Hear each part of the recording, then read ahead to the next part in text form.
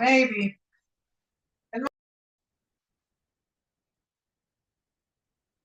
Ew.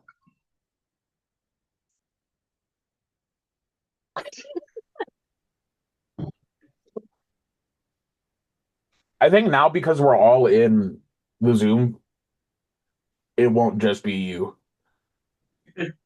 It'll switch to everybody. Oh yeah, God, that was wild. Like the whole cast. It was just me.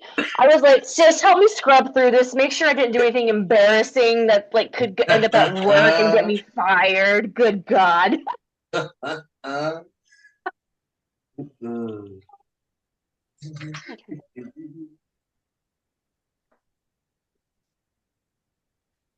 Because it's essentially, from what I'm understanding, recording what's on my monitor. Yes. And it's just not showing me, which I don't understand. So I have to fiddle. Ugh.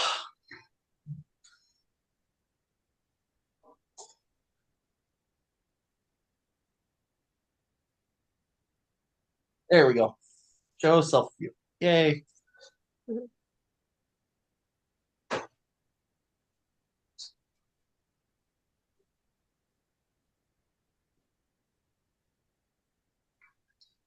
Oh.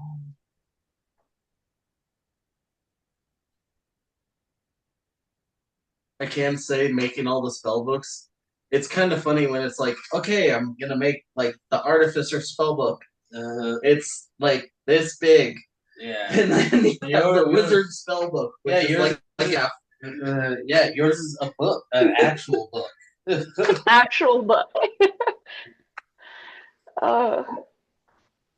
But it actually makes sense for them why they have to rememorize like fresh spells each day. yeah. Well, not just that, but like with mine, because of my class, like later on, I will gain access to fire spells that are not in the wizard. Okay. So I had to be sure to add those in. All right. Which class did you choose? It's more of a homebrew that I worked with Jason, but it's Pyromancer. Pyromancer. Yep. Yeah. I look forward to seeing how this character develops. And seeing what a Pyromancer is different from. Very good at fire. Very good. I mean, I haven't finished it yet, but I did start watching Mighty Nine. It does make me think a little bit of Caleb Widogast. Jordan hates it. Who hates it?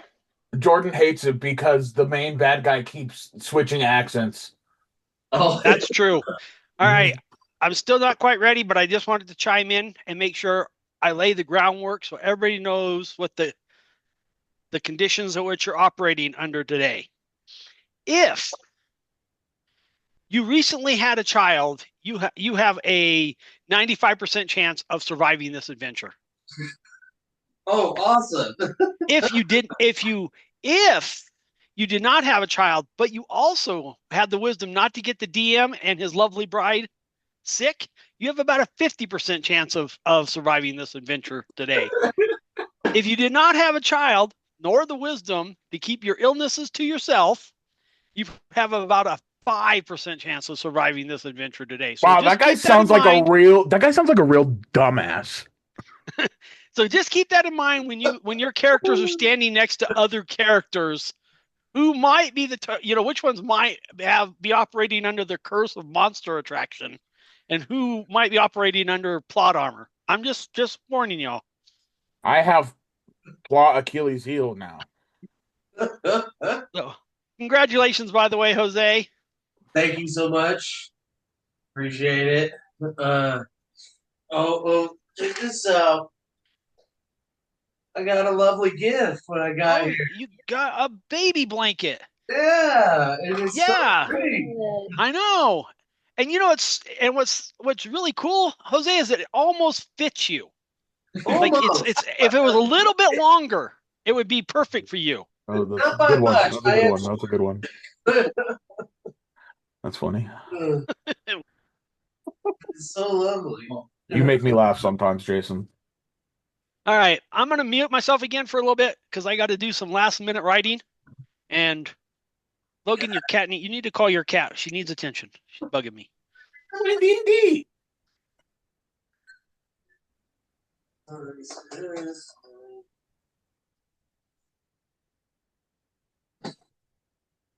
I'm playing D&D and scrolling through Thingiverse, so leave me alone. Oh, I'm yeah. playing D&D and scrolling through Thingiverse. Leave me alone. Leave me alone. So, what That's my did new punk album. I heard that someone was considering getting you a 3D printer? What else did you get? I got the ADX5. Okay. It's pretty good, honestly. I like it. Doesn't have any layer shifts or anything, so I have no worries other than that.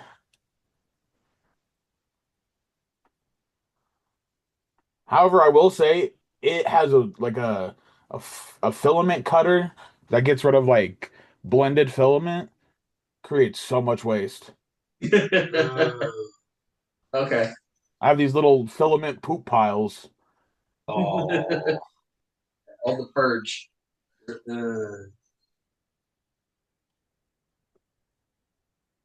That's why most of what I make, I just do single Yeah, that's what one I've kind filament, of and then I'll noticed. just like sand it down and spray paint it. Yeah. Because I mean that, if you're used, especially if you're used to painting miniatures too, it's like make a thing. Oh my gosh, there are so many out there that are just like pick up to like if you have a 3D printer, you can just start making, and you got to pay for filming.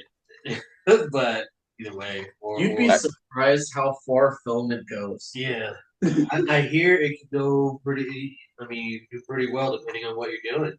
And for how much you get, it's honestly pretty cheap. Yeah, I mean,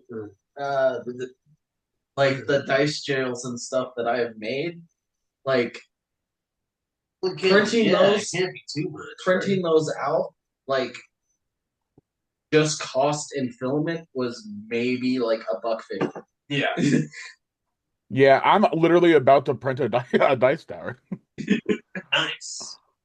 Okay. Oh my gosh. My buddy, he has one of those 3D printers that does the as a 3D printer. I have one. Yeah. And those I don't use it much because the resin smells a lot, and I don't have a vent system. Yeah, yeah. That's I think he has the same problem because he's only made like things. If I got one of those, I would need like a garage that I can put it in and Yeah. that's temperature controlled because that resin stuff also not great against cold. Yes. Yeah. Which is the reason it's not in the garage. Yeah. I mean, I will say he lives in Tennessee, so the cold isn't too big usually. Goodness. No, I think my mother cursed us for this storm because she got here on Monday and was like, "Oh wow, it's like 60. It's so nice and it's so sunny and it's so da da da da." And I was like, "No snow." You brought it on us because you've talked about it. Oh my God. This is the stuff that I was waiting for. I finally get some. This. It's like just take the weapon I have and make it a +1 magic weapon. That's it. That's. I mean, I gotta tell you, I just with a rest, like with a long rest. I just have it. And it doesn't really go away unless. Yeah, I believe if I'm knocked unconscious, I don't know.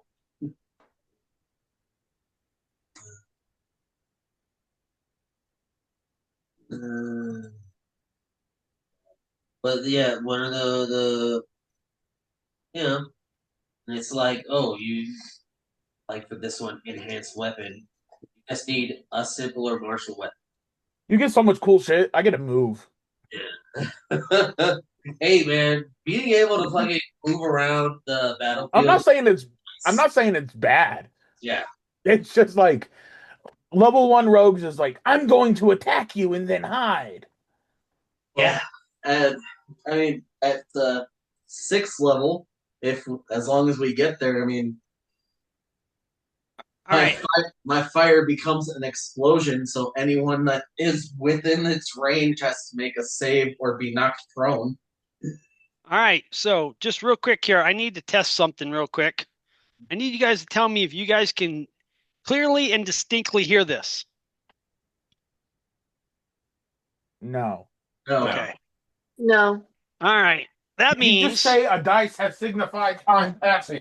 I will. I was just trying to see if I drop in it if you guys could hear it, but since you can't, yes, I will tell you that time has whenever I say time has passed, that is the same as that dreaded dice hitting, that dreaded dice sound that you guys are used to hearing.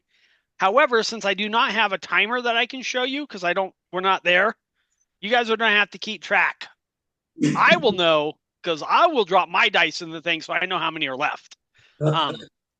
So when I run out of dice, I'm rolling them.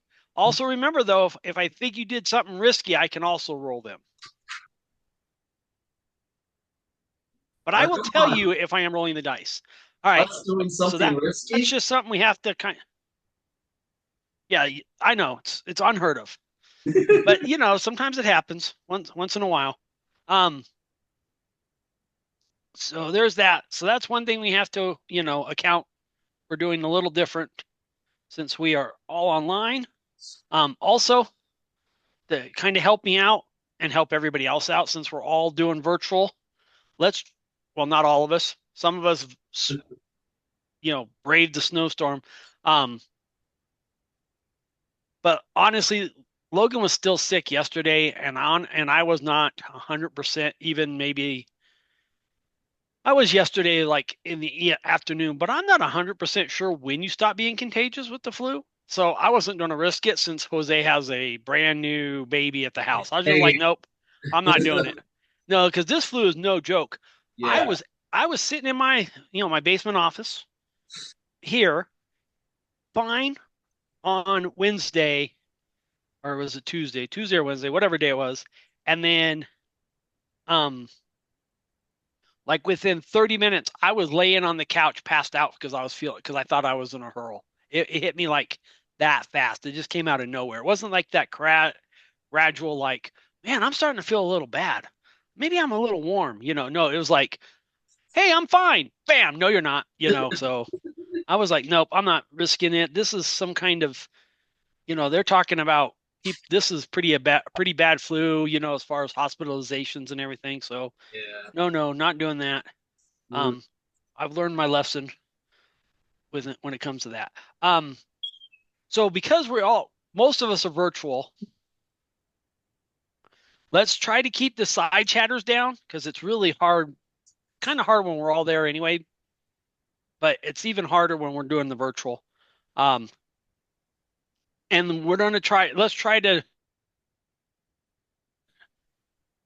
kind of, even when we're talking to me or each other, do turn order. So kind of pay attention to who's talking, let them have their turn, and then, be the next person, but kind of wait so we can all understand, we can all hear, because it gets, like I said, when we're all sitting at the table, one thing I learned is poor Kendall is a sainted woman, because I was listening to the recording like we have now. Mm-hmm. And I was like, my gosh, I don't understand how Kendall can hear half this stuff because I'm listening to us, and I really couldn't hear sometimes what was all being said. So that's rough anyway, but now we're all dealing with that. So let's try to be. Now, that's not to say we can't have fun. I'm just trying to say it's a little different. So let's try to keep it on the, so everybody can hear and I don't have to keep repeating myself. So with that being said, before I get started, does anybody have anything? Take a second, think about if you have anything to ask me or any other questions, and then I'm going to go around and address, call out everybody so you can answer, if you have something, and if not, I'll just move to the next person. And lucky number one, the man of the hour, Conrad or Jose. Does Conrad or you have any, you as Jose or, you for Conrad have any questions or for me, the DM, or anything you need to bring up? No, not right now. All right. Wyatt, do you have anything? I am all good. You're all good. All right. Logan, how about Locke? Dude, I'm chilling. Sorry. All right. Also, Logan, you do have a parrot. I do have a parrot. Yes. And he is considered an animal sidekick. You and I will have to sit down and deal, because the sidekick rules that are in Tasha's don't really apply to like your animal companions, really, unless they're like big cat sort of things. You know what I mean? Large So we're going to have to deal with how to. Yeah, they're not really meant for like, hey, just having a pet, almost kind of. Can I just use but it? I want to give you for this game. Can I use it the same way like a wizard uses their familiar? Well, that's really yeah, all I sort wanted. Of, except that's a little different. Yeah, okay, that's fine. Except it's not under your, since it's not a spell. It's not required to do what you tell it to do. Okay. Right, because a wizard, the familiar is kind of enchanted. It's not a living creature; it's a spell. Right. All right. Jordan, do you have anything for Mizuki? You're muted.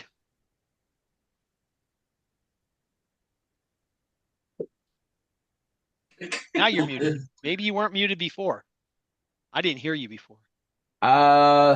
She might have to go to her microphone and click to change the audio setting. Oh, I had to do that. It's the dreaded double mute. Oh. Okay, well, Jordan, while you're figuring out your audio settings, I will move on so you can figure it out. So now, Kendall, do you have anything for Ravana? The only question I have is we're still level 1, correct? I'm the only one who's level 1. Yes, I believe only Wyatt is level 1. Can y'all remind me when we got XP? After 10 o'clock when you left. Okay. So how much XP do we gain? We're at 325. We are at 325. Yes. We're at 325. Okay. Hold on 1 second, Kendall. Thank you. I just need to verify.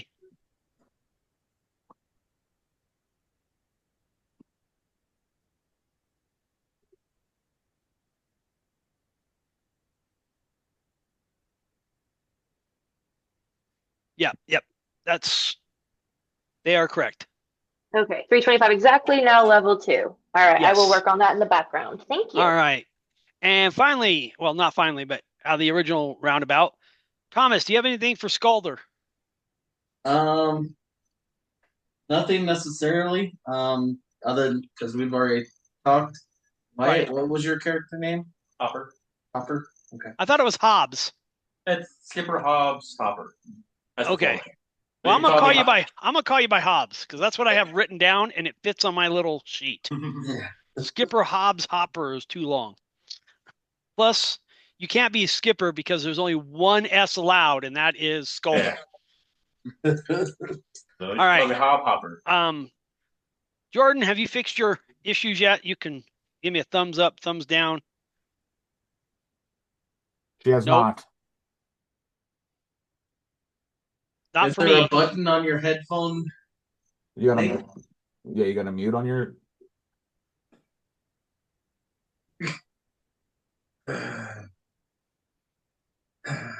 You might have to log off and log back on, and check your. And like you said, or unplug, plug back in your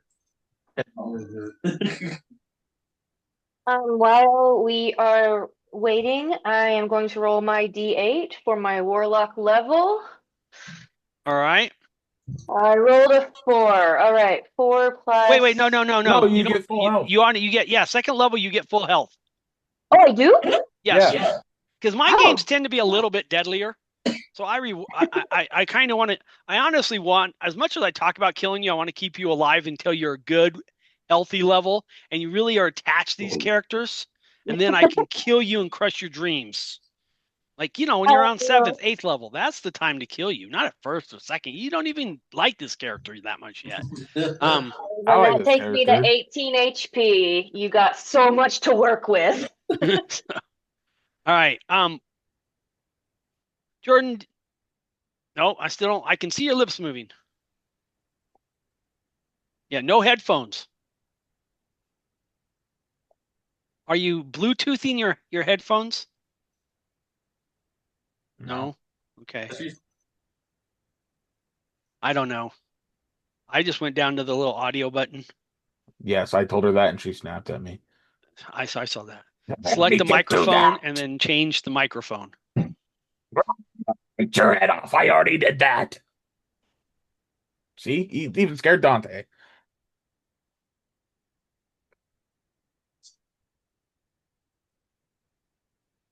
It's because Skeeb is an instigator.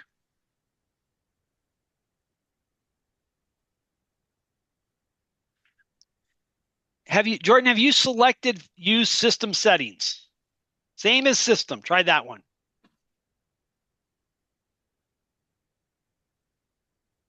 For your microphone. Because I'm assuming you can hear us. So there's something I have full. Nope. You're still not coming in. Were you even sure those headphones come with a microphone? Talking isn't helping. First of all, you're muted on your thing.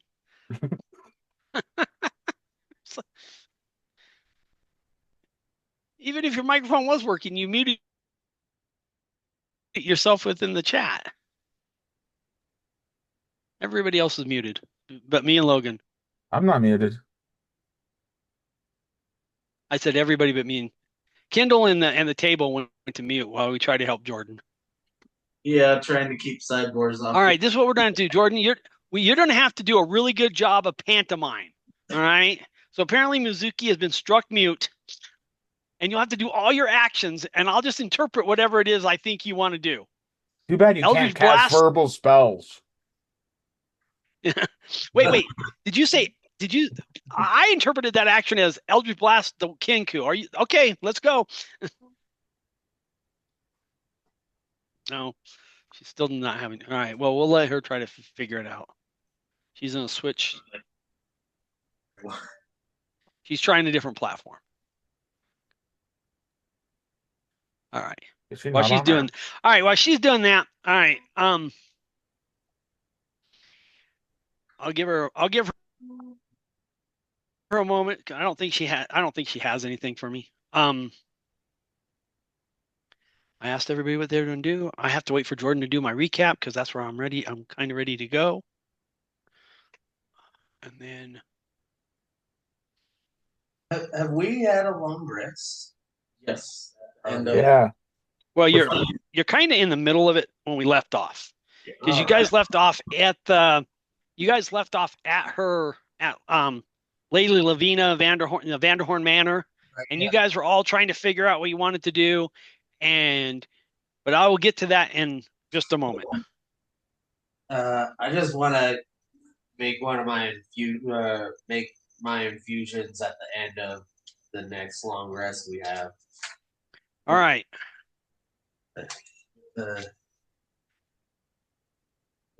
Well, we'll deal with that when we're actually gaming instead of prep gaming. Okay. All right. Well, Jordan, since we got some moment, I'm going to take a quick break since we're waiting for her to go get me another cup of tea. So I'll be back in just a minute. Mhm. Well, my infusions last until I I die, plus 1 day for each for each point in my intelligence modifier. And it doesn't matter if I hand it to somebody else or whatever. And my intelligence modifier is 3, so like if I So 3 days after you die, they stop being effective. yeah, but like mhm.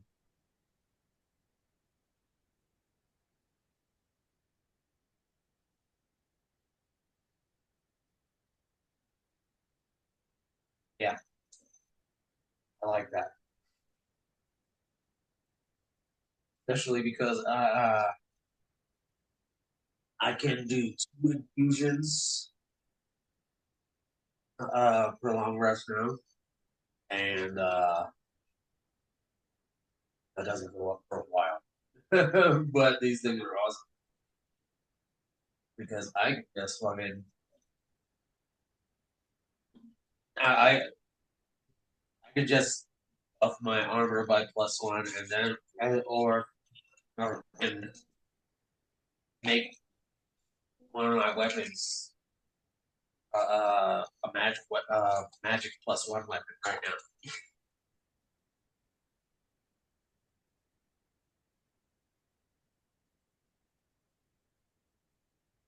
I think I should. I think I might. I'm gonna take Liquid because it makes magical ammunition. The weapon becomes a +1 magic weapon, and it automatically reloads and fires magic ammunition. I want a gun so bad.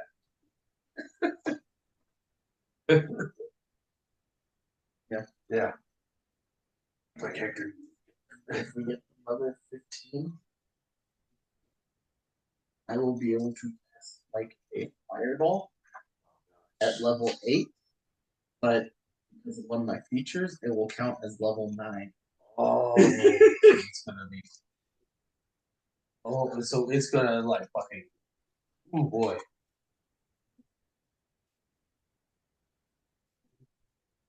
I have it.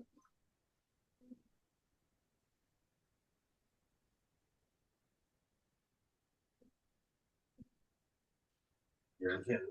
I like. Uh,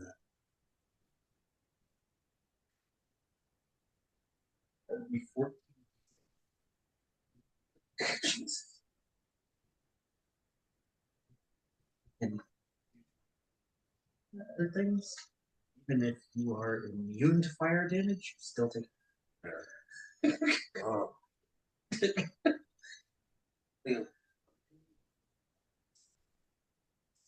And there is a construct just that fights. Oh, with the artillerist. I thought I like the battlesmith.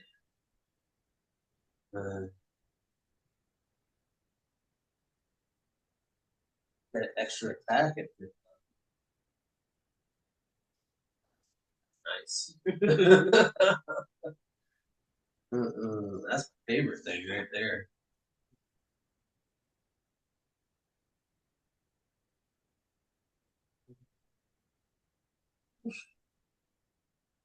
So I can replicate magic items. Can you do that? Now. But I have a table that tells me what magic items I can replicate for each level.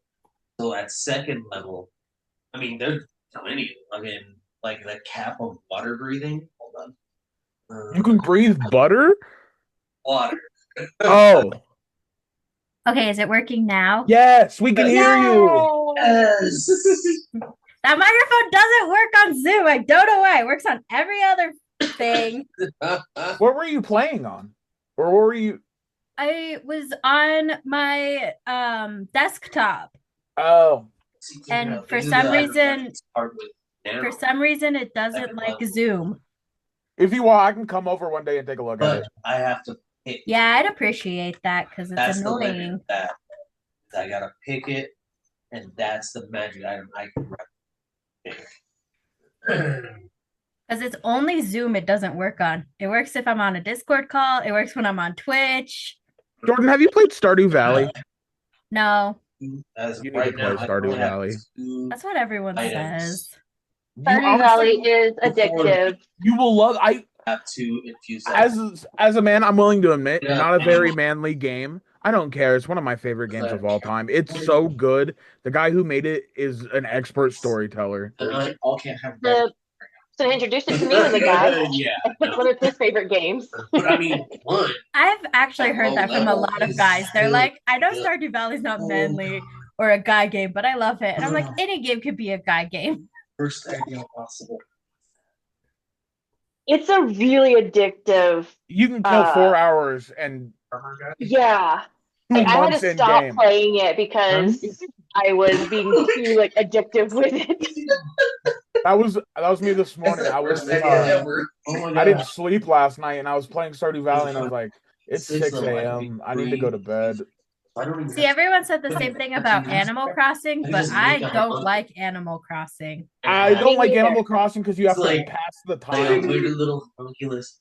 Yes. The only Stardew Whereas with Valley? Stardew Valley, the time is always clicking, and you're like, "Oh, I gotta hurry and get my crops now before the market closes." You're always so busy for the first I year. mean, it's not nothing, but it's not. Mhm. Like, And then after the first year, you have all the mining and expeditions 6 you can levels, do that's that are really challenging. Yeah. I have Yeah. to spend like 50 Ugh. gold a level. I feel you. It's too much for per me, though. spell in order to get them into my fucking. Yeah, Okay. that's true. That's Let's get this party started. It's nice to have these spells be just like. So as Don't get a lot. not last month, it's been like 3 months. Oh, Yeah. last time. It's been a while. October. So anyway, you guys in the last session, you guys managed to secure the Blue Nixie after a brief but intense fight. A search of the ship revealed the Vanderborn signet ring, along with a piece of parchment. You were able to use the ring, with Lady Lavina there. Of course, you're able to use the ring and decode the parchment and help Lady Lavina discover, or at least partially discover, what has happened to her inheritance, and then you're able to recover part of it. As part of that, you discovered her mother's journal, and you learned that the journal has something to do with the legendary treasure of Captain Flint. Captain Flint. Very good. As a result of this, Lady Lavina has agreed that you guys should basically, hire or something, well, not hire because you have a boat. She basically said, you have the Blue Nixie. We just have to get a spell jamming helm installed in it. And she told you that she even has an idea of where a spell jamming helm might be. But she's very concerned about her brother, so she wants you guys to locate her brother and basically extricate him, I guess is a better word. Extricate him from whatever trouble he's gotten himself into. Because he's kind of known as not always making the best decisions. So that is where we left off. So with that in mind, you guys were able to take a long rest. And because you took a long rest, those of you that were able to leveled up. Everybody knows that they got their maximum hit points. So hooray for hit points. And now going forward, we'll start at the bottom of the list. Thomas, at the start of the day, can you text? No, don't. In Discord, just like DM me the spells that you have that you are going to prepare for Scalder for the day, please. Okay. And we kind Kindle, of passed over it, but one thing as a group that we should probably look into is why he almost became a slave. Okay. Well, we can work on that as when we start doing actions. Right now, I need you to as we're still kind of preparing the day. So I know as your character, you have to prepare spells. That's part of your long rest. So just please send me your spells. For both Kindle and Jordan, since you're both warlocks and you gained a level, I think you get an extra, you learn another spell. I'm not sure. So just I gained an extra spell slot. Not another spell known. No, but we did get 2 new spells outside of our usual spell choice added to choose, but I didn't swap my spells. Okay. So if you change your spells, please, actually just remind me because I don't have your list. So again, just for right now in Discord, just send me a quick message with your your spells that you have chosen, and then that for right now. Then I will get that taken care of. We get our Eldritch Invocations at 2nd level. We're 2nd What's level that? now. We get Eldritch Invocations. Yeah, we get our Eldritch Invocations. Okay, well if that's something you pick, then pick them and let me know what they are.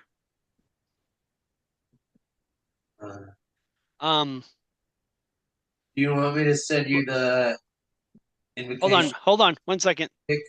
All right, so Logan, I don't really need anything for you because you don't have to make any kind of spell choices or anything like that for your character. Same with Wyatt, same for you with Hobbs. I don't have to make any choices. Jose Conrad, does he have spells yet? I have spells, but my spells are like, oh man, it's just what I know, and that's it. I don't get to change them around. Okay. One thing I do get to pick is infusions known. Okay. So send me the list of the infusions that you're going to pick. Okay. So we can get going with that. And now, since we're actually ready to you can tell me what you guys are planning on trying to do, because like I said, when we left off, Lady Lavina has requested that you try to find her brother and get him out of trouble.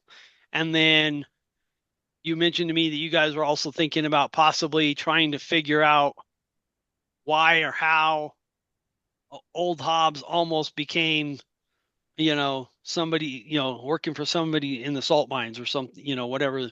Who's Hobbs? Hobbs is Wyatt's character. Okay. Yeah. All right. You want it on the Discord or just? Do you want the information sent to you Discord or directly? Yes. Okay. Because at this point in night, my phone is on do not disturb. So if you text me, I won't get the message until tomorrow morning. Gotcha. Because I'm old and I'm one of those people who I don't care about my phone that much. So I put it to sleep at night. I don't use my phone. I have like 4 hours of use a day, and that's from listening to podcasts to go to sleep. No, I'm just saying some people of a certain generation, and that's not even That's not actually even my gen- generation. That's No, I didn't say it was your generation. I just said some people of a certain generation are Okay, really attached to their phone. Jordan's. Jordan's generation She says is that pretty. she's on her phone. But no, I'm just saying, I was just letting people know, don't text me because once it gets dark, light, my phone goes to do not disturb. The only people who can get a hold of me on my phone are my kids, and they have to call, or my mom. Because that way, if it's an emergency, you can still get a hold of me. But they actually have to call. If they text me at middle of the night, I'm not going to get it until the morning. I think my mother and my wife are the only people that can call me after like 7:30. Yeah. That's how I am too. All right. So that's why I wanted it on Discord. With that being said, all right. So you have one, I guess, request made to you by Lady Lavina. Hey, will you please go find my wayward brother and get him out of the trouble he's gotten himself into? And then you also have your, hey, we need to figure out what's going on with this slave trading ring that almost got Hobbs. Which one are you going to address first? And how are you going to plan on addressing it? I assumed you guys talked. I think we should go after the brother because they're going into space with the slaves. So I think the quicker we help her, the quicker we will also have the access to go onto space. Yeah, that's true. I also kind of feel like her brother is connected to the slave trade since we found them on her family's ship. Good call. Brother it is. All right. Yes. So how are you going to go about locating said wayward family member? Can I talk to the sister? Sure, she's there. I mean, somewhere in the house. I basically just want to find out like all of his friends that she knows of. So she tells you, and this is where she's like, she basically goes in the story about how her brother and her used to be really close. But several years ago, they had this really bad idea, and there was a prank where they dumped a whole bunch of love potions into basically the city's water supply. And they were caught. And there was all kinds of problems that resulted from that. So yeah, as I would assume. So she was sent off basically to like a girls' school, and he was sent off to like a boys' school, like a military school for boys, and she was sent off to go, like the a charm school or whatever, the equivalent of like a girls' charm school from like the Victorian era, Gotcha. where she went and learned how to be a lady, and he went to supposedly learn how to be like a soldier or a local lord, that kind of thing. Yeah. Sure. And they basically, even though he's like he's a couple years younger than she is, but they basically both went at the same time, and they hadn't really been back that long, just a few months before their parents died. And she actually hasn't seen her brother a whole lot since they've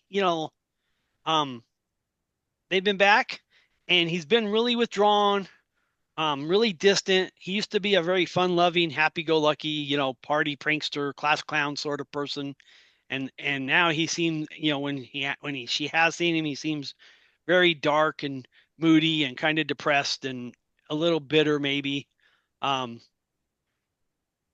So she really, unfortunately, doesn't really know a whole lot about who he might currently be hanging around. But she does say that back in the day, he used to really kind of prowl the bars and taverns in the Azure district of Sassurin. So Sassurin is made up of, well, like most cities, right? It's made up of several districts. And the Azure district is a little bit one of them, maybe not super upscale, but it's, definitely not one of the rundown districts. But so she suggests maybe you can start looking around, looking there because maybe he's returned to some of his old haunts. One thing we might also be able to do is see if the harbor master, his assistant, like that had gone out to the boat and we think was trying to steal it or whatever, see if he was actually captured. Because I know at one point he was heading back. I don't know if he ever got captured though. One thing I would like to do is that I'd like to investigate the brother's bedroom, see if he has any journals or diaries. I think I already did that. Yeah, I think that was already accomplished. Okay, good.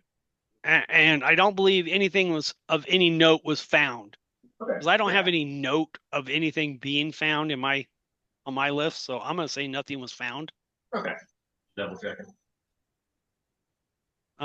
Give me a.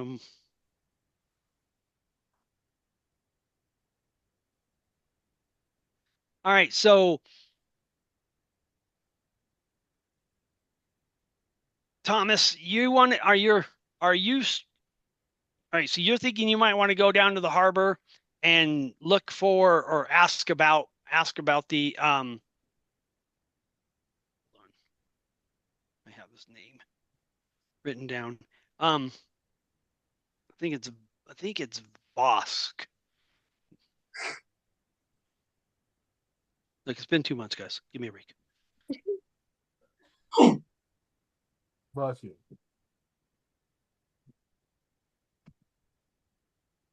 Vark, Solar Vark is you want to go and see if Solar Vark has been captured.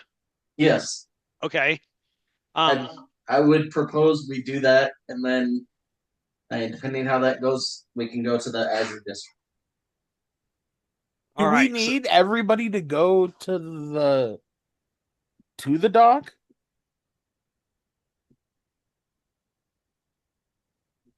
Because I could go to the Azure. I'm good with splitting party. Who will we be splitting? How will we be splitting up? That's up to you guys.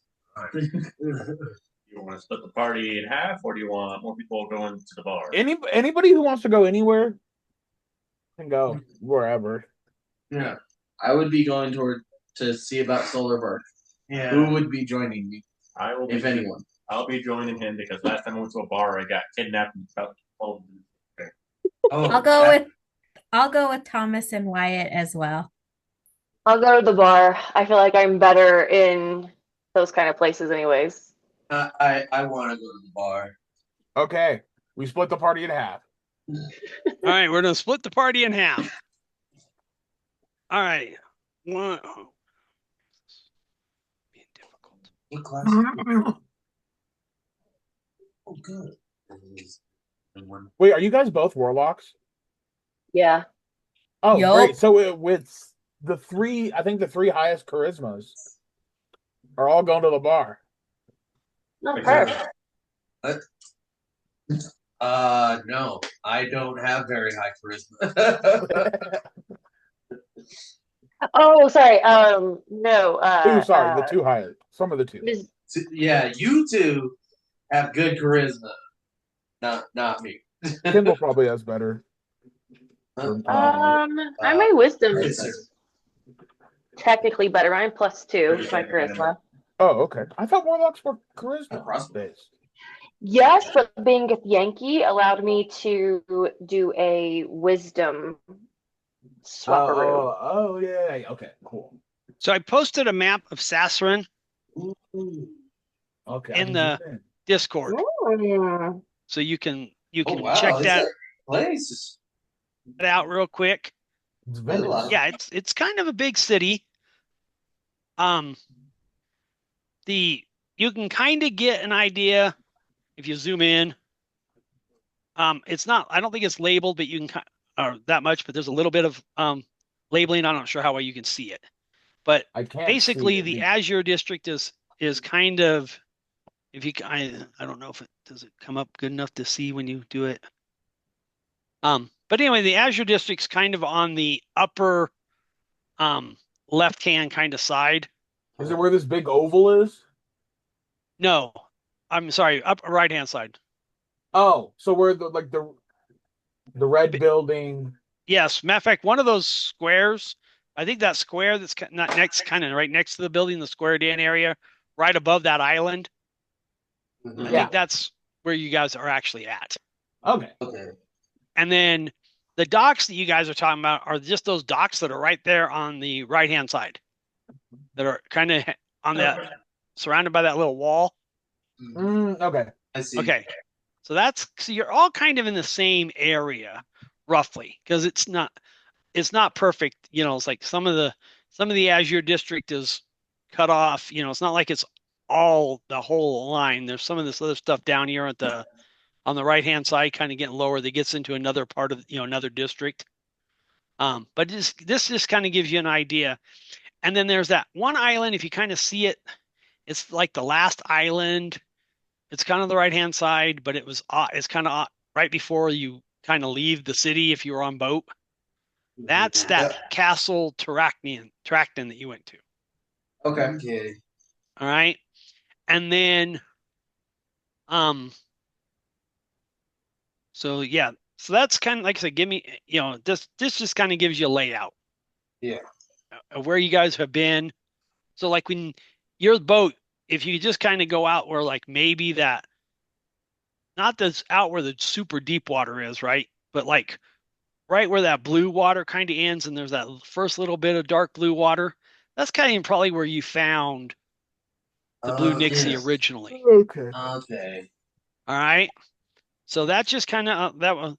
Like I said, it's this will help you a little bit. Of course, I'm not going to constantly reference this, so if my narration doesn't quite match up, make it fit. So, all right. So,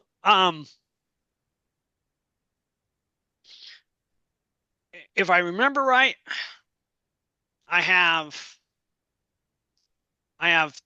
Thomas, you, Wyatt, and Logan are going to the docks. No. No? Jordan. Oh, Jordan's going to the docks. Okay. So it's Wyatt, Thomas, and Jordan going to the docks, and then Kendall, Conrad, and Locke are going to just kind of scour the Azure district. Yeah. Okay. I'm gonna deal with the Azure district first. So as you guys, what are you attempting to do while you're in the Azure? How are you're walking around? I'm looking for the bars. Okay. Oh, hell yeah. I can't remember if she said he slummed it around like the dingy ones or just the bars. I think she just said, I think she just kind of said the bars, though. In this district, even the dingy ones aren't really that dingy. Okay. This is kind of more of an upscale part of town. So, could I stop and ask somebody like, hey, what's the most popular bar in this district? Sure. And they point you to it. It's, I don't know, the Hooded Dragon. The Hooded Dragon. The Hooded Dragon. It's new, it's trendy, it's upscale, and you gotta know somebody that knows somebody to get in right now. It's the hottest new bar in town. Oh, okay. Cool. Let's go there. All right. All right, so Locke is heading toward the Hooded Dragon. Let's go. All right, Kendall, you're in. All right. Oh, yeah. Yeah, I'm following up. Close my hood and let's duck in. I'm mostly going along with them to make sure they don't do something that gets them killed. Okay. He's our cannon. Yeah. I'm gonna be a little bit of bodyguard thing. I'm also listening in to make sure that they're actually looking for what they say they're looking for. You're So- K2SO from Rogue One. So I did do a little bit of research because I honestly had no clue about Warforged. Oh yeah. So just to clarify, you are considered a humanoid. Yes. So you get magical healing, medicine checks, fix you, healing kits, all that stuff. Okay. Cool. All right. Even though you are made of metal and wood, yeah, you really are kind of a real boy, Pinocchio. So I just wanted to let you know. So I know last session I let Thomas make like an Arcana check. We won't be doing that no more. So that was a mistake. Man has all a mistakes, heart. all mistakes are final. Yeah, he's the man with no heart. He's heartless. But anyway, he's still considered a humanoid. So I just want to verify that right off the bat. All right, Locke, you seem to have the lead on this. The Hooded Dragon, it's a fairly popular low bar. You know, it's pretty crowded. Even when I'm assuming you guys kind of leave kind of early in the afternoon, not too early, but it's still, it's not picking up quite yet, but it's still pretty crowded for as early as it is. They got a minstrel playing, and he's not bad, and so we got in. Yeah, I mean, they don't actually have ropes, dude. But it is packed. I'm not right now, but it gets packed later. But this isn't the era of hey, fire code violations. As many people they can squeeze in, that sort of thing. Okay. Yeah. So, and like I said, it's a fairly nice, bar, and they're selling, they're serving drinks, and the people are talking. You guys are in. What's that, Kendall? Any activities? Like what? Games. There's a minstrel playing. Any There's singing, a minstrel dancing? playing. There's probably a couple people sitting at different tables, playing like, bar dice type games, things like that. And like I said, just most people right at this point are just kind of, they look to be like upper middle class, maybe merchants, things like that. And they got their wine, maybe, something a little nicer, and they're just sitting around talking about what's, whatever the people of that ilk talk about. Okay. I wander up to the bar and order a beer of the local ale, a pint of the local ale. All right, you're ordering yourself a pint. I'll be generous and order 3 so I can share with my companions. All right. I don't know. Do Warforged? I look at Conrad. Yes, if they're Do you even humanoid, drink? they can drink. They don't need to, though. Yeah, that's the one thing. They don't actually need I to. am able to. Right. Do you choose to? But I was going to ask Conrad, Jose, what is Conrad doing? Right now, I'm just scanning the room, really seeing if there's anything like. Oh man, you know what? Right now, because of the people I'm with, I'm just scanning to see if there's anyone that might be trouble right now. That's all right. really... While you don't notice anybody that looks like they're gonna cause trouble, you do notice that your group's entrance did not go unnoticed. Like people weren't so crass as to completely stop what they were doing and stare. But everybody's head kind of at least went up, paid attention. They watched, their eyes are walking. And even though they're kind of doing that where they're, okay, I'm still talking to you. They're, okay, still talking to you. Making back and forth. Yeah. Eyes keep, at different times, maybe not all at once, but, different people at different times, their eyes are flickering back to you guys. Yeah. All right. Logan, what is Locke doing? Okay, so Kendall very nicely bought me an ale. Yes, I did. However, my character does not drink. Okay. My character does not drink, but I will take the ale. when the bard or the minstrel, whatever the guy at the tavern, Right? when he like stops to take his break, I want to like bring it up to him and be like, "Hey, I got you this. I think you're like really good." Okay. Um, And like start a casual conversation with him. you're starting a casual conversation. Gotcha. All right. After you bought the ale, Kindle, and Conrad took his and is just kind of hanging out, watching around, and you see Locke take his, and he kind of gives you the thanks, and he kind of moves toward the stage where the minstrel's playing, and just like Conrad, you just kind of get the sense that people are I mean, this is a spacefaring town. Pretty much all of them are, but like it's still out of the way. It's still kind of it's not a major cosmopolitan type port, so they don't see a lot of diversity. So while they're used to seeing occasionally once in a while somebody weird will come in, it's still a once in a while, wow, that's weird that these people come in. So they're looking at like all of us, like all coming in at once. With a bird person, a Warforged, and a Githyanki. Right. And here's the thing: is they may have never seen a Warforged before. All right, because understand that is out of everybody. Conrad's probably he is probably the rarest, followed by the Githyanki. So you have two people like Githyanki are almost maybe mythical. Warforged my hood up, I said, but still, but Kenku aren't that common either. No, the Kenku are not as common, but they're still they've been heard of. People know about Kenku. Okay.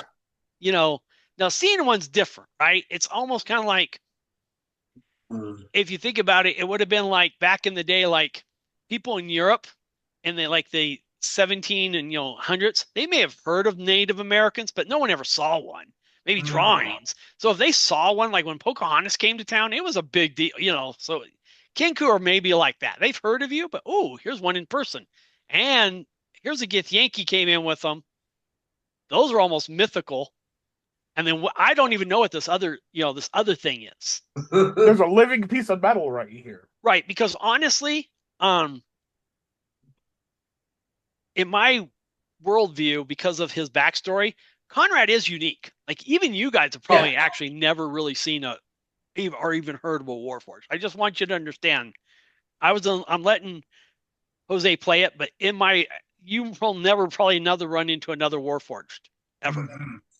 He is definitely a PC type character. Just like the Gold Dragonborn is also very unique, but people have seen Dragonborn before, but maybe not a gold one. So just understand, all of you guys are pretty rare, with the exception of Jordan, because Astral Elves are like everywhere. They're fairly common. Even Haragon are fairly common. They're more common than, say, a Kenku in this area, especially in this island or this rock. And I might refer to it as an island because in my brain I'm still kind of getting used to the idea of space versus seas. But really, to me, it's not much different. I understand what you're saying. It's all on one plane. Yeah. So anyway, with all that, I am at Ravana. Kendall, what is Ravana doing after she buys the... So I see Locke going to talk to the minstrel. I love that. I see Conrad watching the crowd. I love that. I'm going to start making conversation with the bartender. I bet you don't see folks like us come in here very often, huh? So he gives you this look, and he just kind of, he doesn't say much, but then he just kind of gives you like this look, like, like that's, kind of like almost like duh. And he's like, nope. He's like, you aren't all looking to start trouble in here, are you? Heck no. We actually want to get out of here as soon as possible, if we can. I'm pleased to hear that. Is there anything I could do to help you achieve your goal? I would love to, if you were able, if you could tell me anything about a young gentleman that might have been a patron of yours. And I start to describe to him in very general but specific terms who I'm talking about. Okay. I don't want to say I'm looking for Lavinia's brother, but I would say, like, certain high-ranking, I don't know what her rank is, with a brother who's known to be a rapscallion about town. They got into a mess with love potions once. Like, I would make references so that he would know who I'm talking about, but I have that liability of I didn't say.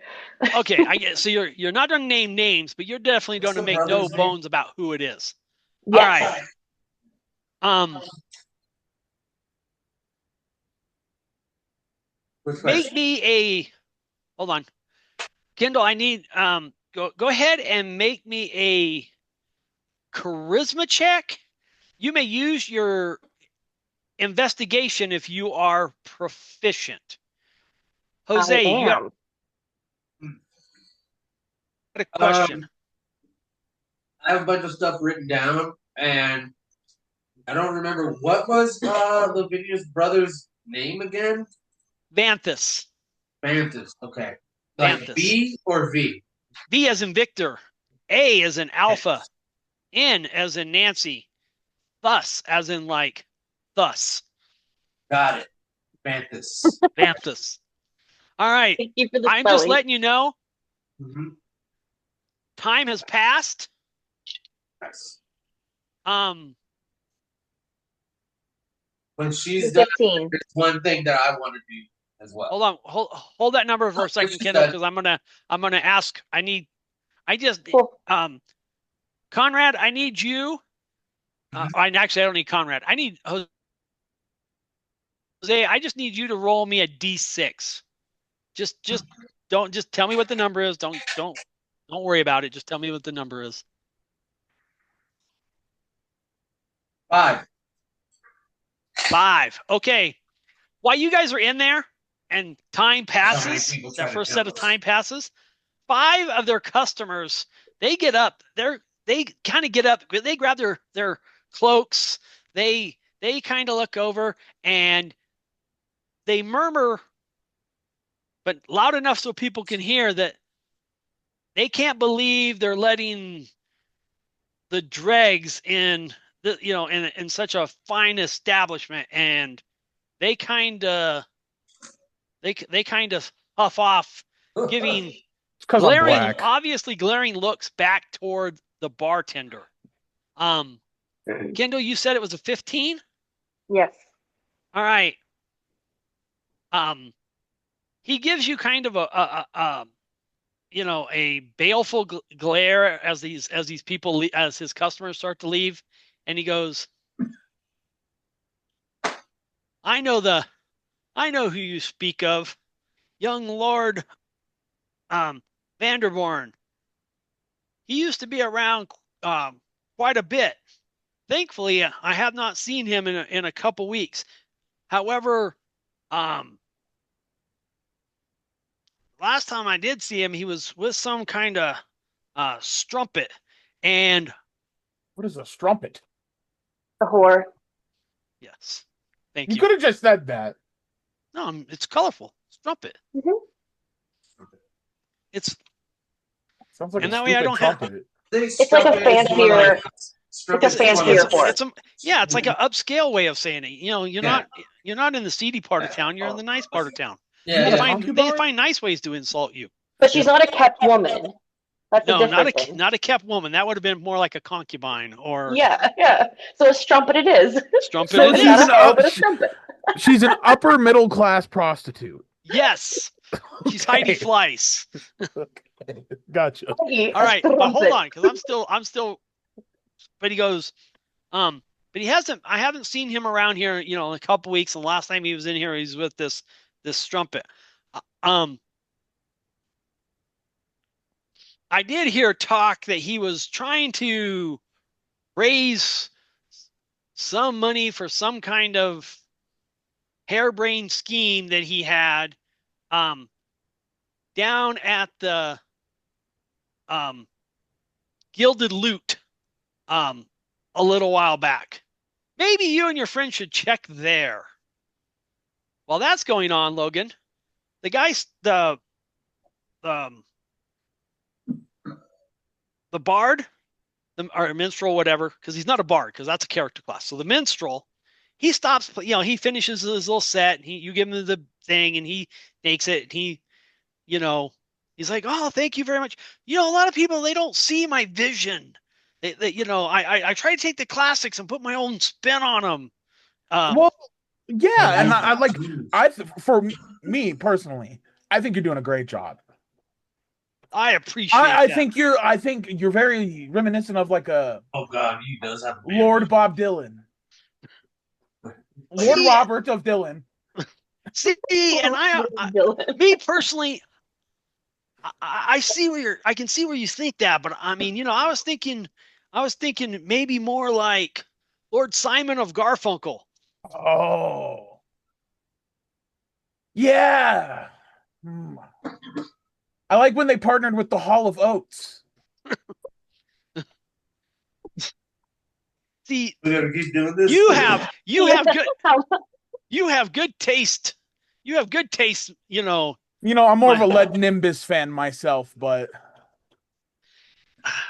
yeah, but everybody, they their stuff is just way overplayed. Every bar has a bar, has a minstrel that can do them. You got Stairway to the Heavens, yeah. Yes. But thank you for refreshing my fine feather friend. How about I help you let people realize your potential? And how could you do that, my good sir? I notice you're quite the lutist. One of the finest in the city. I know the lyrics. You can play the song. I'm quite a singer.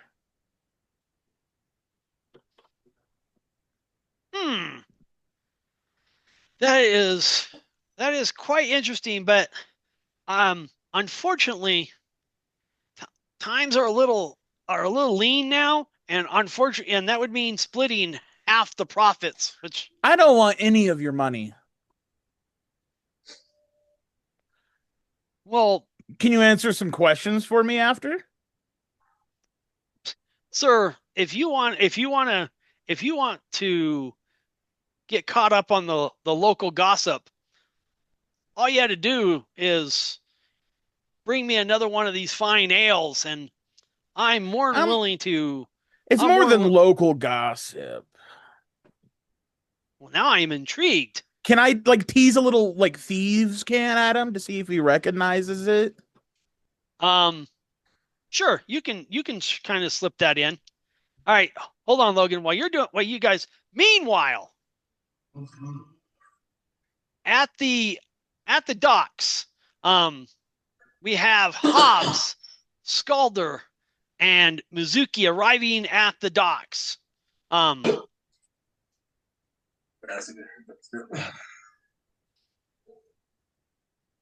What are you guys? I know you guys are trying to find out if Solar Vark is being captured. How are you going about that? I would go to the harbor master, the guy who he worked for first. Right. And after that, maybe go to the the guards that were in the area, ask them because they might have been the ones to pursue. Okay, so your first approach is you're just going to go up into the harbor master's office and make an inquiry. Yes. Okay. Hobbs, while he's doing that, are you following along, or are you attempting your own approach? I'm going to see if there's any sketchy people around. See if they know any information. How are you going to determine if there's any sketchy people around? Let's see.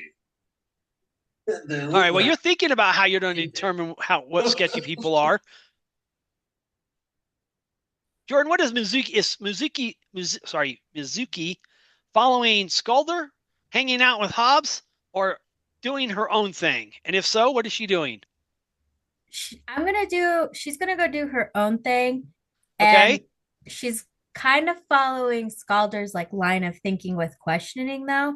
But okay. I'm gonna go talk to some of the crews that are in the docks and see if they the work crews. Yeah. And okay, just be like, hey, like, have you heard anything about that, like Solar Vark or just any gossip? Kind of maybe also ask about Vanthus. Okay, so you're gonna try to do double. Yeah. All right. Wyatt. Yeah. How is Hobbs going to try to determine who is sketchy? See if there's anyone who's hanging around any rundown ships that look like they've seen better days. So you're just going to try to judge from appearances and try to make an educated guess. Yeah, see if that's where they're hanging out, what they're wearing, see if they're kind of down on their luck or something. No, I got it. All right.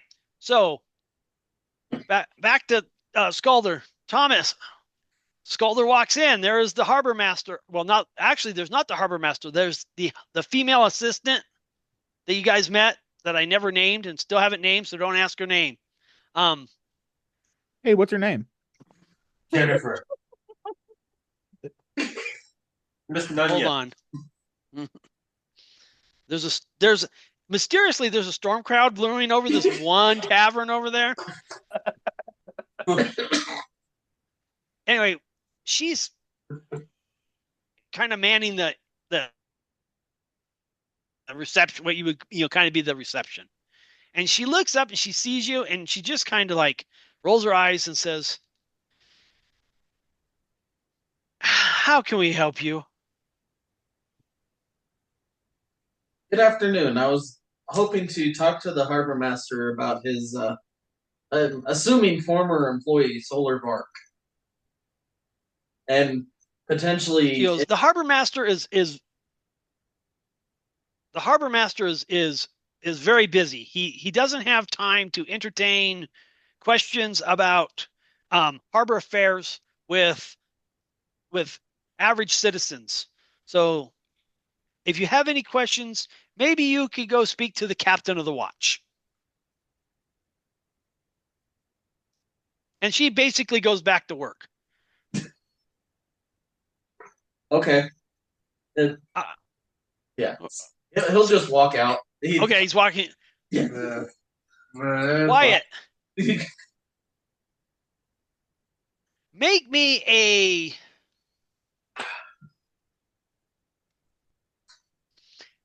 an intelligence check. You may use your investigation if you are proficient. All right. 17 plus 2 will be 19. All right. You find these guys are awfully shady. They're kind of trying not to be seen. They're a little twitchy, and as you start to approach them, they start to get even more nervous. And the closer you get, the deeper their hands seem to slip underneath their, the folds of their cloaks or their vests or whatever they're wearing, their outer garments.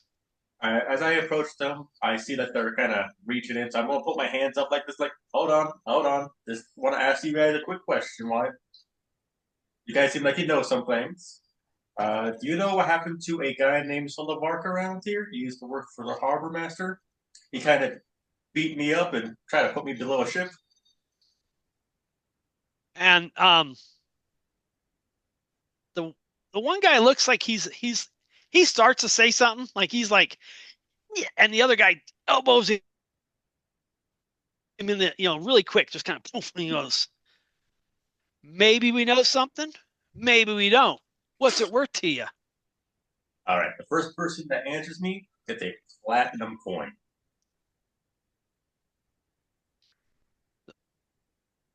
No, and he holds his hand out.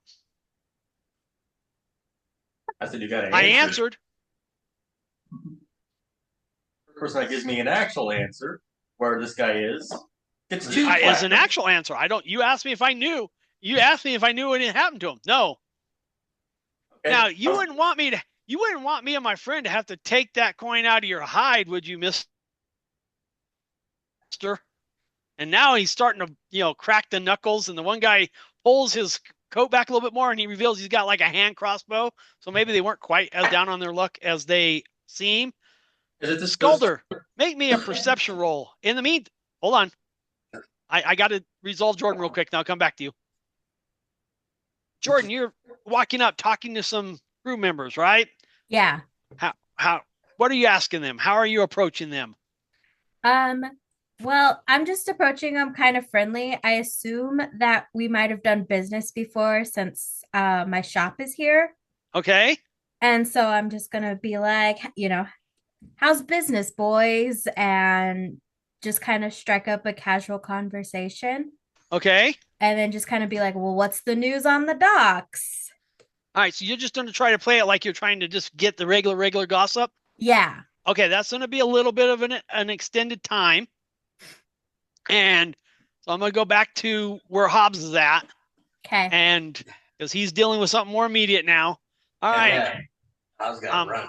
First, I got to get back to Thomas. Thomas Scalder had a perception roll he needed to make. 14. 14. All right. As you're coming out, you notice that you can see Mizuki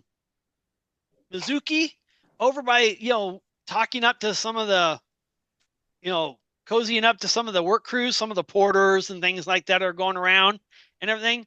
And it takes you a moment because you're like, I don't see Hobbs.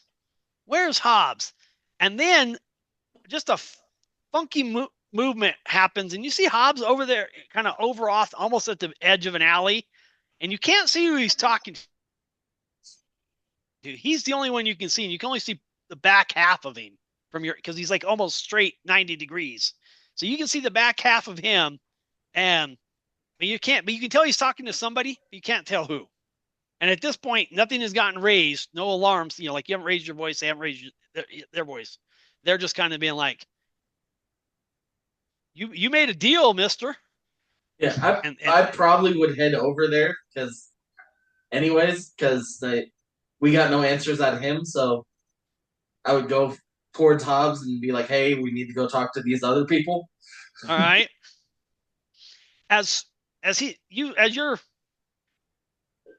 What are you about to do? Because you were about to do something. I know I cut you off, so I want to get back. What were you about to do? I was going to ask where my location was real quick.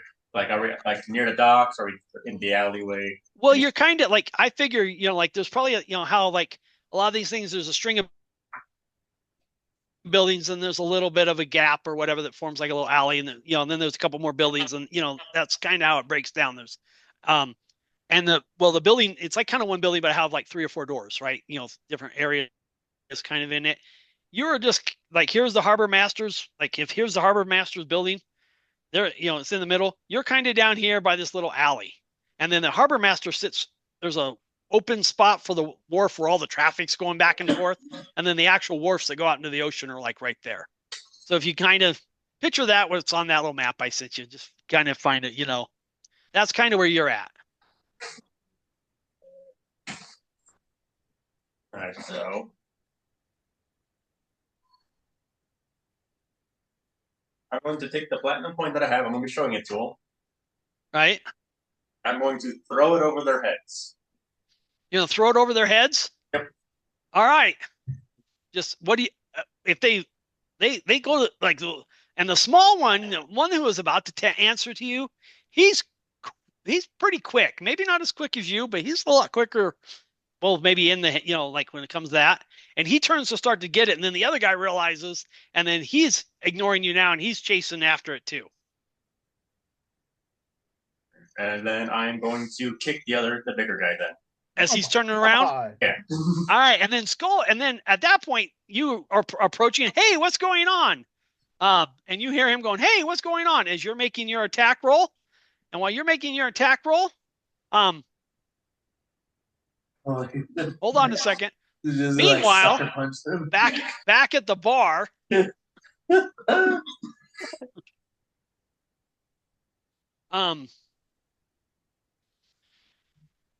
All right, so back at the bar, we have Conrad. You're just still watching. You've seen some people leave. They glared at you. You're close enough to. You're close enough to Ravana that you can hear what she's saying to the barkeep because she's not trying to be. I mean, she's keeping it down, but she's not really being too like. She's not like trying to be conspiratorial whisper here. Yeah. You can't really see you can't really hear exactly what Locke is saying to the minstrel because He's, it's a crowded bar still. And he's talking over there. But you can tell he's making nice with the minstrel. She's talking to the barkeep. What are you doing? You know what? I'm just gonna walk over to her talking to the barkeep.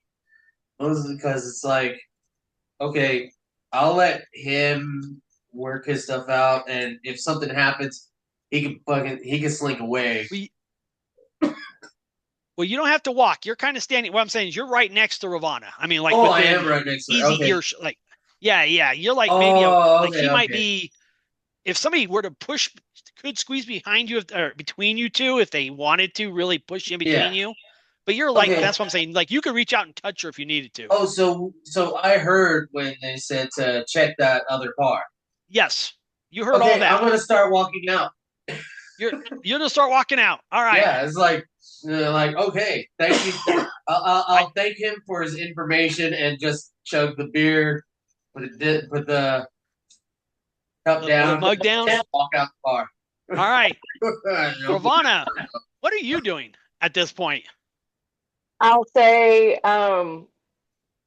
thank you so much for your time and for any inconvenience we caused. As I said, we didn't want to be here long, so I thank you for making that fast. I don't know how much money I have, but I hope it's enough to pay him for these beers.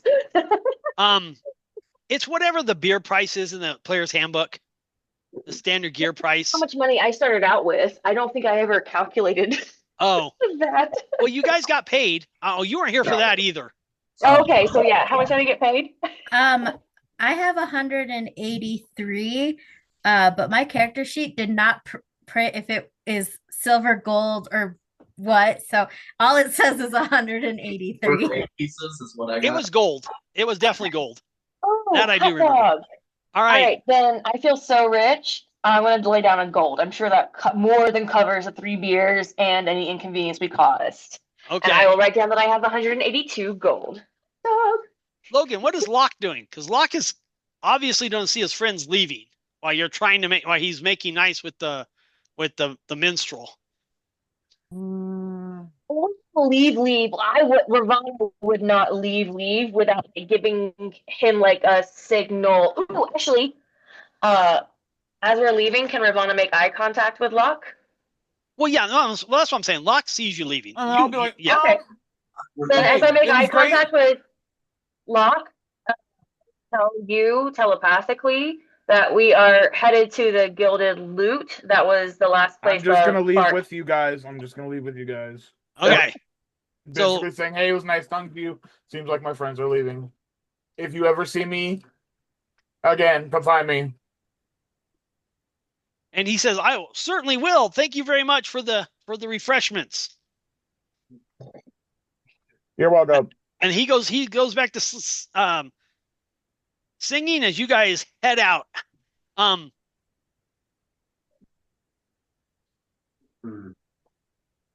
Going. I need all 3 of you to go ahead and make me wisdom checks. You can use. Well, actually, yeah, make me just to make it easy. Wisdom checks. You can use your perception if you are proficient.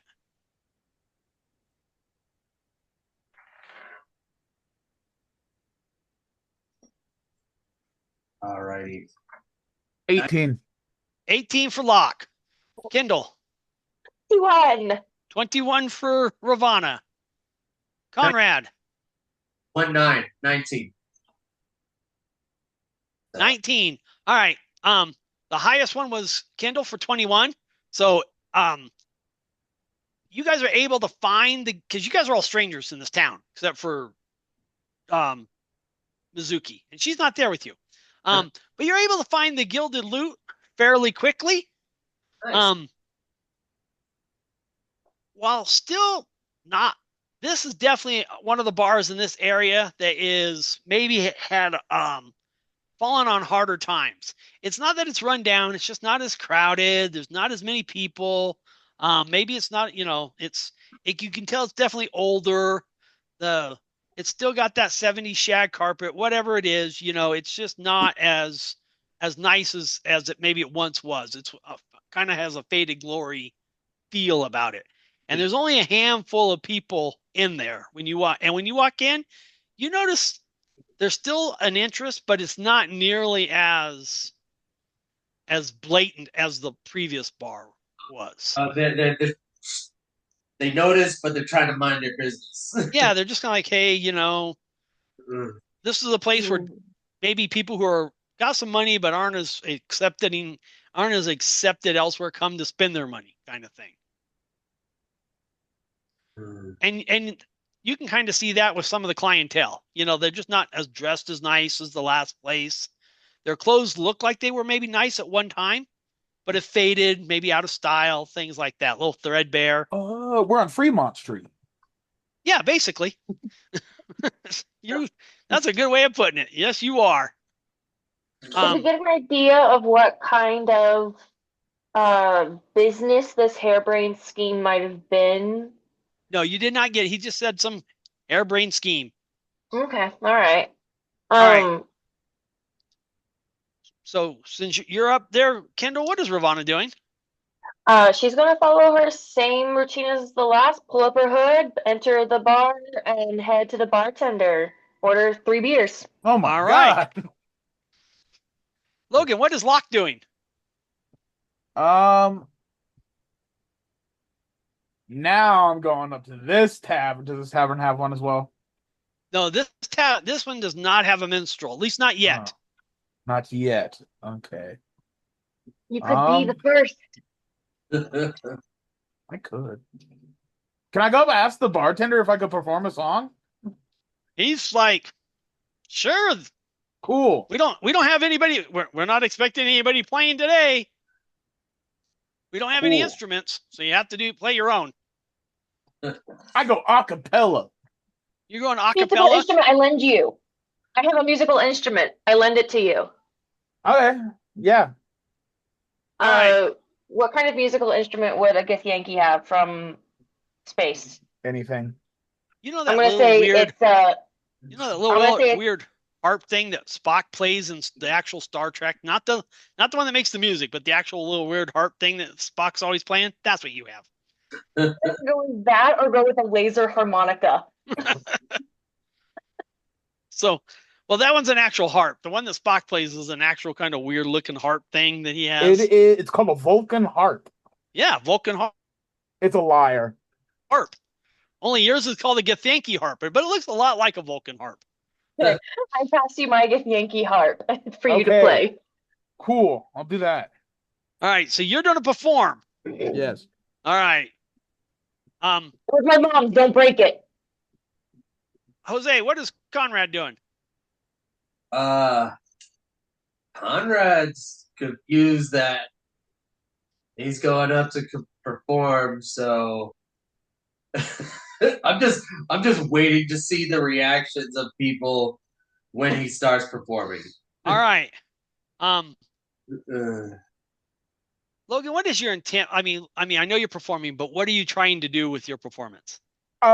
Basically maybe try to attract a crowd, maybe bring in some money, maybe people that want to answer some questions. Okay, so you're just trying to bring people, like, get their attention, maybe get them, paying attention to you, so then you can. I'll even go as far to open up the window so the music lingers out into the streets. All right, I got what you're trying to do. But meanwhile, back at the docks, Wyatt, what was your attack roll? I rolled it yet because you said hold on. Oh, okay. I thought you rolled it, and I just was waiting for told you hold on the result. That's fine. It'll be 18 to hit. 18 hits. That guy goes flying. That guy goes like you kick him like in the butt, but you send him forward. He hits the ground hard enough that he just he's done. He didn't get back up. He just murdered a man. This is like the time when Gideon accidentally murdered the clown. Oh god! It's a boy shell. You just kicked the shit out of some dude. I literally. The other guy kind of sees what happened.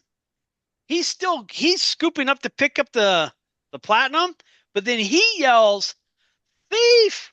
Thief!" And and people are starting to look back, and he's, the people who can see him, which isn't a huge, because he's going down an alley, and it's not like it's a crowded alley, but people are around there. He's yelling, "Thief!" This really, and you're the only other person that's standing up in the alley, besides, because one guy's laying flat. I'm gonna be like, "Got the thief!" I point down. Make me a charisma check. You can use your deception. Meanwhile, while you're doing that, Thomas, what is Skulder doing during all this? He's gonna hurry up towards Hobbs because he's like, "What the fuck is going on?" Hobbs, what was your roll? Or sorry, Wyatt, what was Hobbs' roll? I got a 13. 13. The guy yells thief. He's running. You say, "Got the thief." Everybody kind of pays attention, but when they see you, when you yell, "Got the thief," they just kind of like, "Oh, okay." And they seem to go about their business. While all this is going on, Jordan, make me you're asking, I know you're doing all the questioning and everything. Make me a charisma check. You can use your investigation if you are proficient.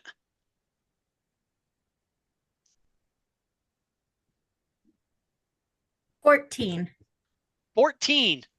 After a little bit, you're starting to talk and everything, and it takes you a little while for them to kind of loosen up a little bit, get to, and then you lean into it and all, and about Solar Vark and everything. And finally, a couple people are like, I don't know, they're like, either they deny knowing it, whether you don't know if they're, they may be honest or they just may not want to talk about it. It's, kind of thing. I'm assuming you're not trying to figure out if they actually know what's going on. You don't really care. You're just looking for somebody who's willing to talk. Finally, somebody does, and they go, the guy says, "Last I heard, he disappeared somewhere in the Shadow Shore district. But that's nothing but cutthroats and thieves down there." And then about that time, you hear "thief," and you turn, and then you see Hobbs going, "Got the thief!"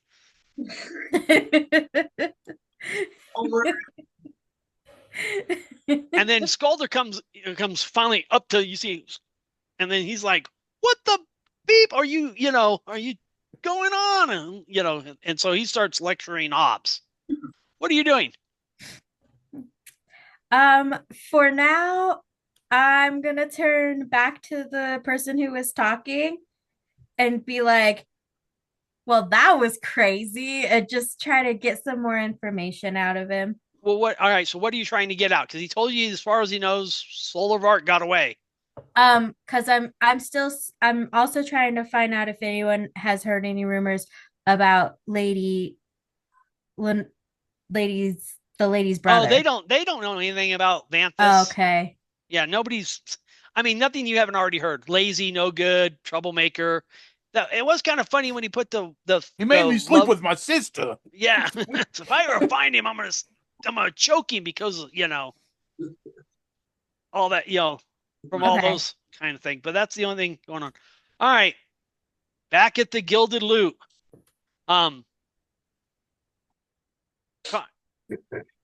Locke hops up on stage with a Githyanki harp. Hold on. Yes. I am going to also grab a stool. Okay. So you can sit while you're playing the Githyanki harp? Oh. I am going to put the harp on the stool. Okay. And I am going to completely mimic the entire song. Instruments included. So you're going to mimic I'm going to be a human radio. All right. I got what you're trying to do. Now, the lyrics, I'll give you. The melody, I'll give you.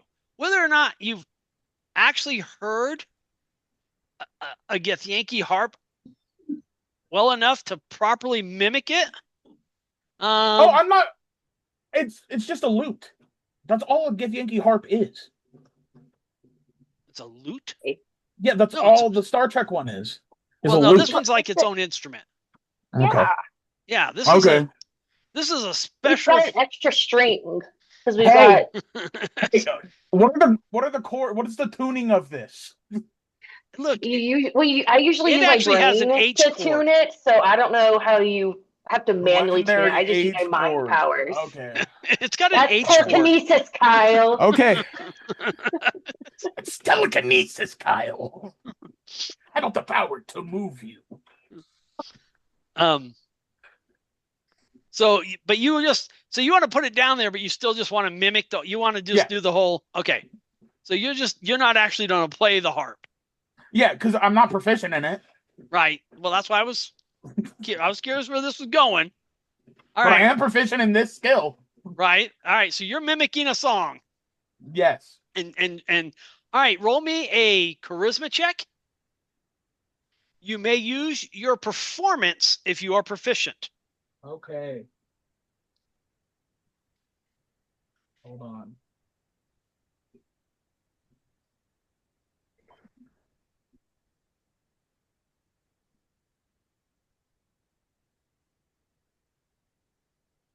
$24.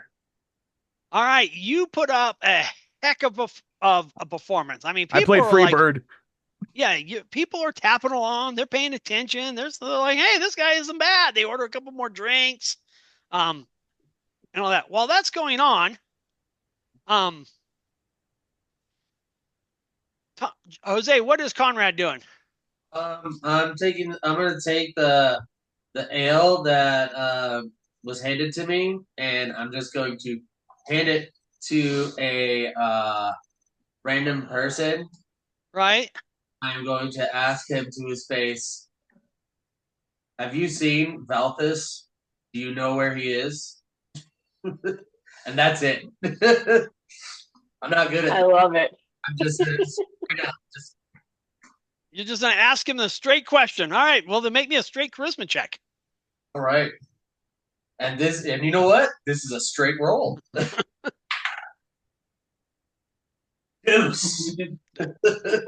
Like, she looks at you. You handed it to a woman. She looks at you. And she's like, "Get away from me, you freak!" And she's like, "This guy's being weird, creepy." But get out of here, wireback! Like creepy talking footstool over here. Did she take the ale? No, she wouldn't even take the ale from you. I'm going to go to another person and do the same thing. All right, so they're starting to be like, hey, what? And then the barkeep's like, he's like, you, and he points right at Conrad. He's like, you out. Yeah. No one puts baby in the corner. I was gonna say, is there any way I can see this happening? Oh yeah, this is not subtle. Yeah. Okay. So as I see this happening, I come up to Conrad and I grab his elbow and say, "Let's try another tactic if we can." And I pull him back to the bar. And well, the guy's like, as soon as he did it, he picked the girl. The girl, she's like freaking out. You go to intercede, but he's already had done it because you didn't know he was doing it until he did it, right? Yeah, so the first one I can't intercede with. Can I stop him before the second one?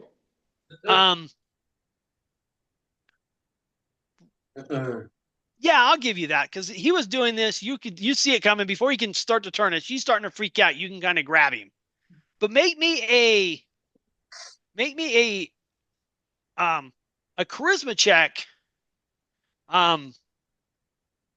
to see if you can, like how much damage control you can do. Okay. Is deception charisma? It is. I did just gain proficiency. Well, hold on. Are you trying to deceive the crowd? No, but okay, I was bartering. Okay, but it's fine. I rolled a natural 20. Okay. Oh, a natural 20? Well, you still can't deceive him, but you're able to grab him before he can make it any worse and like, hey, let's come over here, big guy, kind of thing. And they're muttering like, wow, that's a weird, what a weirdo, and everything. And that's before the bartender can tell him to get out. But the bartender does say, points out at Conrad and says, do something like that again, and you're out for life. Banned for life. We don't have weirdos like you in my bar. Is it weird to ask questions? Sometimes, Conrad, it is. But you were very good at watching in the last bar. Could you be equally as good at watching this crowd for our best candidates while we're talking? Yes. Okay. Want this game. Real quick. Hold on. Logan. Yeah. Roll me 2d6. 2d6. Ooh. Not 12. I didn't roll. He's just making us roll the time checks. No. almost 5 made that and a one. 3. So 8. Yes. All right. People have tossed up a grand total of 8 gold coins onto the stage during your performance. 8 gold coins. That big. Ooh. Meanwhile, back at the docks, Scalder, you have interceded with Hobbs. Yes. But it does appear that whatever was brewing has kind of faded out. Is that guy still there? The guy he kicked he kicked to death with one of his. He killed him? Yeah, he killed him. He didn't say he wasn't trying to do non-lethal damage. He attacked him and he kicked him. You know, the guy 9 times out of 10, you don't die from a kick. Well, he's a monk. He does bludgeoning damage with his attacks. Yeah. That is what a foot does. Especially a big old rabbit's foot. You're talking about like a size 18 hopper there, you know? Yeah. I mean, he may only be 4 foot tall, but he's got shack-size shoes. Yeah. Yeah, I meant the non-dead one, of course. No, the non-dead one sprinted down the alleyway as quick as he never looked back. I was going to try to stop him, but he's already gone. So yeah, he was running. He wasn't looking back. He yelled thief. He did the whole got the thief. They were like, oh, okay, he killed the thief. I guess in this part of town, killing thieves is not necessarily that big of a deal. You interceded. What are you doing? I'm going to pull him along and be like, let's go towards somewhere else. And you can see, like, go a roundabout way of trying to get to, like, the captain of the guard or something like that in the area. All right. While Scalder and we're not going to go direct. Or like this. Just say, hey, we killed the thief. Trying to disappear into the crowd.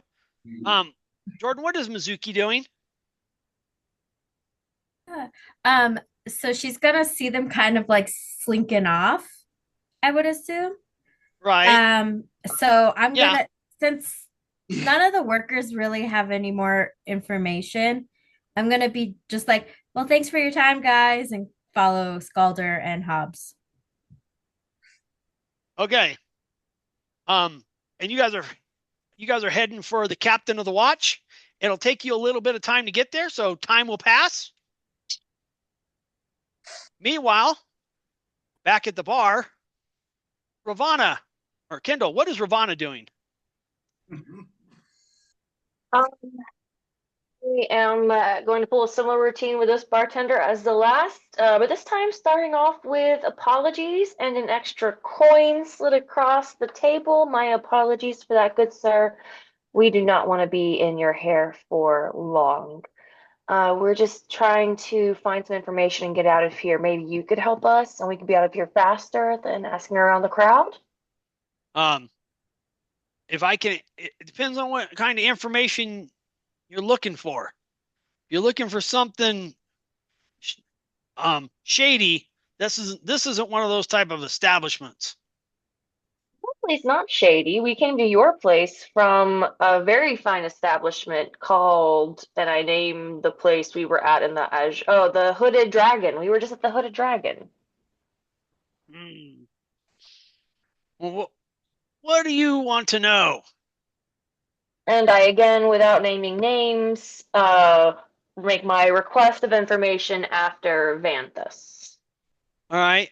And once again, make me a charisma check. You may use your perception. I didn't not think it was perception, Vanthus. I thought persuasion. it was the brother. Vanthus is the brother. Yeah. Oh, You yes. should switch dice. It rolls so good so many times in a row. It's time to switch dice. Oh, it's going to be a 10 no matter what. It's gonna be a 10 no matter what.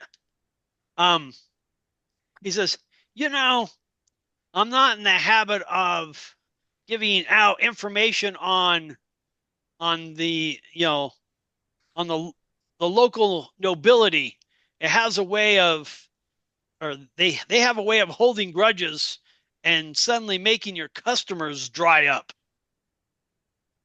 I do understand that doesn't help at all. And I grab another coin from my purse, another gold from my coin purse, and I slide it across the bar as I say, if we are searching for this person at the sister's request.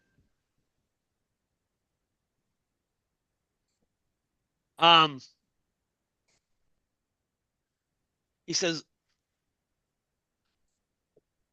he was in here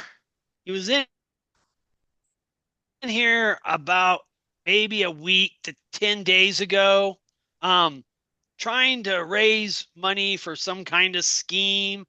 Made several of my customers uncomfortable, and I finally had to ask him to leave. I don't know where he is, but he was keeping company of a young lady in the neighborhood by the name of Brissa Santos. Marissa Santos? Brissa. Brissa. Brissa Santos. Not far be it from me to speak ill of a lady, but she's not the type of lady that has a very fine reputation about town. I know the type. Do you know where I could find Brissa Santos? I certainly do not. Maybe you could check with the Watched. Sometimes I hear that they have run-ins with her. I thank you so much for your time. I pay for the beers and leave. Yep, I'm leaving too. All right. What the hell, dude? I'm in the middle of a performance. Oh, you already got your 8 gold. You finished your song. We've been here for a while. I give you a nod at the end of your song and we leave. Thank you. I've been tumble down lad. His Locke first canonical leaves, name is Tumble Down Lad. I want to keep track of these as we go. as Locke leaves, the bartender says, if you ever want to come back, maybe you should come back during later in the evening when there's more of a crowd. I might be willing to cut you a deal on your drinks if you can. I don't drink.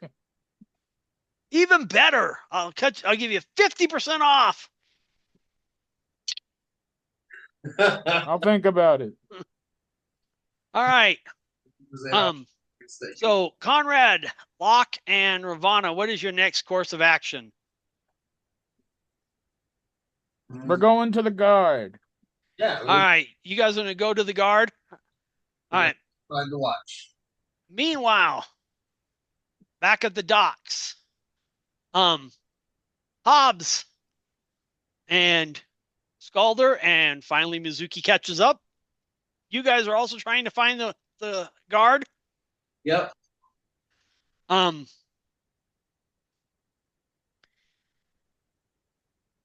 The guards are tight-lipped about anything involving Solar Vark. If you do mention Vanthus, other than some general disdain about the whole love potion thing, which seems people haven't gotten over yet, they sharply say that maybe you should go talk to her sister. If you mention the fact that you're working for the sister, then they kind of allude to the fact that maybe the sister should keep her brother on a shorter leash, and he's not their problem. I want to ask something different. Okay, well, hold on. That's the other group that I was kind of going through what they were, because they were if you guys kind of continue around, you're basically going to run into this kind of the same thing. Either nobody knows or is unwilling to speak about Solar Vark. If you ask around enough about Vanthus, you will hear the same information that the first group did, even though you don't realize it, that he has been in this scene in this district about as late as about a week ago, in the company of, and they range, the title ranges all the way like some maybe courtesan to strumpet, depending on who you're talking to. And you do get the same name, Brissa Santos. But that's all you can get. All right, now. Oh, I was just wondering. Going back to the first group that was in the bar, so the group of Conrad, Locke, and Ravana, you guys have left the second bar. What are you guys going to the guard? And you guys are also trying to find the watch, correct? Yeah. The city watch, yeah. So, Logan, you said you had a different question besides about Vanthus. No, that I want to ask the guards. Oh, well, yeah, that's what I'm saying. What's that question? It's not about. I want to ask where I can find Brissa. Yeah.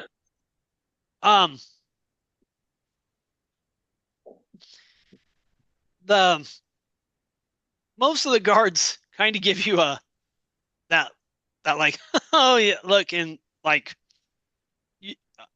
and they say something along the lines of like, you don't want to mess with her boy. You'll end up paying more of your gold to the local cleric to get healing than she's worth. I'm not looking up to them and say, "Can you please?" Hold on. Sorry. Logan started. We'll come back. Go ahead, Logan. Okay, sorry. I'm not looking to sleep with her. I'm just looking to talk to her. I have a message for her. Okay. Now, Kendall, what were you going to say? No, I was just going to come up behind him and remove any question about it as an intimidation check. So you're going to try to intimidate them into the answer? Yeah. Okay. Great. Now we're going to jail. Well, no, I mean, I'm a lady and I'm walking up saying I want to see where Brissa is. Like, clearly that's not what we're here for. All right, so. And I'd be walking up like aggressive, like, no, tell us where Brissa is. Like, this is not what this is about. All right.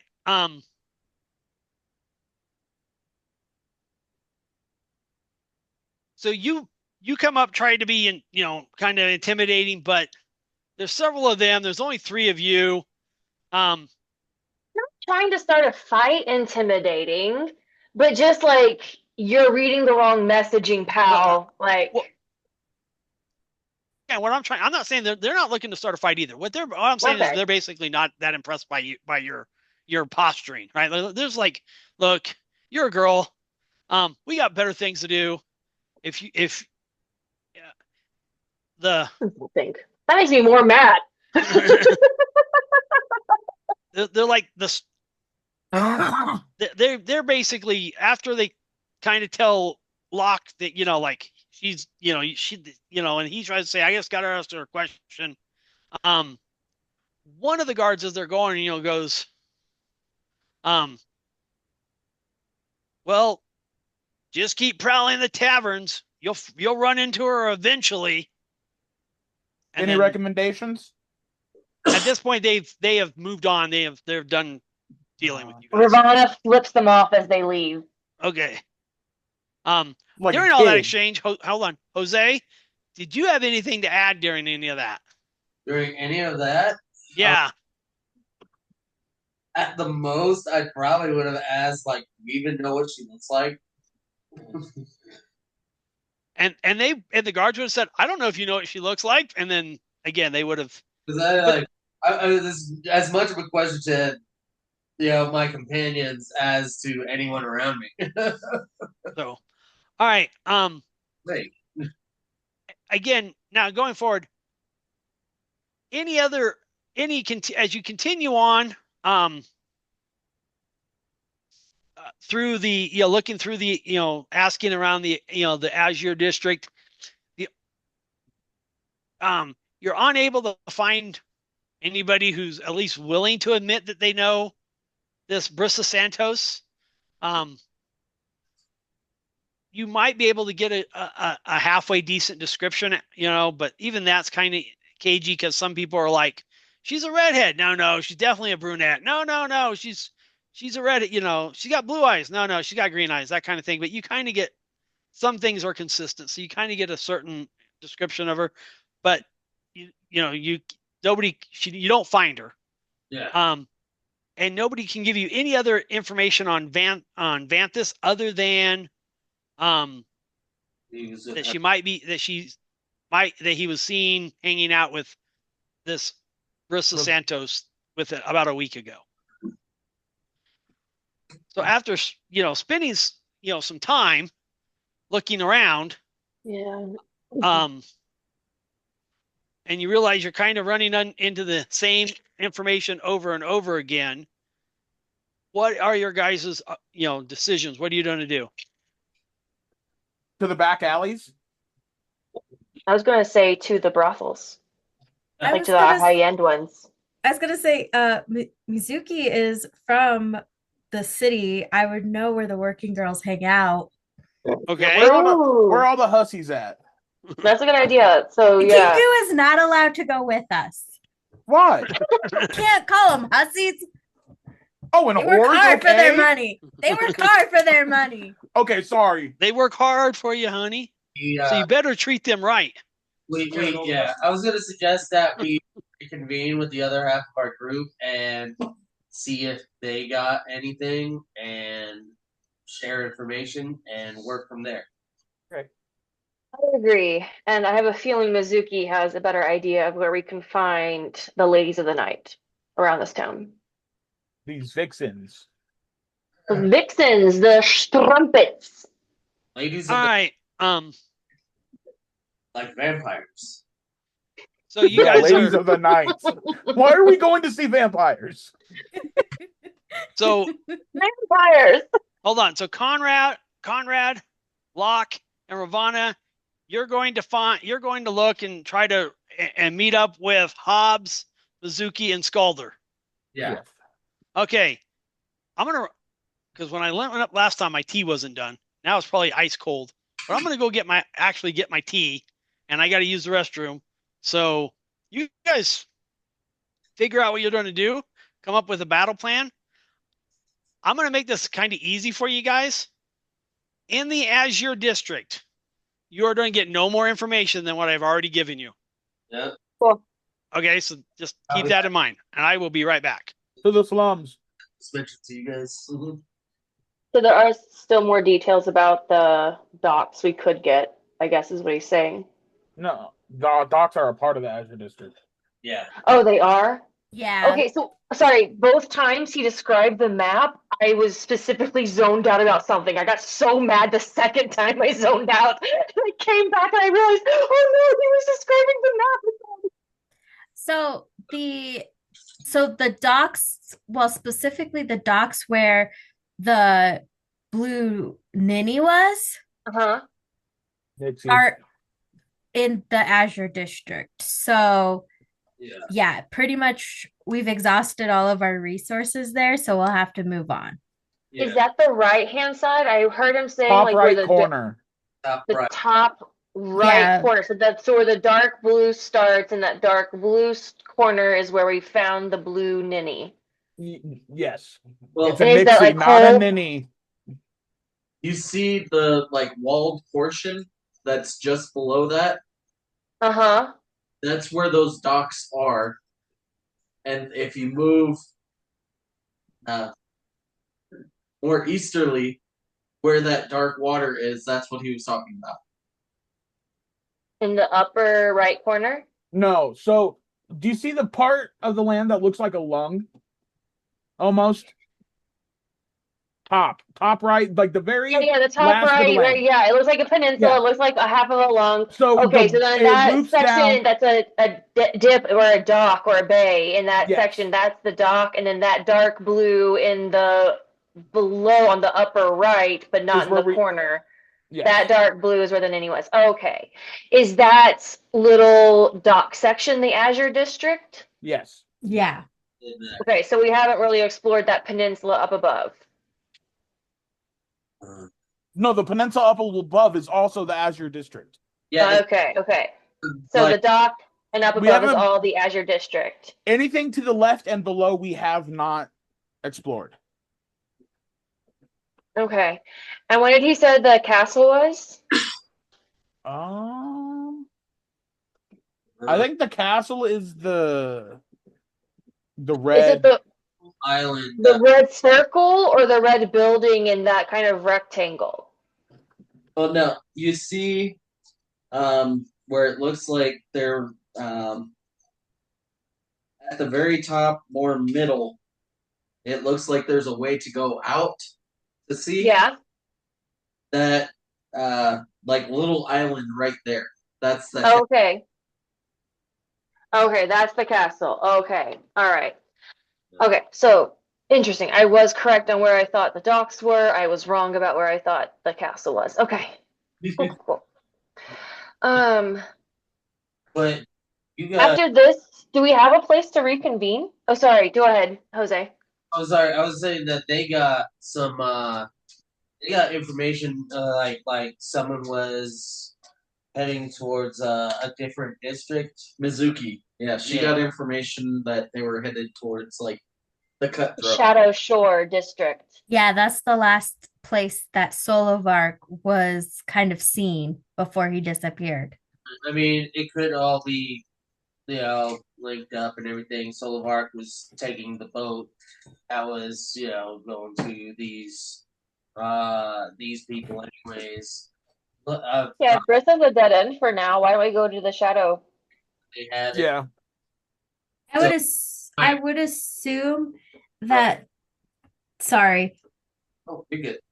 I was gonna say I would assume that the Shadow Shore is probably a bit of like the ghetto, so it might be where also our friend Brissa is Yeah. as well. So I agree. I think heading that way may be our best bet. It might be helpful if we just start asking around for Brissa, and then we can move from there. Because then, it might link up. Brissa was hanging out with Rich Boy, that's not rich anymore, and then and Solovark was trying to get something off the Rich Boy, so they could have been even working together to we have no idea. to put him in a compromising position, so that Solovark could get what he wanted. She's pregnant. Oh yeah. Oh gosh. Oh God. Do we have a meeting place, or are we just gonna say we've met each other? Yeah. Meet each other in the Shadow Shore District.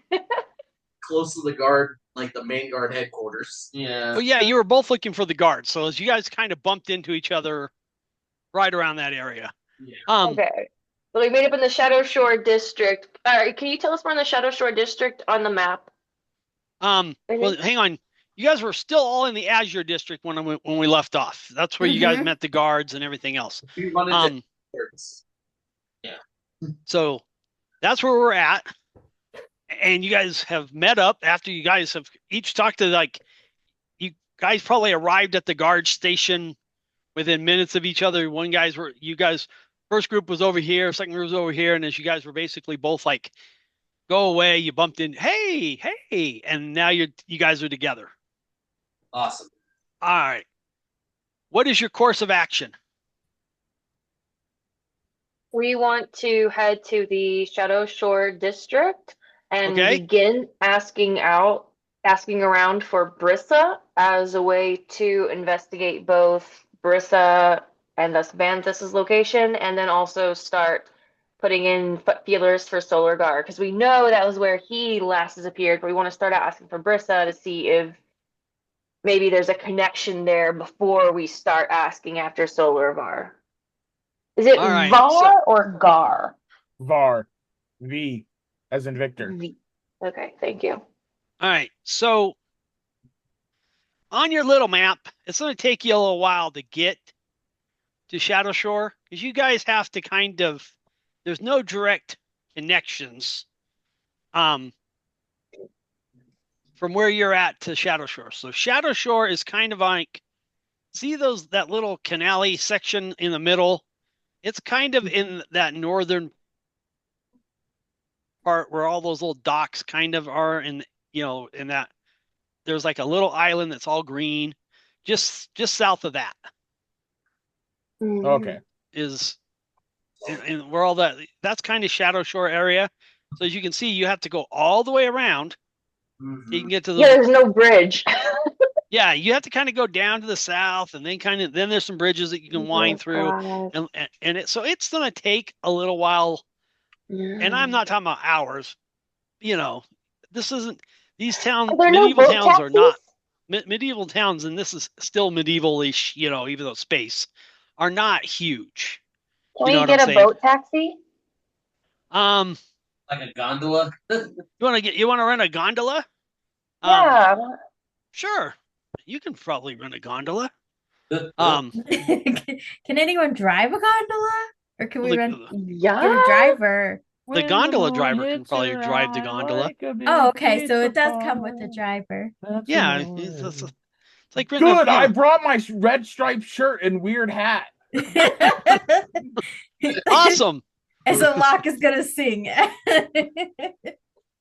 Duck in your head, Lola La Brigida. All right. And that does speed it up a little bit because you obviously don't have to do all that walking and everything. But again, those canals are not straight. I know the map, but just kind of figure it's, they're not, they're not. Motors don't exist. The guy's, pulling his way, he's down in the back. He's pulling the gondola through. Oh my God! He jumps over the bridges as we go under them. Yeah, he may actually a couple areas. He's like, duck your head, jumps, lifts the thing, dunks over as he gets you going. He's yelling at some other gondola drivers in an outrageous Italian accent. They're all hey, the pizza, the pepper.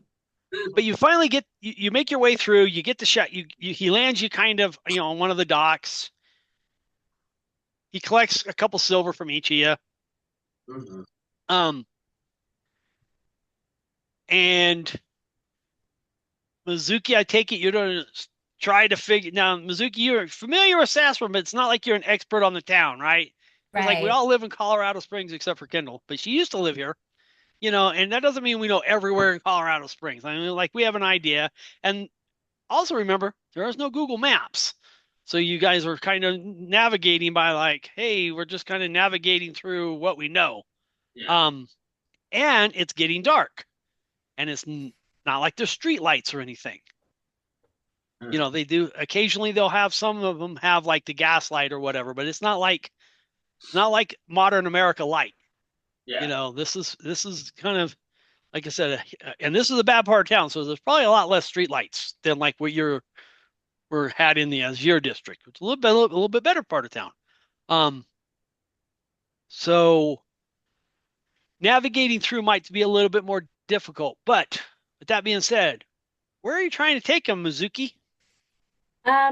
So based off of rumors I've heard and stuff, I'm gonna head kind of towards where a lot of people tend to meet these strumpets. Or where but I guess what I'm asking you is how would Mizuki find this place? I know I know your approach is. Tell me what your intent is. Tell me what your approach is.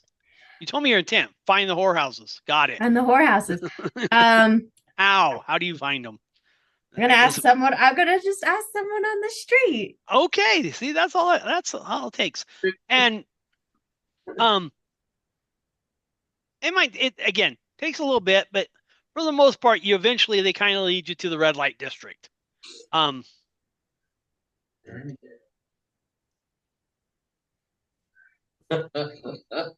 need I would like, I don't really need, I don't care if whoever would like to make me a perception roll or wisdom check using your perception.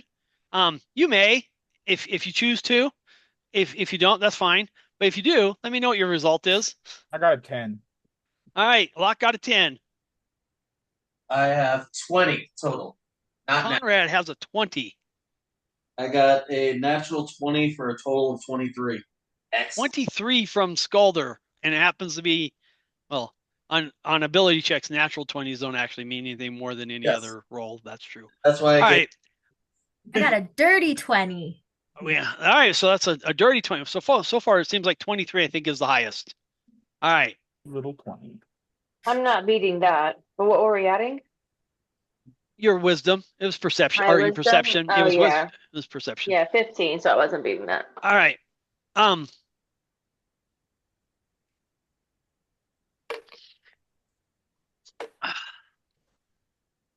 Scalder, and then because it was a dirty 20 for Mizuki and Conrad. As you guys are winding your way through these alleys and everything, you get the sense that you're being watched, at least being watched, possibly even being followed. You just see shadows out, nothing that you can, like when you turn, obviously you're not seeing anything, but as you're walking, you just kind of catch this, like there's movement that seems to be flanking through these side alleys. So kind of, like the alleys are winking through, but there's all these little, and every so often you see something maybe on a rooftop, and whatever there is, you're getting this idea that there's something following you, at least following you, but or watching you, I should say, but maybe even following you. As you're kind of moving through this. As you kind of get to the red light district and and everything, and it's just, it's the way that they light it, right? That's how it is. All of a sudden there's a few more street lamps, but they all glow red. And as you kind of step out onto this street, which it's not very wide, but as you kind of step out on the street, and approach, I guess you're like the first house, right? There's the first one. You're just going to approach it, and we'll see what's going to go happen or whatever. You're heading up to that door. From around you, out of the shadows, about a half a dozen guys step out. And you hear one of them say to one other one. You're not sure who's saying, you're not sure who, but you just hear the voices. And the one says, "Are you sure that's him?" And the other one says, "I'm sure. I saw him give him the flower." And then you hear the distinctive sound of steel clearing scabbards, and as these. Did I get the flower? No, you did not get the flower. Who got the flower? Oh, did I get a flower? Yes. Yes, you did. You got a black lotus. Yes. Why? The black mark. Yeah, that's right. I did get a flower. Oh, I'm searching my notes now. Conrad this is our first official game. Conrad discovers a black lotus in his pocket. Yeah, in my fucking pocket. It was just on me. I had no idea what it was. Well, shit. Yep, that's right. So Eric Island is the clue. We are able to squeeze out of the bartender. Oh my gosh! So there's six guys. There's six guys. They're not completely surrounding you. They guys, like as a group, they kind of have you like 2/3 surrounded. You know what I mean? Like they're mostly in front of you. They're kind of flanked, but they're not, like, from what you can tell, they're not directly behind you, right? Yeah. They're out in the open. But then you also get a sense that there's some more hidden in the shadows that you have not revealed themselves yet. And then one of them steps forward, and he looks at all you guys, and he says, "We only want the Tin Man. The rest of you guys are free to go back the way you came. This doesn't have to get any bloodier than it has to get. There's very little tin in my makeup. And blood. Yeah, so it looks like there's no Tin Man here, so you might as well keep on walking. Calder's response is like once I know things will probably happen, but once any type of actions start happening, it would be to cast Mage Armor as his fucking answer. All right, so Yeah, I'm drawing my weapon. So what you're telling me, Thomas, is that you're holding an action until they do something, and then that action will be Mage Armor. Yes. will be casting Mage Armor. Yes. Can I hide? All right, now, I'm just hold on, Logan. trying to add. It's Wait, because I got to make sure Thomas understands that if they go before your initiative, your Mage Armor won't. You can't react to something that happened before your initiative. Yes. Okay, so as you understand, so Logan, you can attempt to hide. Yes, obviously you have to roll, but you can attempt to hide. I want to say one. Okay. Hold on, go ahead. Say what you got to say, Jose. Right. I'm just gonna ask them. Do you know where we can find Brissa the prostitute? Just situation, but just might as well ask. All right. You're asking that question. Yes. Wyatt, is Hobbs going to do something that will, if they start something, are you going to enter combat? If they try to start something, I will pull out my quarterstaff. Okay, so that's a yeah. You're going to do something. So if they start something, I will have you roll. I will know to have you. So you roll initiative. Thomas rolls initiative. As of right now, Jose, you do not need to roll initiative. Mm-hmm. Logan, I will need an initiative because I need to know if you'll be able to hide before they see, make the hide check in time. So roll me an initiative. And while you're rolling an initiative, just go ahead and make me your stealth check, your dexterity check. You can use your stealth. Hey, Okay. and Logan, Mm-hmm. I'm going to give you +2 because you're a crow and it's effing nighttime. Oh, excellent.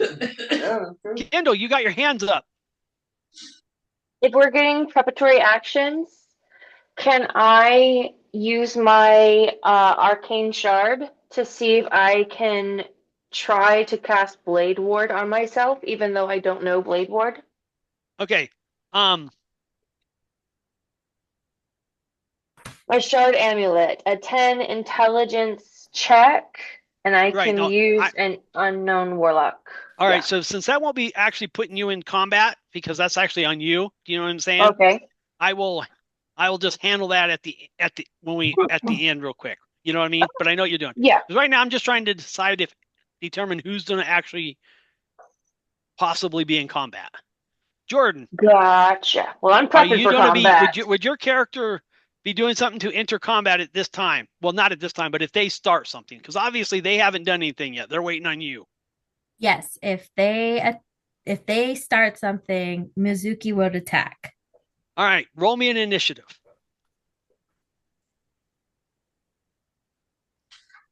Oh, I mean, yes, that's what I was saying, because I was going to Hex, but I can do Hex as a bonus action, so I don't need that as a preparatory thing. Okay. Oh, I see what you're saying. You do one as your action, and the other one is your bonus action. Then roll me an initiative because you'll need it for Hex. Okay. Thank you.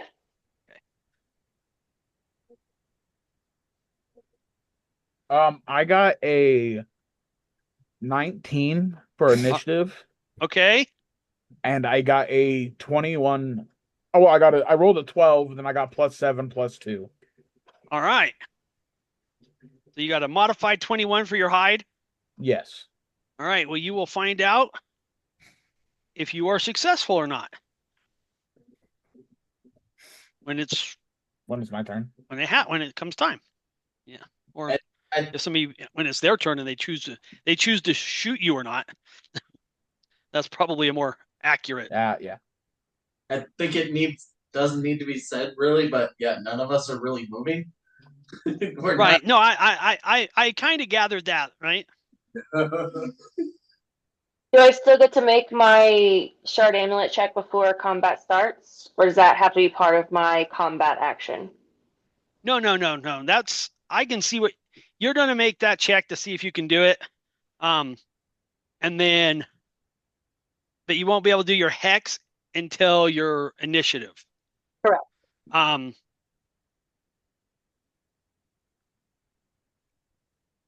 That's just like Logan got to make his hide check. Gotcha. Which he's actually doing on his initiative. So if they were to go first, his hide wouldn't apply if somebody were to target him. All right, then I'm gonna put this dice away and roll when you tell me to roll. I think that dice hates me now. All right. So did I take it you failed your arcane check? Yes. Okay.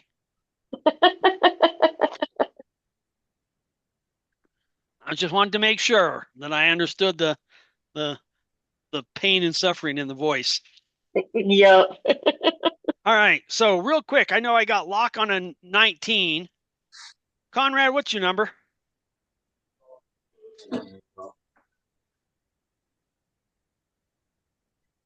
It is also 19.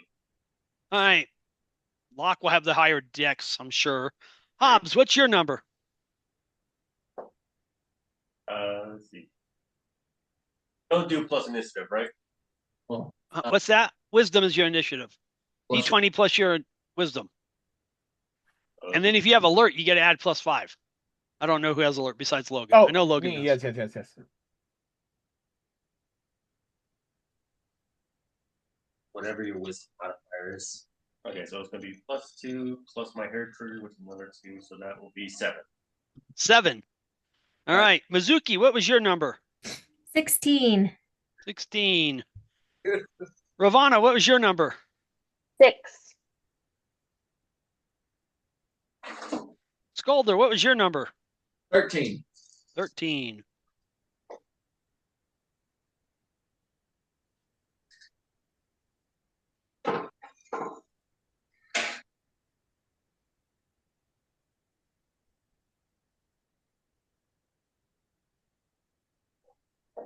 And my hiding would be my bonus action, right? Right. No. Yes, No, yes, I would. Yes, your hiding is a bonus. That you can use your hide as a bonus action Okay. because that's your cunning action. Yes. All right.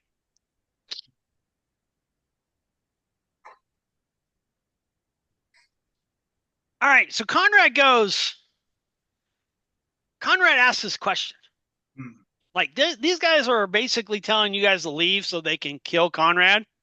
And he goes, "Hey, do you know this Brissa Santos?" And the leader of the group goes, "What the?" And all of a sudden somebody goes, "Where'd the bird go?"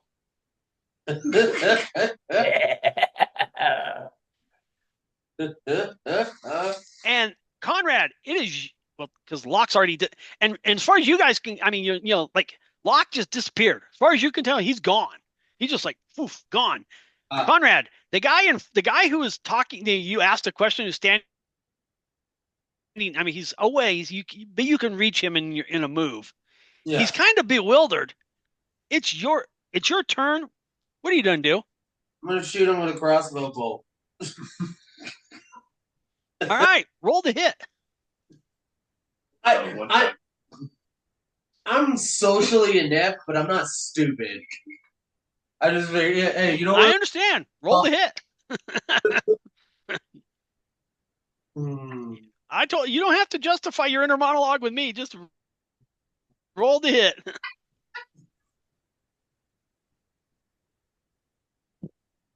Inspiration. A 1. All right. Screw it. You might want to save it. Inspiration. You're going to use your inspiration? All right. Mark it off.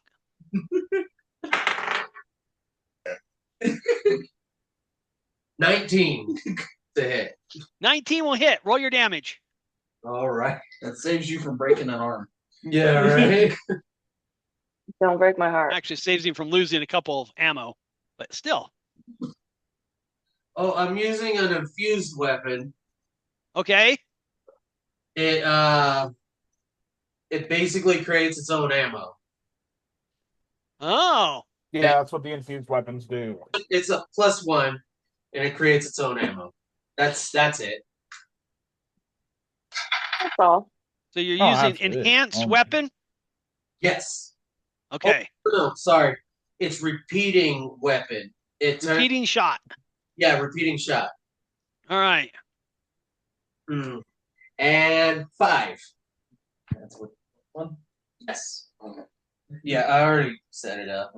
It'll stay that way until I die or remove it.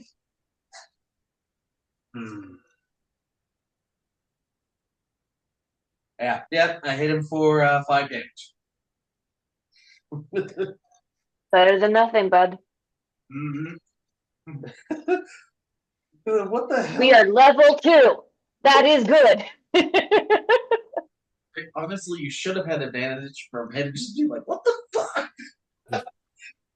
It's just All right. this man. Like, wait, what?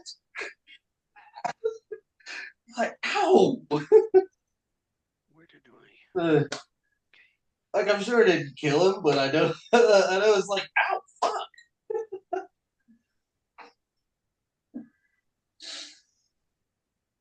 Do I still get an attack? Not if you use your action to hide. He's using I his use bonus my action to cunning- hide. I use my bonus action. Then yeah, don't you get an action to attack? Well, hold on. Okay. Something happened now. Yes, you would, and you still can, but I was under the impression you weren't interested in attacking, and you were just hiding. So if you want to attack, you can, but I am gonna put you, I will slot you in at the neck after the next set of Okay, bad that's guys. fine. That's fine. Okay, just because I didn't know that's what I thought you just wanted to hide. So I misunderstood what you were saying. So yes, you can. Actually, use no, your I attack. did. I do just want to hide. I'll do that. That way, Okay. I can have my attack and then go back into cunning action next. Okay. round. Smart. And that's kind of what I was thinking you were doing. You were hiding so you could use your sneak Yeah. attack and then hide again. So Conrad, you pull out your crossbow and you open fire. The guy's like he had a scimitar out and he was on guard and he kind of lowered his scimitar like a half, just not very much, but just a little bit, looked at you kind of confusingly, and he was like, what the, at your question, your crossbow comes out, several of the people around him yell, you fire, you hit him, you hit him in the shoulder, somewhere dead center chest area, and he staggers back a little bit, and then he yells fire, and he drops his, he kind of like not physically drops, but like drops his scimitar to the ground, and the shadows that were just kind of on the periphery outside of the light that you guys had, from those shadows,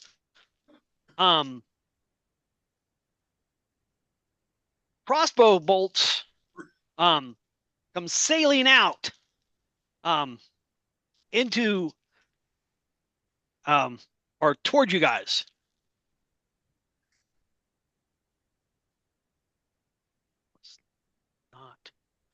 That was originally a 4, so that one missed.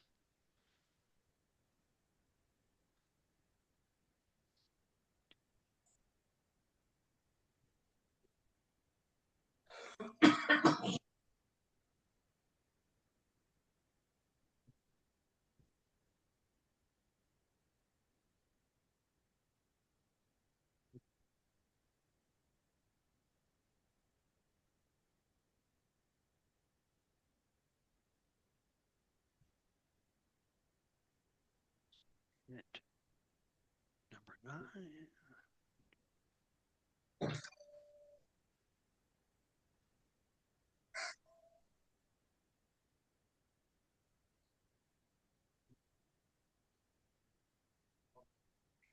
So, like I said, a volley of crossbow bolts, like kind of crossfire, coming down from these up on the balconies. Like a lot of these buildings had like awnings, I guess would be a better word, over their entrances. So these guys were moving up at like that level, come sailing down toward you.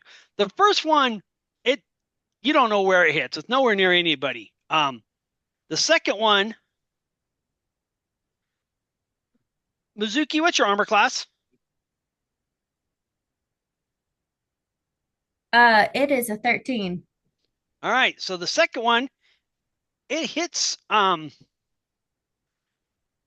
it hits Mizuki for 5 points of piercing damage. Ravana, what's your armor class? I was just trying to figure that out. I have leather armor as a warlock. Does that give me anything? 14. Leather armor is an 11 plus your dexterity. All right, so 12. Well, all right, you also take 5 points of piercing damage from a crossbow. However, you guys have been, you guys are, even though you're first level characters, you're just people who have been around. The people from up high, they're not really targeting, it seems like, as much as they're just firing into the crowd. So that was Conrad.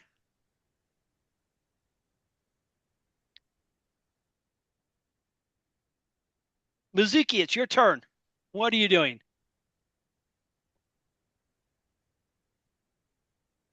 So I can't see the archers, right? You can't. Well, but yeah, they're shadowy, but you know where they're at. The ones that fired at you, you know where you are. You know where they are because they made an attack against you. Okay. And the ones on the ground, you obviously can see them. Okay.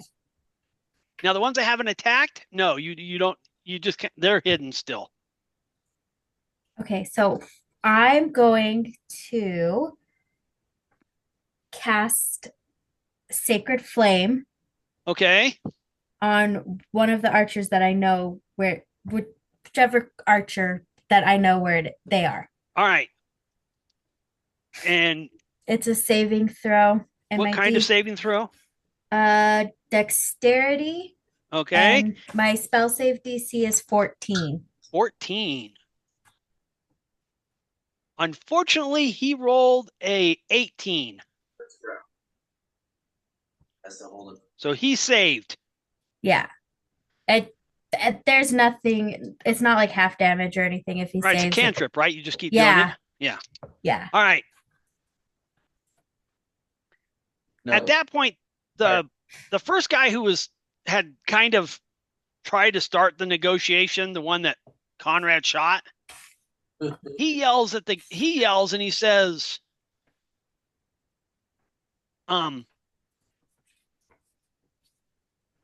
forget about the rest of them. We want the bolt bucket. And two guys rush up on Conrad with their scimitars. Grab one by the neck and say, I'm soldered.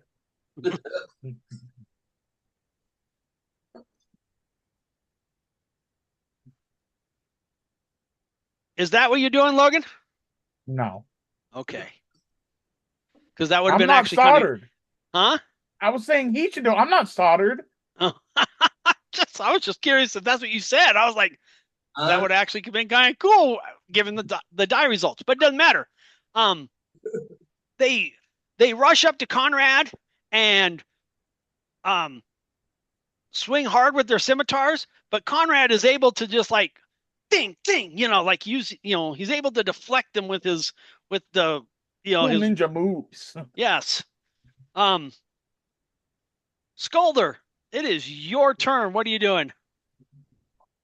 Well, I'm my held action.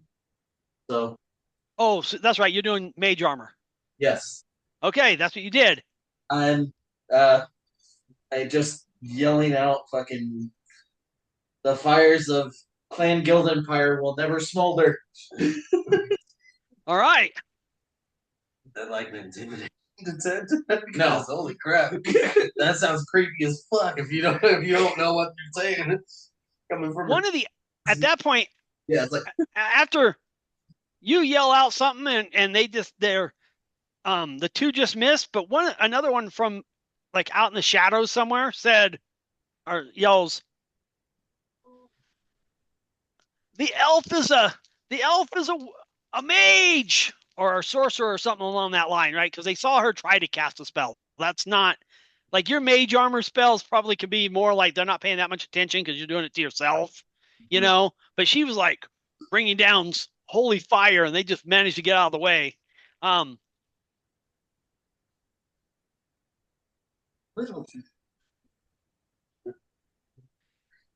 So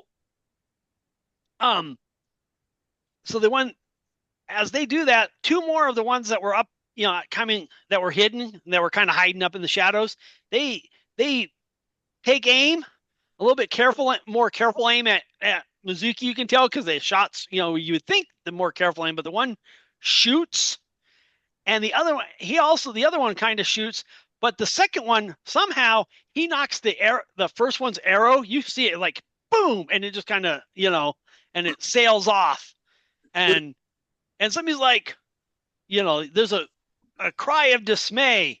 Now it's Hobbs' turn. What is Hobbs going to do? I am going to hit one of the people that charged at the world. All right, roll the hit.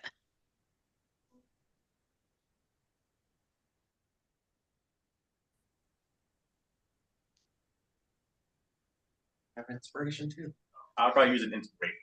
You're going to use your inspiration? All right. Okay, that's better. A 16. 16 will hit. Roll your damage.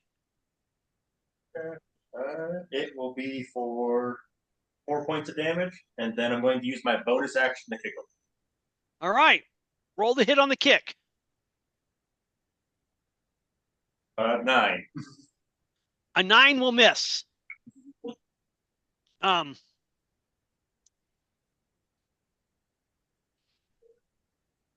Monk is a. Don't you get your offhand? Or is that not till level 3? That's what he did. Yeah, yeah, the bonus action was his offhand. My unarmed strike. Which he uses as a kick. Yeah.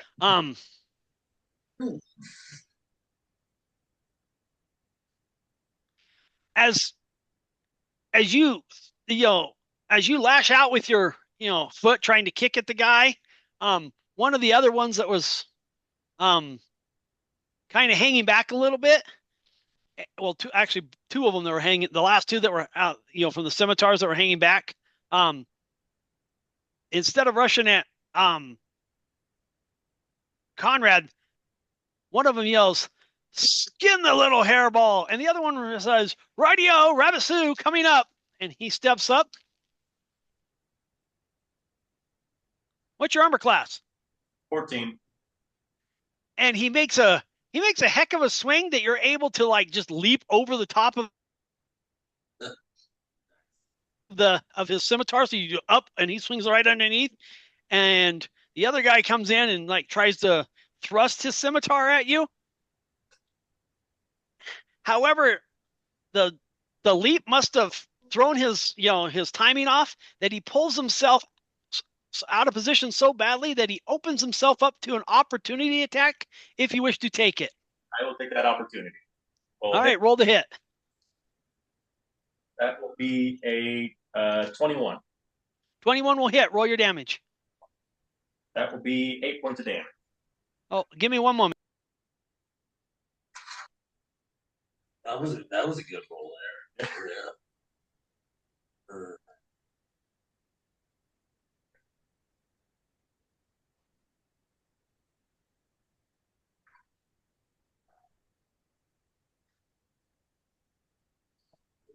It's like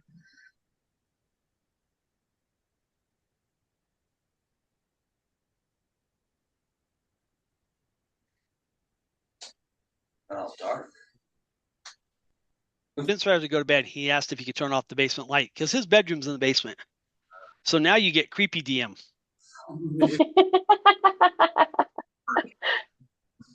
Look, things we do. All right. What was your damage on that one, Hobbs? 8 points of damage. 8 points of damage.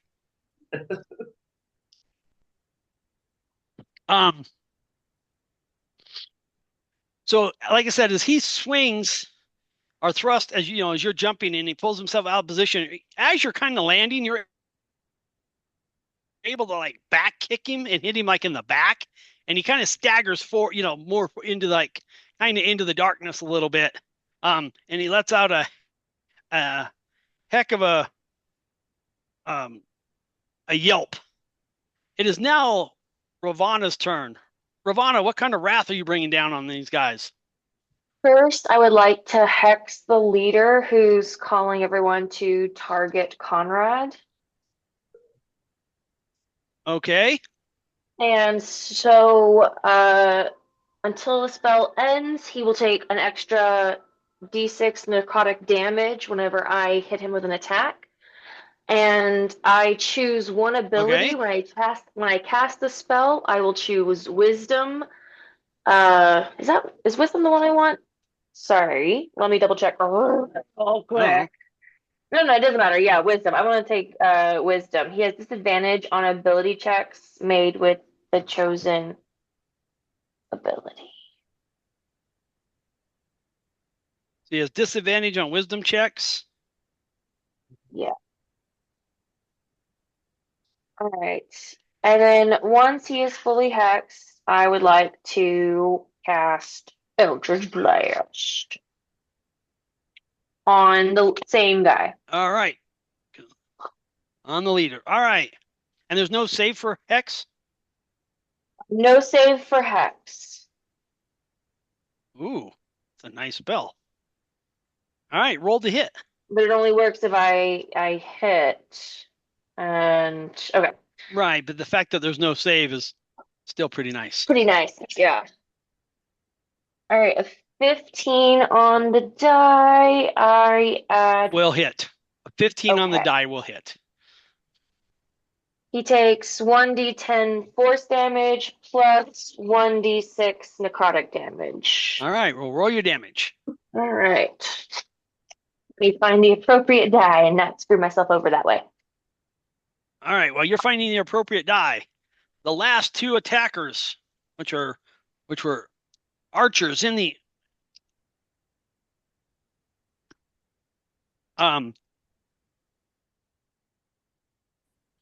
they yell, the tall one is a witch as well. Shoot her! And they are firing at witches. At Ravana.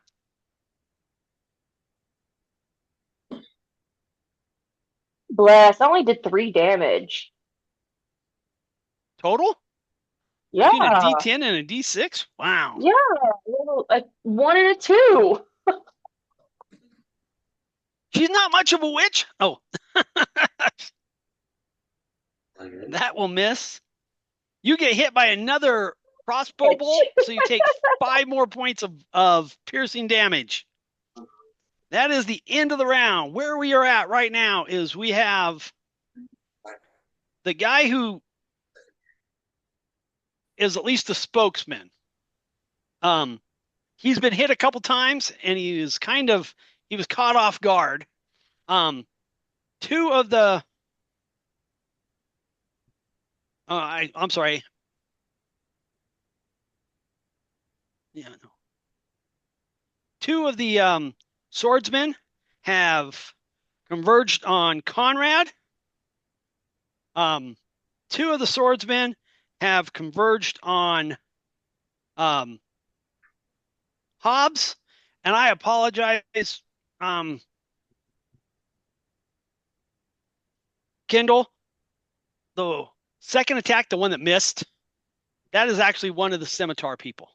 So you actually have one of the scimitar guys came up and engaged you. Okay. So you actually have one in your face. 2 are on Hobbs, 2 are on Conrad, and as of right now, you have all 6. You know, where all 6 of the archers that were originally hidden in the shadows. It is now going to be Locke's turn. Logan, what are you going to do? I'm going to attack. Who are you going to attack, and how are you going to attack them? I am going to attack with my rapier and the guy that was talking. All right. Since you will be attacking from a hidden position, you will have advantage on the attack roll. Please make your roll.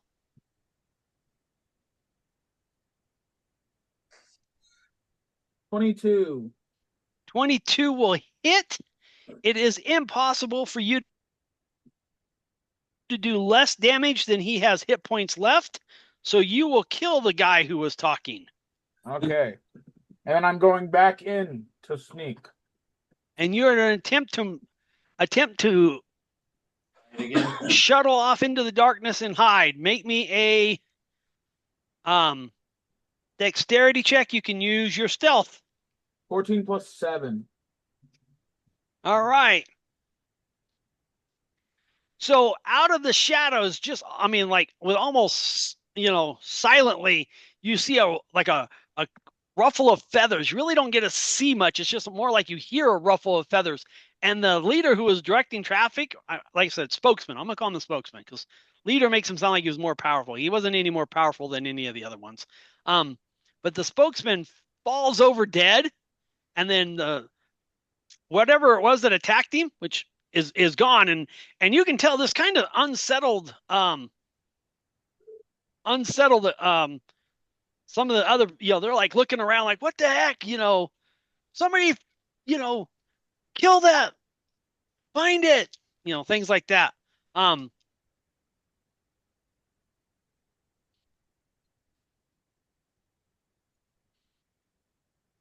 One of the archers does maintain his sense, and he takes a shot at Conrad, but it sails wide and harmlessly out of the way. It is now Conrad's turn. Conrad, what are you going to do? There's still some people up top and everything. Yep. Are any of them within 15 feet? No. Okay. But you do have 2 people on you. One that has taken damage. Yes. Okay, if that's the case, then I am going to drop my crossbow and pull out my little hand axe and attack the one that's been damaged. All right, roll the hit.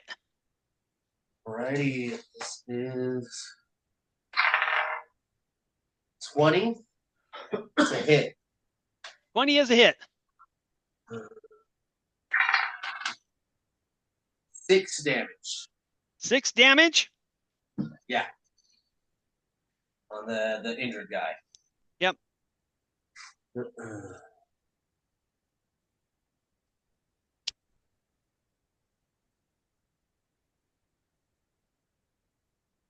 right. The injured guy, he's looking pretty pale. The other one that was on you. It's like, he has a modified 18, which I believe will hit. Yeah. You take 4 points of slashing damage from his scimitar. Oh.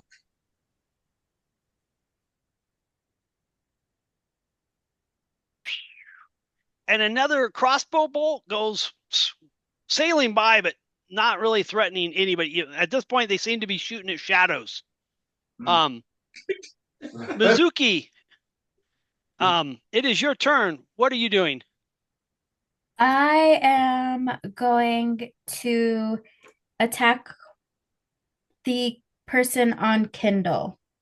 You're going to attack the swordsman on Kindle? Yeah. All right, and how are you going to attack them? I'm going to cast Eldritch Blast upon him. Okay. And one of my Eldritch invocations I took is Agonizing Blast. Okay. just adds extra damage to. Insult to injury. Got it. Roll the hit.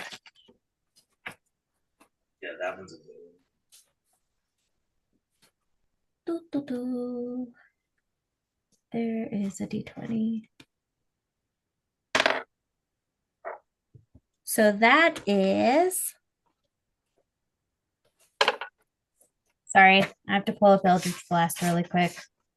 What was the die roll? The die roll was an 11. Modified? No, that's just straight off the die. Oh, okay. So 13. 13 hits. All right. So he takes 1d10.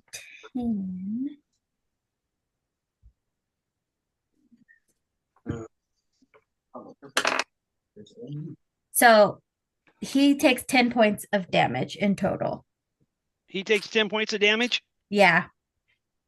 All right. Ravana, the one that just skewered you was getting ready to, he's pulling his scimitar back like he's getting ready to attack again, and all of a sudden this like bright, cheerful, like almost rainbowish ray of energy comes back and just like hits him right in the face and kind of doesn't even cause a opportunity attack, you know what I'm saying? But it kind of almost like there was a building there or something, so it hits him back and he just kind of loses his oomph for a second. And again, he's looking pretty staggered. And one of the other ones shouts out, "Somebody shoot that witch!" And 2 more crossbow bolts come sailing toward Mizuki. But they are obviously very rattled because they sail by everybody harmlessly. It is now Skulder's turn. What are you doing, Skulder? Skulder's gonna kind of look around. He's gonna look at. He's gonna cast Magic Missile. Okay, who's he casting Magic Missile on? The one that's injured on Ravana. Okay. Then the one that's injured on what's your name? Colden? Conrad. And then your third one? One of the archers. One of the archers. All right. Pick an archer. 1, 2, 3, 4, 5, or 6. 6. All right. Roll the one for the one on actually doesn't matter. You do automatically 2 points, right? Yes. Okay. So that will kill the one on Ravana. Okay. It'll also kill the one of the ones on the one that was injured on Conrad. All right. Now roll the one for number 6 archer. I already rolled them and kind of put them off, but yeah, it was total 5. So. Well, because each one was the one on the was 5. Gotcha. And then from up on the tops, there's another screech, and they're like, "Blimey, the lizard is an arch is a witch as well." And then somebody's like, "I think it's a boy. Boys can't be witches. Shut up and kill it." No, I think it's called a warlock.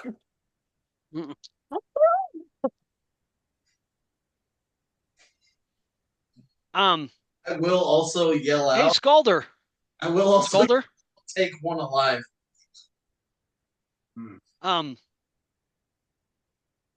What's your armor class with mage armor? 14. Oh, that wouldn't have mattered. All right. All right. Got you, huh? Oh, yeah. Those guys who are deciding whether you are a witch or, a boy and they can't be witches or whatever. And then the other guy says, "I don't care, just kill it." Well, they must listen. Those are two that are listeners right there. I rolled an 18 and a 19 on with those dice. So you get hit 2 crossbow bolts, hit you center mass for a grand total of 10 points of piercing damage. What do you got? Like 3 hit points? He's not far off. It is now Hobbs' turn. Wyatt, what is Hobbs doing? All right, so I am going to strike the uninjured swordsman on me. Okay. All right. And I rolled a natural 1. All right. So that was your attack. Are you going to use your bonus action to use your unarmored attack? I am actually going to use my bonus action to do my rabbit hop, which allows me to jump 10 feet away without taking opportunity attack. Okay. That's pretty smart. Yeah, because you're about to take an opportunity attack. Like, oh shit. I'm out.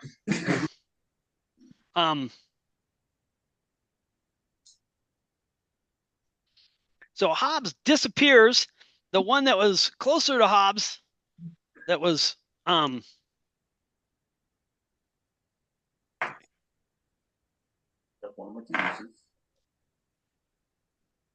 the one that was the Hobbs tried to attack he missed really bad and then but hopped away before he attacked. It started to swing at him and then he hopped away and the guy was able to maintain his, keep his from over, committing and be able to kind of take a couple quick steps to the next target in line.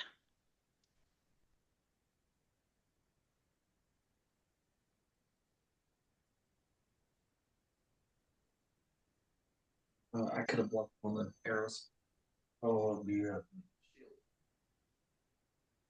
All right. That's a D4. So there's 4 additional targets that can be there. Number 1 is Conrad. Number 2 is Mizuki. Number 3 is Skalder. And number 4 is Ravana. Oh, Conrad.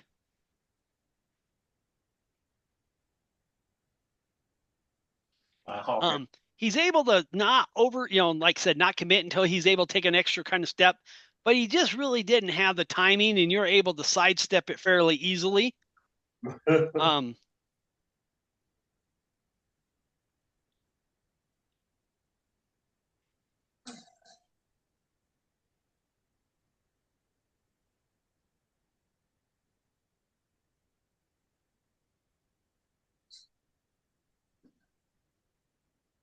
Alrighty. Another crossbow bolt, like it almost again, like the bolts seem to maybe be hitting in the periphery around you, like literally they're shooting at shadows. It is now Ravana's turn. Kendall, what is Ravana doing? Is there still one guy on me? No. Okay. That one was wiped out by a magic missile. Okay. There are how many guys out here in the middle with us? There's 3 in the middle of you. There's 2 happen to be on Conrad, and one was on Hobbs, but Hobbs hopped away, and he has not chosen a new target yet. Okay. And he looked not as injured as the ones that Skalder hit with the magic missiles, but he still looks injured. Okay, can I find a safe corner to back away into so my back is less exposed, but I still have view of the field so I can take aim at targets? Sure. You can you got nobody engaged with you, so you can kind of move into a position where you might be able to find a little bit of cover. So I find a little bit of cover, I back away, I use my movement to do that. And then Okay. I want to, do I have sight on any of the archers? Right now you have them all because they have not tried to rehide after their shooting. Fantastic. I will just take aim at the nearest one. And actually before that, I will move as a bonus action, move my hex over to that archer. Okay. Since my first target died. And then as my action, cast hex on that archer. Cast Eldritch Blast on that archer. Gotcha. All right. And it would be a 16 to hit. 16 does hit. Lovely. That would be 6 damage. 6 damage? Yes. All right.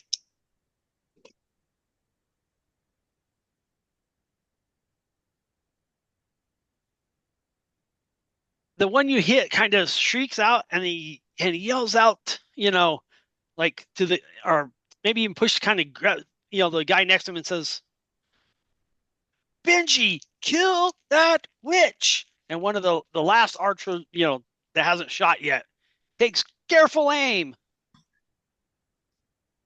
Boy, I could have called that one better if I wanted to. Even with the +2 armor class, it's not going to matter because I just rolled a natural 20, Kendall. Oh no! Oh, I know. As I said, he takes +2 armor class. Huh? I don't have any plus to my armor class. Well, no, you took partial cover. You got yourself a +2, but it doesn't matter. I rolled a natural 20. I don't care what your armor class is. Yeah, that just hits. Yeah. Yeah, and that's going to do 10 points of damage. I go unconscious. All right. I fall down. All right, so Ravana is now unconscious. As Ravana falls unconscious, there is a hoop of, like a shout of victory from the guy who just shot. The other guy that was the last guy remaining, which was the guy with the swordsman that had been on Hobbs, but Hobbs hopped out of the way. He not gonna pick on poor old Ravana, she's down, but he might be able to get to Hobbs. So Conrad, you're 1 again. Mizuki, you're 2 again. Scalder, you're 3 again. Hobbs, you're gonna be 4 this time. These guys have caught. They're on mission point now, Conrad. All 3 of them are now attacking Conrad. But that one hits your wooden chest hard. It maybe even causes a few minor splinters, but it does not cause any damage. You're able to, bear the brunt of it. All right, so here's what we have. You have about a half a dozen archers up on, awnings and balconies surrounding you. A couple of them have taken some hits, but you don't know how bad because you can't see them very well. I mean, they are moving. I mean, you're not taking the time to really focus. It's not like they're invisible. And I know some of you guys have dark vision, and that's fine. But just get with me. What I'm saying. But there's only, out of the 3 guys on the ground, there's only 3 left. But they're all clustered around Conrad, who seems to be going down. It'll be fun. Ravana has fallen unconscious. It is now Locke's turn. Logan, what is Locke doing? Who? So you said there's half a dozen up top. How many are on the ground? 3. 3. And they're all clustered around Conrad. Is there one that I can see that looks like they're more apt to attack before the others? Yeah, there's one who's like kind of behind Conrad, because now they all have Conrad flanked, right? So, but the one that's actually has moved behind him, he's getting ready to. Looks like he's getting ready to. You want to hit him? Yep. All right, go ahead and roll the hit. Oh, dice fell. What's that? My dice fell. Give me a second. Oh.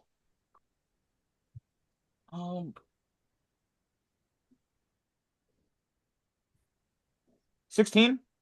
16 will hit.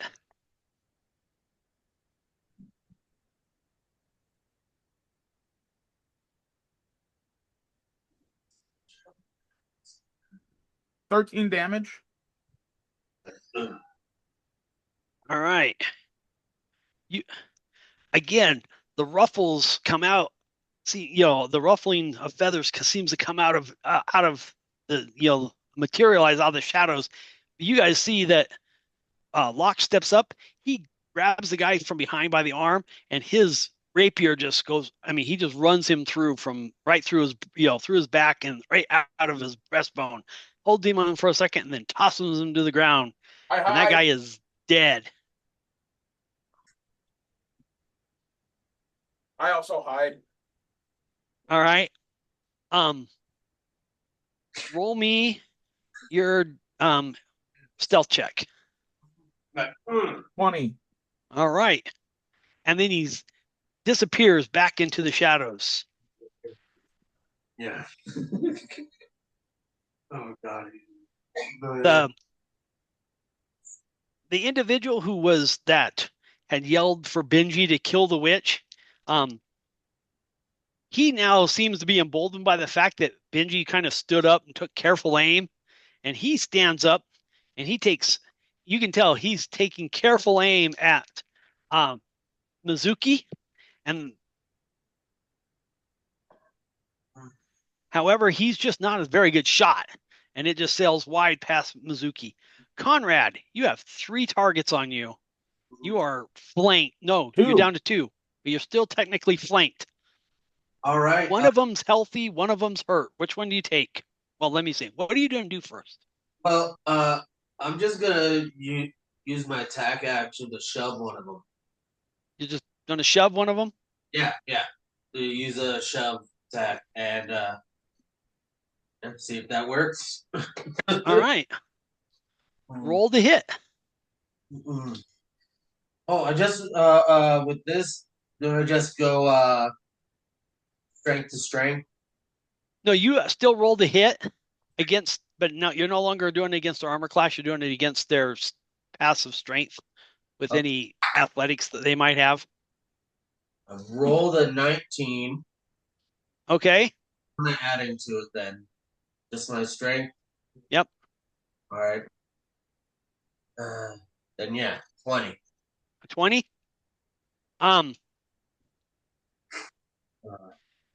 You get him and you just give him such a good shove that he kind of maybe even gets his feet kind of caught underneath him. Maybe you lift him up just a little bit, but you're able to get him and he falls prone because you doubled what you needed to hit. So that wasn't a crit, but he bam.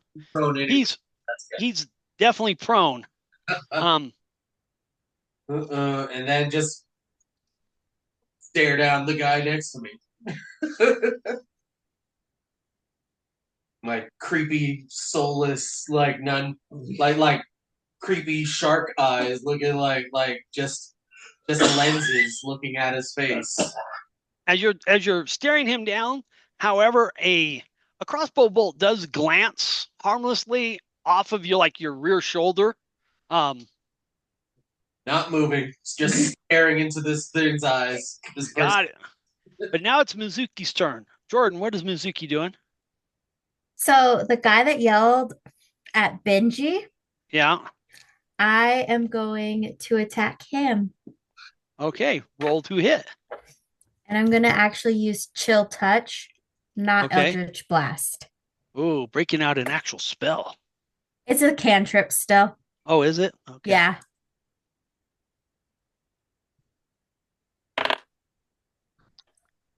Ooh.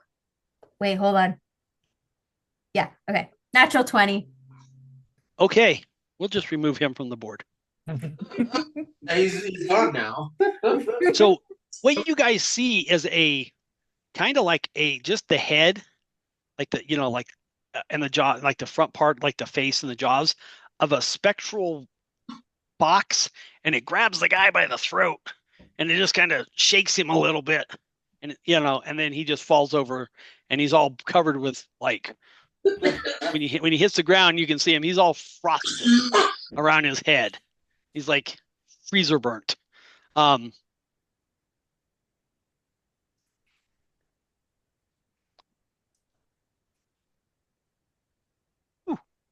Another crossbow bolt seems to be shooting at shadows.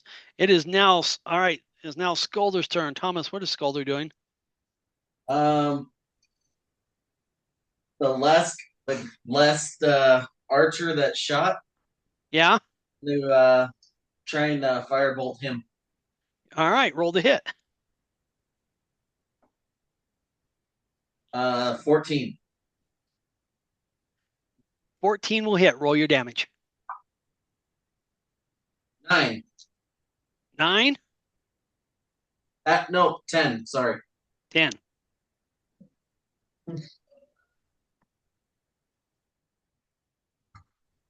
Stop. You got to get down. You're being bad. The gambit. Yes. Okay, so I have no Scolder.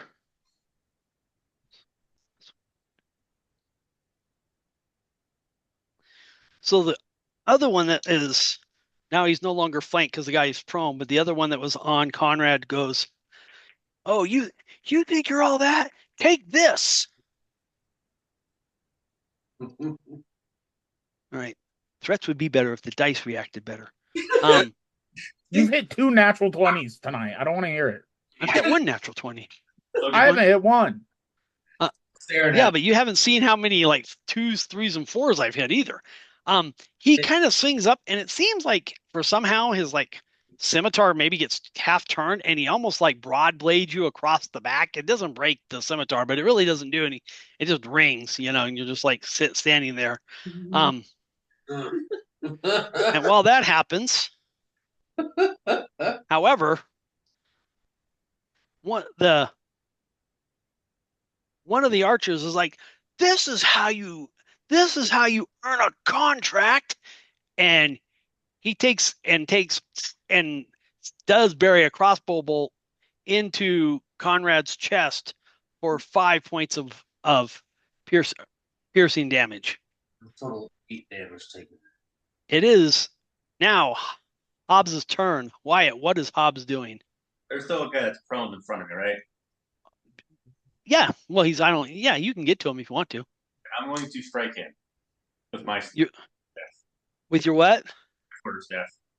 You're going to strike him with your quarterstaff? All right, roll the hit. He's going to hit him in the neck. Is that going to be an advantage or normal? I believe if he's prone, you do get advantage. That will be 21 to hit. That will hit. Roll your damage. And I'm also going to use the martial adapt feat that you gave me and use strike. And if I connect with a target, if my original attack hits, I can bring it to another person 5 feet away and do point of damage. There's the other person that's. Yep, there is another person there. Yeah. Right, so I threw one down. There's another there. The guy that's prone will take 5 points of damage. Okay. Then I'm going to bring the other damage to the other person for 8 points of damage. All right, so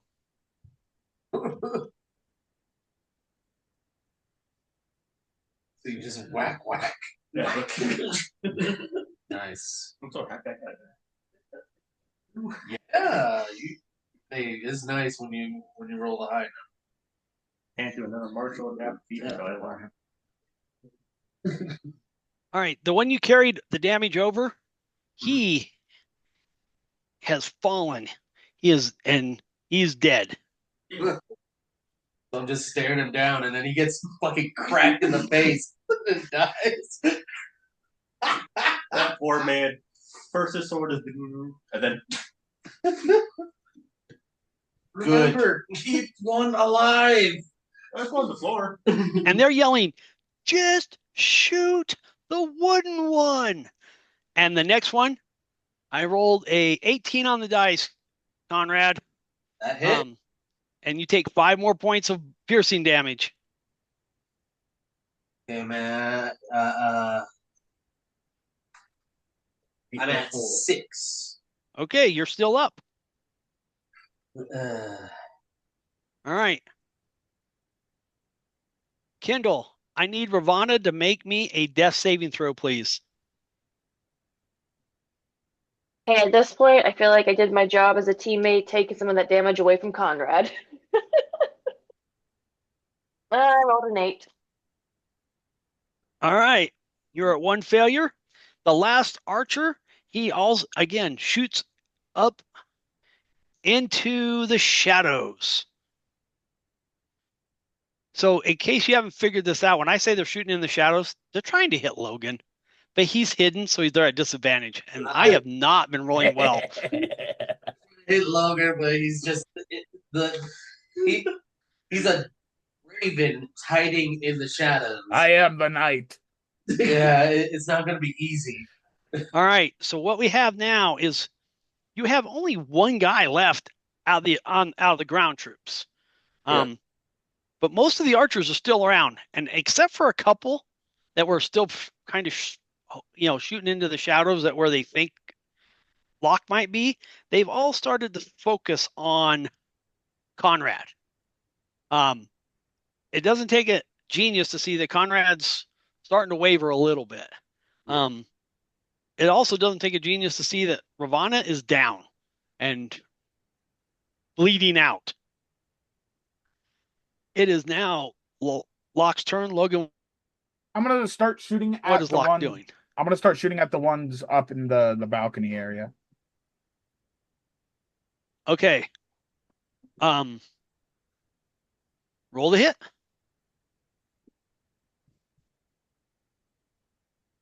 24. 24 will hit. Do your damage.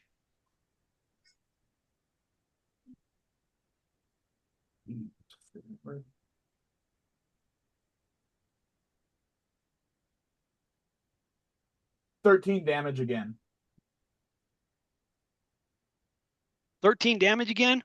This was the one that had really kind of maybe started to rally the troops a little bit, maybe it was Benji, I don't remember, but but you hit him and this arrow comes out of the darkness and hits him like right in the throat. The guy's gurgling and he was getting ready to shoot, and the arrow goes off into high in the air harmlessly. Doesn't it's more like a death, accidental pull the trigger, wasn't an aim. Yeah. He falls to the ground with a hard splat. And then at that point, one of the other ones says, "This isn't worth it. Let the dragons clean up their own dang mess." And they're getting ready to start sprinting away. It is Conrad's turn. Jose, what is Conrad doing? All right.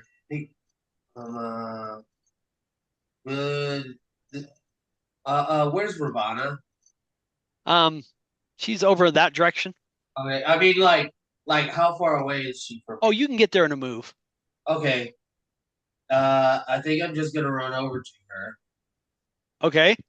And I will.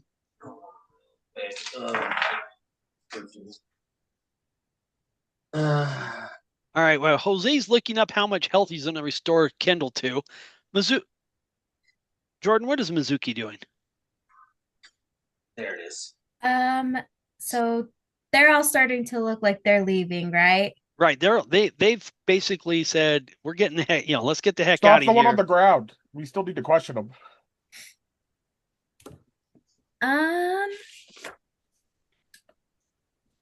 Is he prone or? No, he's not prone. He has been hit once. He was hit by Hobbs' ability to bring his attack back around or whatever. Mm-hmm. And he was the one that flat bladed. He was the one that flat bladed Conrad in the back. Yeah. Okay. All right. So I'm going to use my bonus action. Right. To Starlight Step. Okay. And I want to appear behind him. Okay. And then I'm going to use my Fey presence to charm him. All right. And it's a wisdom saving throw. All right.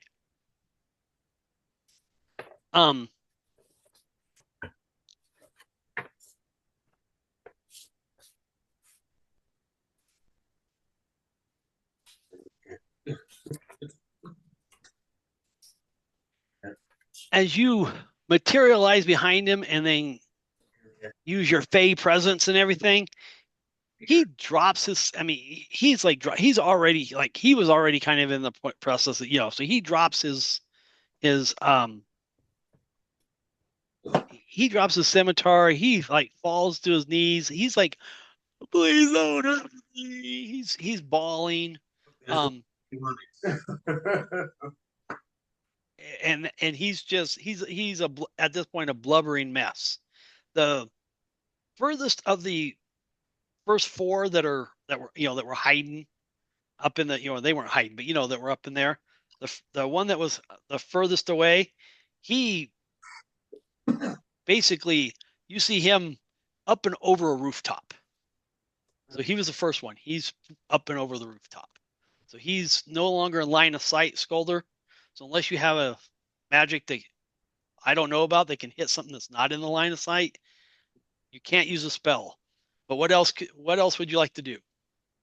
Well, is that all of them or just that one? Just that one right now, because they gotta go in order. Yeah, so whichever one is farthest from me. The next one? Yeah. So all right. 120 feet on the firebolt. All right. While you're rolling that, Jose, you were doing a heal Kindle, right? Was I an assumption? Using cure wounds, and I healed her for 10 hit points. All right. Ravana. Thank you, Conrad. You take that big gasp as he goes, clear. Yeah. Yeah, it's like put my hands down like fires like a little shock petals. pellet into your chest. Really clear, cling. Yep, and you're like, oh, all right. 18 Thomas, what was that? 18 to hit and what was the damage? 10. 10. All right. He's got a story. However, he's still up, and he is up and over. He is the next one up and over the rooftop. All right. He's feeling good. No. Wyatt. Probably gonna quit his job after this. What is Hobbs doing? The only one that's left on the ground has basically fallen to his knees in front of Mizuki and is blubbering like a baby. The two of the four have already left. The other two are obviously, and you can tell that they have given up the fight and they are getting ready to run off. They're also a ways away, probably a move away, just from not necessarily their height, but just because you have to climb and you don't get as that much, speed when you're climbing. So it's the height gives them a little, a little bit more distance without being that much range. But you can still attempt an action. What would you like to do, if anything? I probably would just yell, "You let them know who did this to you. My name is Nobody. You got that?" All right. Ravana, what are you going to do? You just got, you just started to feel yourself slipping into the great beyond. You got brought back. The mess is pretty much cleaned up. The fight is over. There is one last guy that's going to disappear here in about right after you. But again, he's turned tail and run.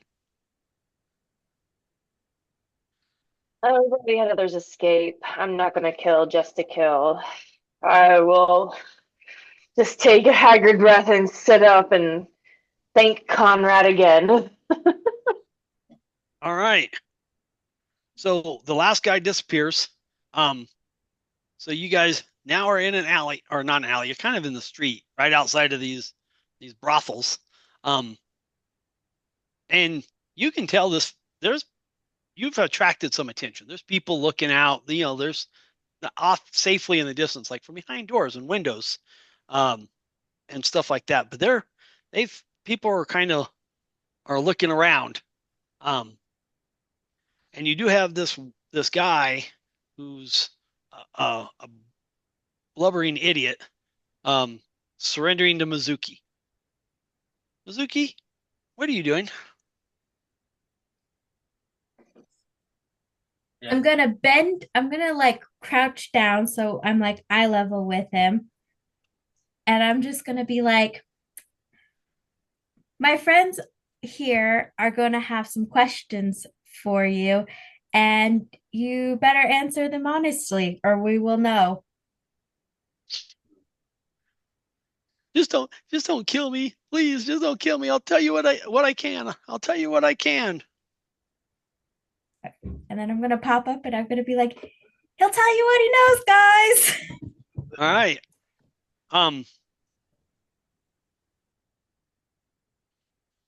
You be the one to ask questions. Well, yeah, with everyone that we've attracted attention from, Oh, can anyone point us to Risa Santos? Risa Santos. Risa? Because they just watched us kill a whole bunch of people, so I'm assuming they're already kind of intimidated. All right, so you're trying to entice the people who are in the nearby buildings to come out and give you information on Risa Santos?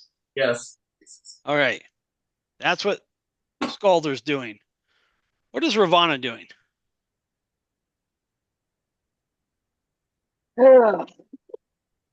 Just, she's standing up and not sure what to do right now. All right, that's fair. She's just catching her breath. All right, we've already had what Mizuki is doing. What is Locke doing? I am gonna question the guy. All right, what question are you going to ask him, Locke? I'll say, "Who do you work for?" And then he's gonna respond.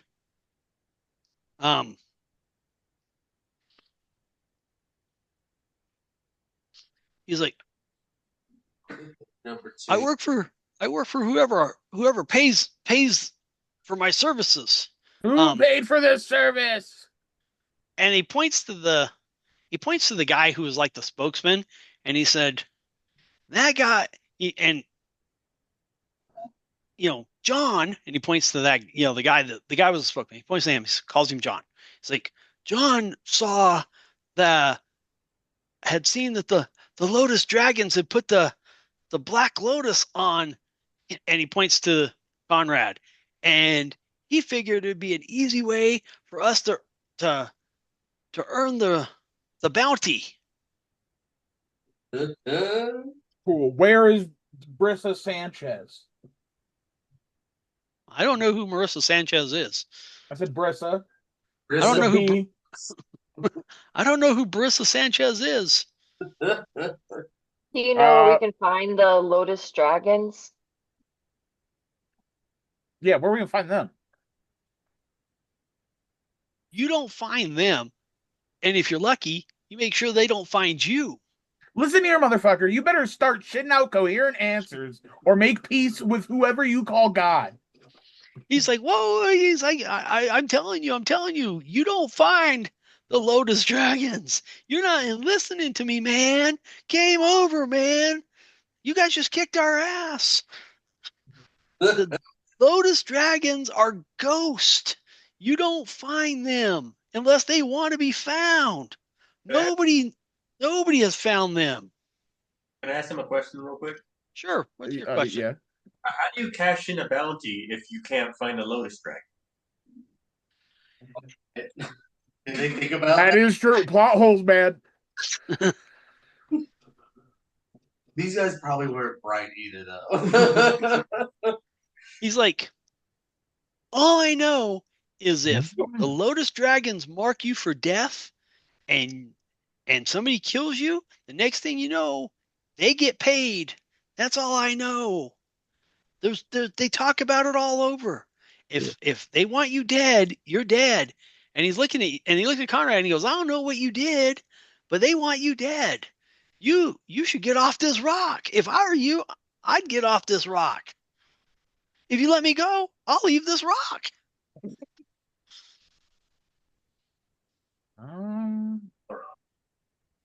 Huh? The flower? What do we do? Do we want to let him go? Like, it wouldn't matter if I got rid of it or not. So it's just like, yeah, it's a nice little flower. I think we should let him go. I don't think he knows much more than what he's told us. Okay. Yeah, I'll put the flower in his pocket. Like, here you go. Put him down for everything he has. No, what was that, Kendall? We're shaking him down. Pat him down, shake him down for everything he has. All right. Which he still tried to kill us. He's got. Yeah, I don't care. I want to take his clothes. I want to take his pants. I want to take his belt. I want to take his socks, his shoes. I'll leave him his underwear, but he and his group about killed me, so I get everything he has. I got it. You're going full Knight's Tale on him. I got it. Yes. Which he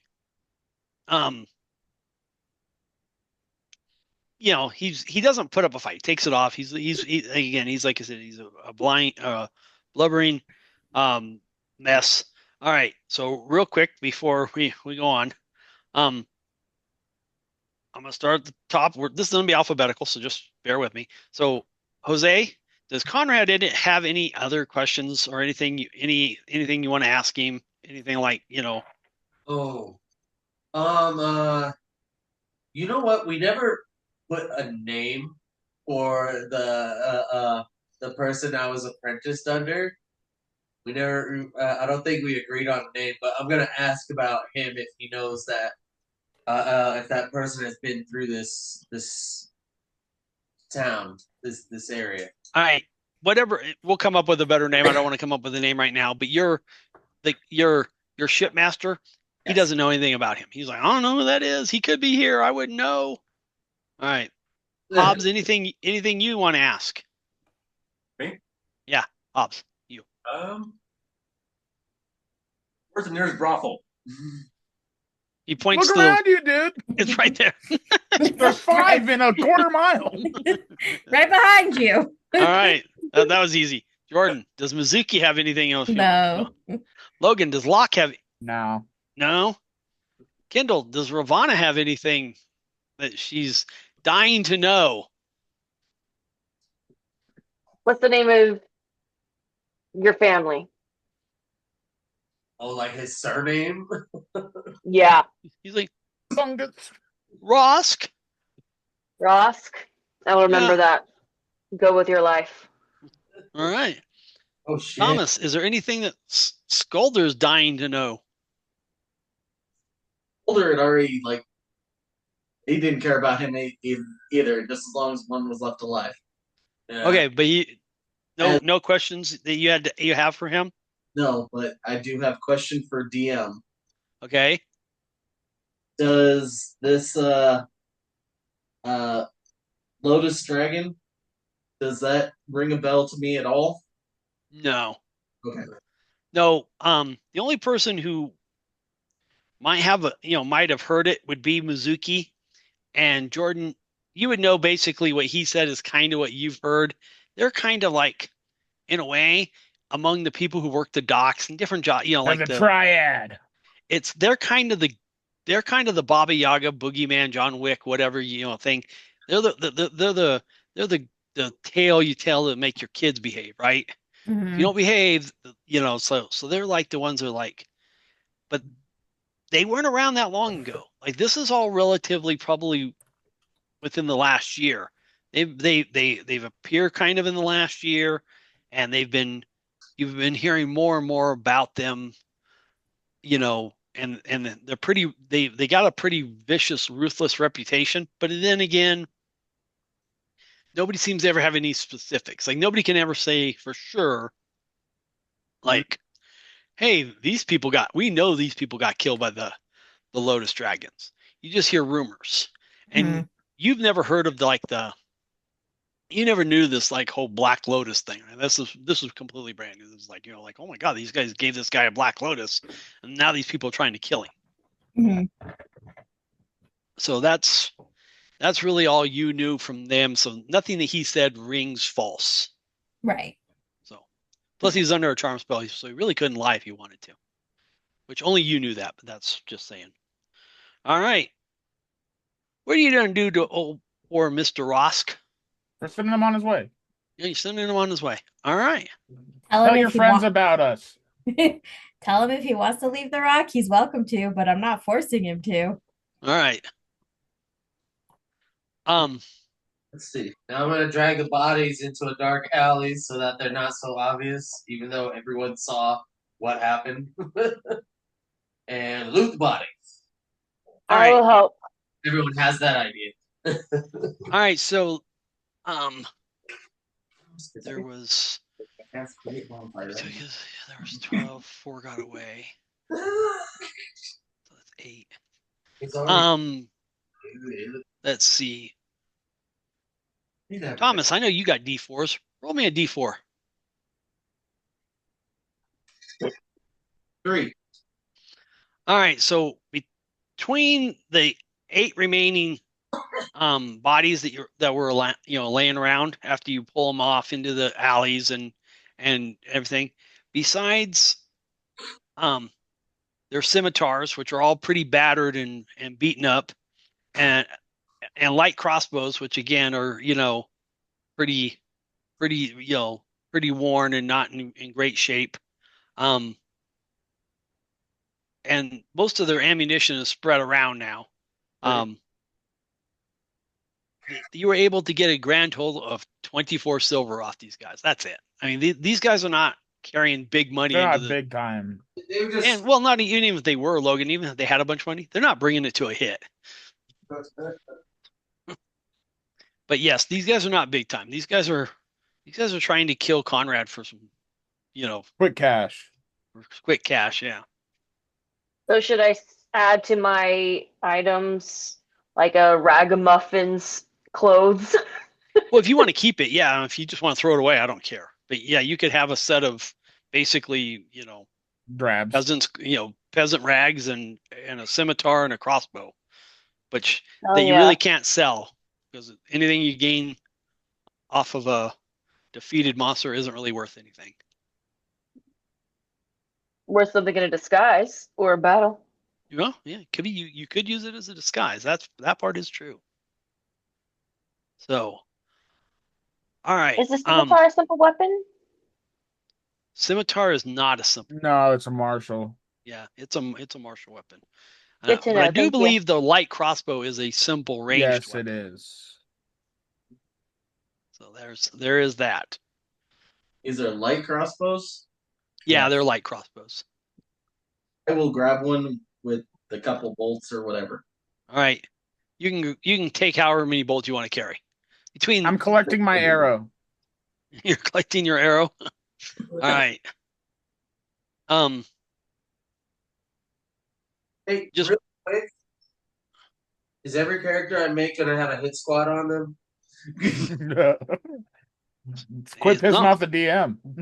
It's not my fault. You pick characters that are that get tied with the mob. Quit picking shady characters. I thought it would have been me. You would have thought, huh? Oh god. All right. All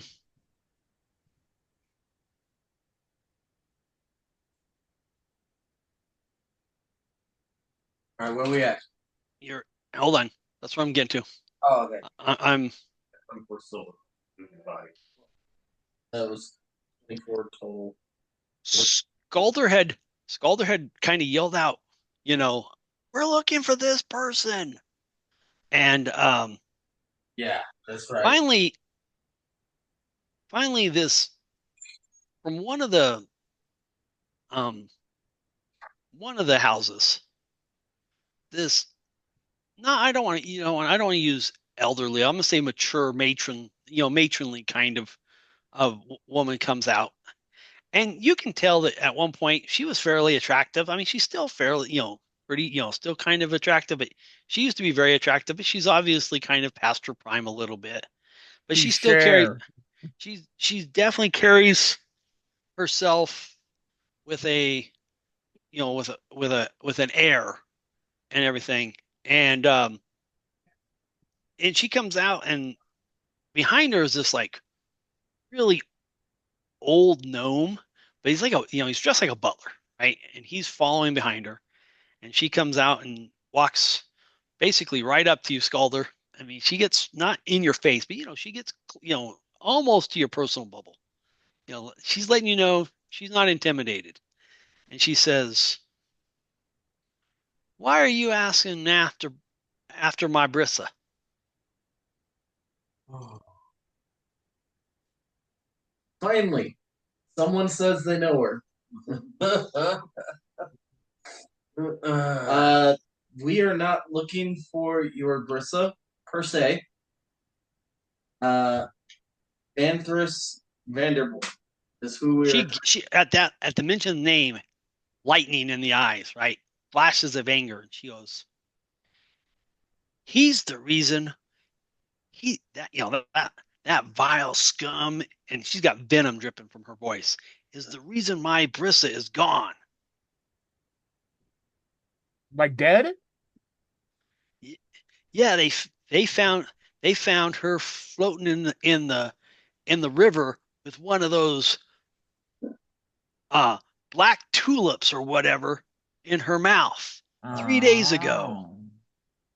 And she was no saint, no angel, but she never got messed up in anything serious. She was just a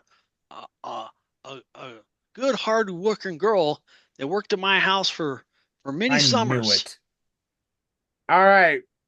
I have an idea, guys. What's that? We're gonna stage your death. Okay. Who's death? Well, when I shut down for the night, Conrad's. I can tell if I'm alive or dead. You can or can't? Signs. He doesn't have a heartbeat. So what I'm thinking is we do that, and then all of us, we hold a funeral for you,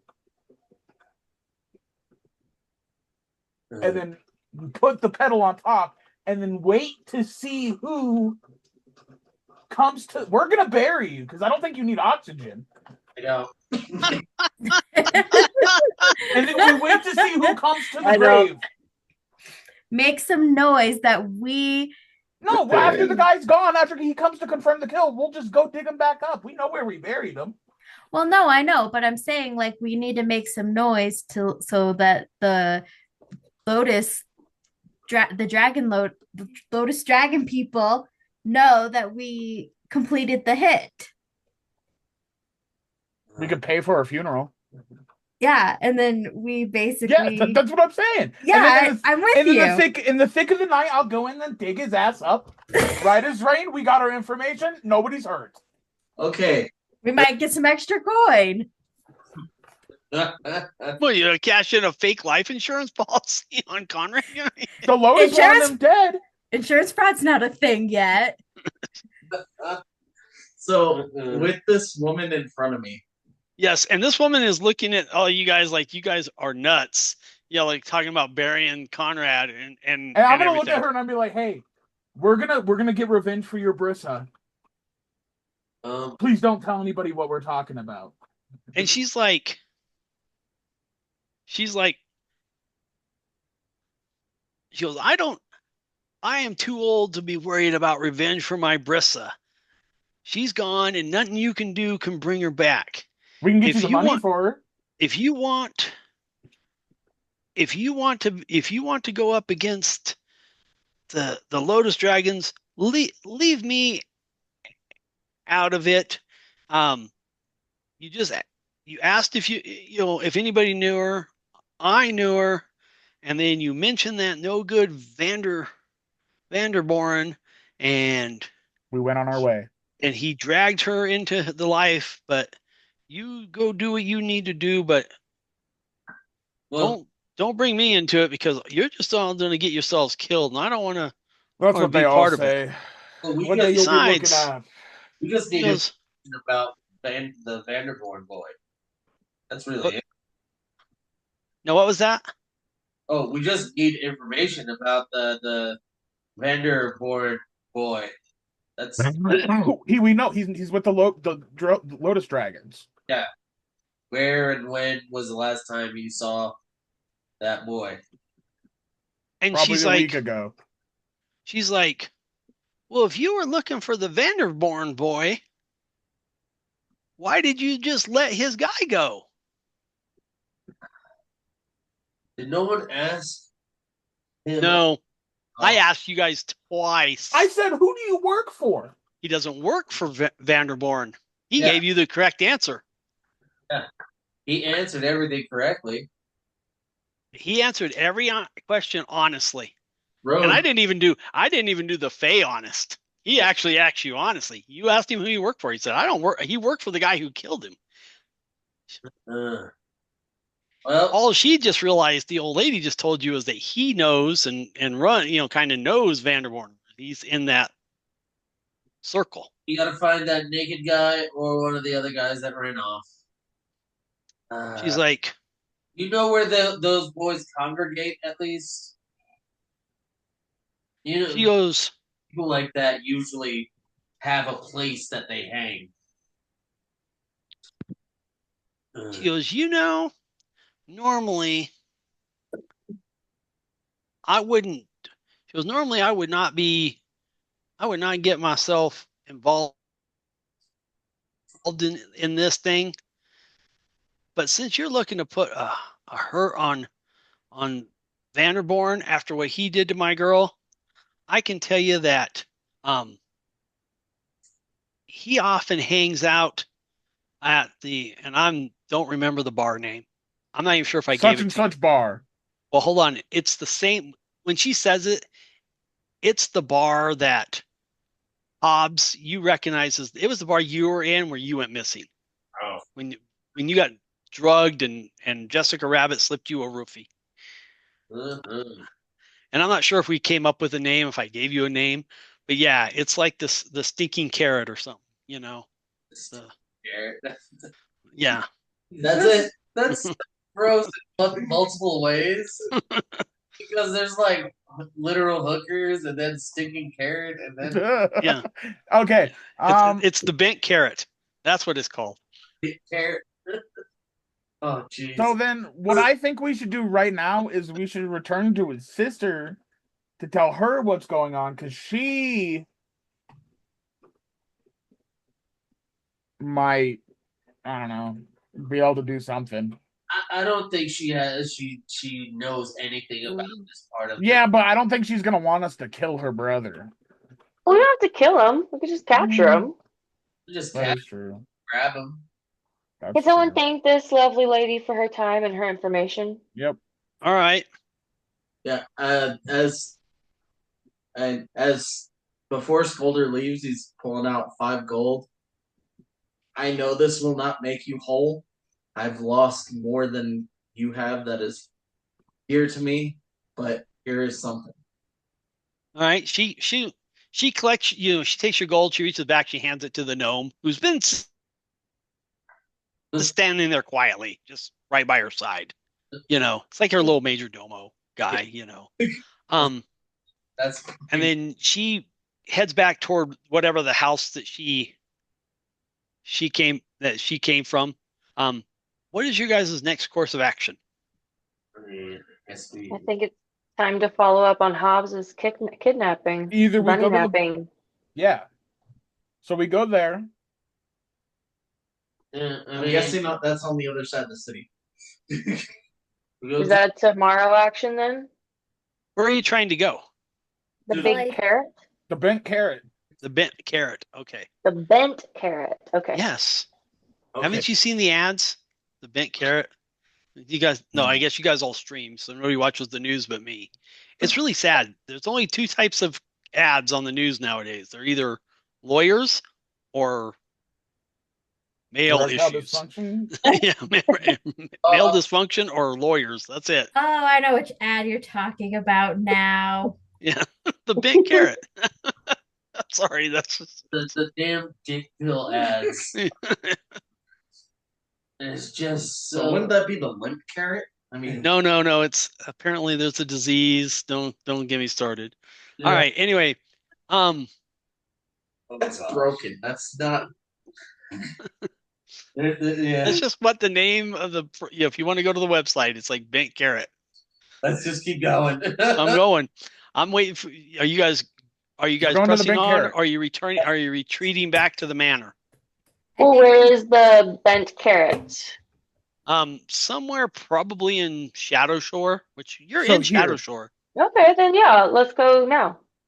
You gonna go now? Yep. All right. We're going now. Let's go now.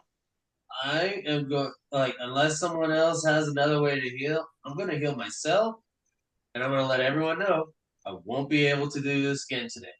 That's fine for me. I'm good. I'm All at right. full health. Roll your hit point or roll your health or your healing. Jose. Before we go, 8. Scalder's gonna pull out the healing potion that he bought sometime yesterday before, like, after we did everything, but before we took our long rest. Right. Oh, and you're gonna quaff your healing potion? Yes. Okay. I just realized something, you guys. And What's back that? 15. Isn't it like the middle of the night? No, It's- it's like 7:30. Yeah, it's a little later than that, but it's not quite. It's probably not midnight yet, Okay. but it's definitely after the it's definitely after the last the gates have closed. Okay. So there's no leaving the city walls officially. Of course, you can always swim out if you want because you can't. There's a lot of water. Well, I just didn't want to show up to the tavern and it be closed. I mean, Taverns no, don't this close. they close eventually. Eventually, the guy says, I'm not making enough money to stay open anymore tonight. Okay, We're yes, closed. but taverns don't close for the night. Yeah, it's not like there's a 2 a.m. last call. Yeah. This was like back in the 70s in Nevada where the guy would just decide last call based on how much money is, how many people are in the bar and how much they're spending. There's 30 people there. He's staying open. No, that's actually how it was. My aunt was a bartender in Nevada, and some even like on a Friday, if it was dead or whatever, sometimes she'd be off at like midnight. Bars closed midnight. You're like, midnight on Friday night, bars closed. Other nights it would be like 4 a.m. on a Sunday, but people are still partying. It's like, especially when the Marines were in town. Oh God. Marines know how to drink. I'll give them that. But they would come in and then bars would be open until, like I said, 3-4 o'clock in the morning. Yeah. All right.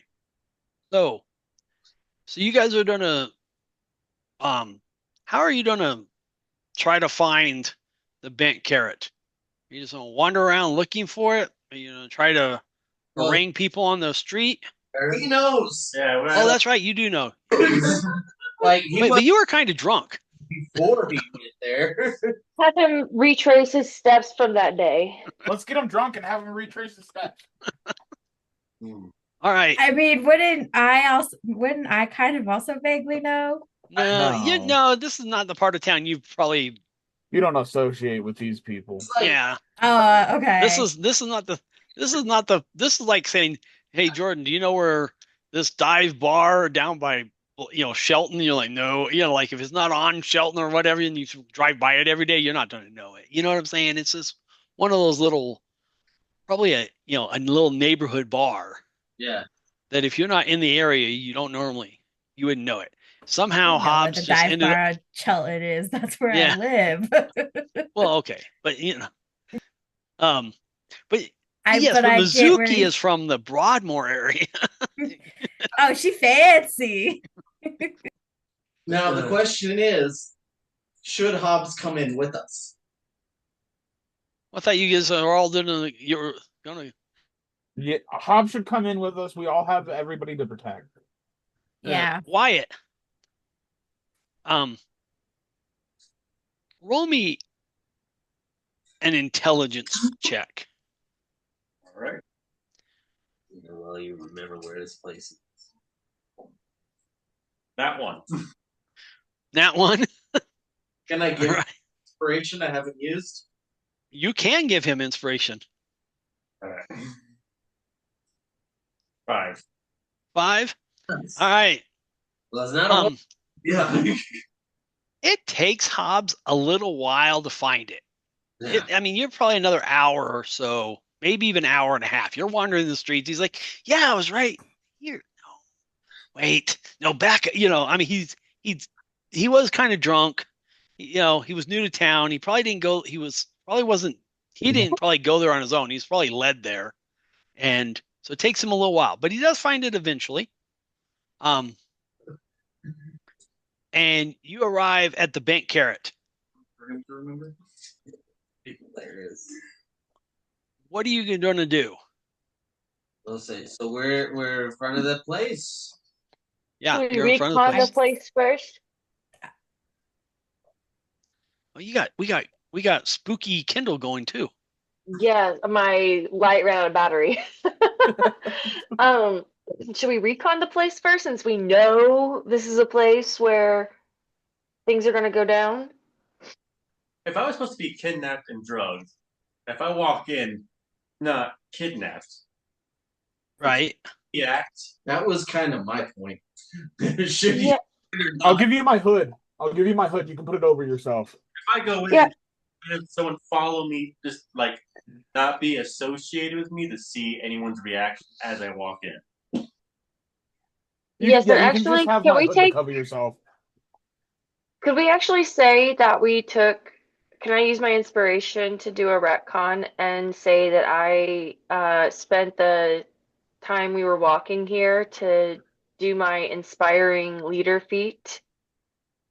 Ooh, you gave us a speech. About how we need to recon the place because we know we're going into a dangerous scenario where several of these plot lines are intersecting. We know some of our strengths already. It's time to work together as All a right. team. All right. So, what are we going to do? Because I don't know where I lost you guys. I'm gonna give that. God. Hold on. Go ahead, Kendall. We're heading to the Bent Carrot, and on our way to the Bent Carrot, I give an inspiring leader speech, talking about some of our strategy, preparing for this next interaction. So it would give, since each creature gains 10, sorry, each creature gains temporary hit points equal to the character's level plus their charisma modifier. Does that mean my character's? I would say that's my character's level and charisma modifier. Yes, it's your character's level. So yes. We would each get 4 temporary hit points. Alrighty. On our way to the Bent Carrot. All right. So one of the last things I heard was there was a question about, I believe Wyatt asked me a question about him going in first or second or something like that. I said, if I go in first and I have someone follow behind me, not being associated with me, so they can see if anyone's reactions for the person who's supposed to be kidnapped, not being kidnapped, to see if we can have any suspects. So is that your approach? Is that what you're telling me? Like kind of using yourself as bait, like walk in, and then other people that are walking in just pretending to not associate with you. Yeah, and then they, just to look around and see who acts weird. Yeah, I can go in first and kind of sit down and watch as you come in. Yeah, I'm gonna go in with you because I'm not good at being at pretending like I don't know what I'm doing. If we're trying not to draw suspicion to ourselves, like maybe maybe a war construct and a golden dragonborn shouldn't be going into a dive bar. We are pretty. I only shimmer. It's not like I stand out. Yeah. I feel like the bad guys would be like, that's suspicious, and not react the way we want them to. I'm gonna tell you right now, you guys are just gonna stand out. I think I made this pretty plain. You guys are a group of very unique individuals. Like not me. Except for Jordan, right? If I walk in by myself, and then Wyatt goes in before or after me, no one's gonna suspect the astral elf. Well, that's true. The astral elf is the only person who could really walk in and not draw attention immediately. And then the Haragon probably wouldn't draw a whole lot of attention, except for you're hoping that because they would recognize. Yeah. Yes, and that's why I said I'd give him my hood, so he doesn't get seen. Well, or to like help blend them in. Yeah, but I Well, think they no. want him to be recognized. Yeah, no, we want No. we want him to be recognized Okay. potentially. Yeah, Well, that's- then should we just do a time thing where Mizuki goes in first and starts watching the crowd, and then after like 3-5 minutes, when she has a good read on the crowd, Wyatt walks in and she's watching to see who reacts. And then about 5 minutes after Wyatt walks in, we start to trickle in, and she gives us the nod to who we need to saddle up behind who our targets are. That's good. I Yeah. like that. And All right. So we is should that the approach you want to take? we should have an extra person with Conrad because they also just tried to kill him. I'll go in with Conrad. Just tried to kill him. All right. So let me see. Make sure I got this. I understand this. We're all on the same page. Mizuki's going to go in first. She's going to take a spot where she can get a good read of the crowd. She's going to watch the crowd for a little bit, get a judge of their mood. Then Hobbs is going to come in. He's going to not pay any attention to Mizuki. He's going to go to the bar or whatever. And then Mizuki's going to start watching and seeing who's paying attention to Hobbs, if anyone pays attention to Hobbs. And then you guys are going to have some predetermined order where you guys start walking in every couple minutes. And then as you walk in, you'll make eye contact or something with Mizuki. And if Mizuki has spotted somebody you guys should pay attention to, she's going to give you some kind of high sign. And then you'll go take up positions near one or more targets that Mizuki may or may not identify. Yes. Yes. Okay.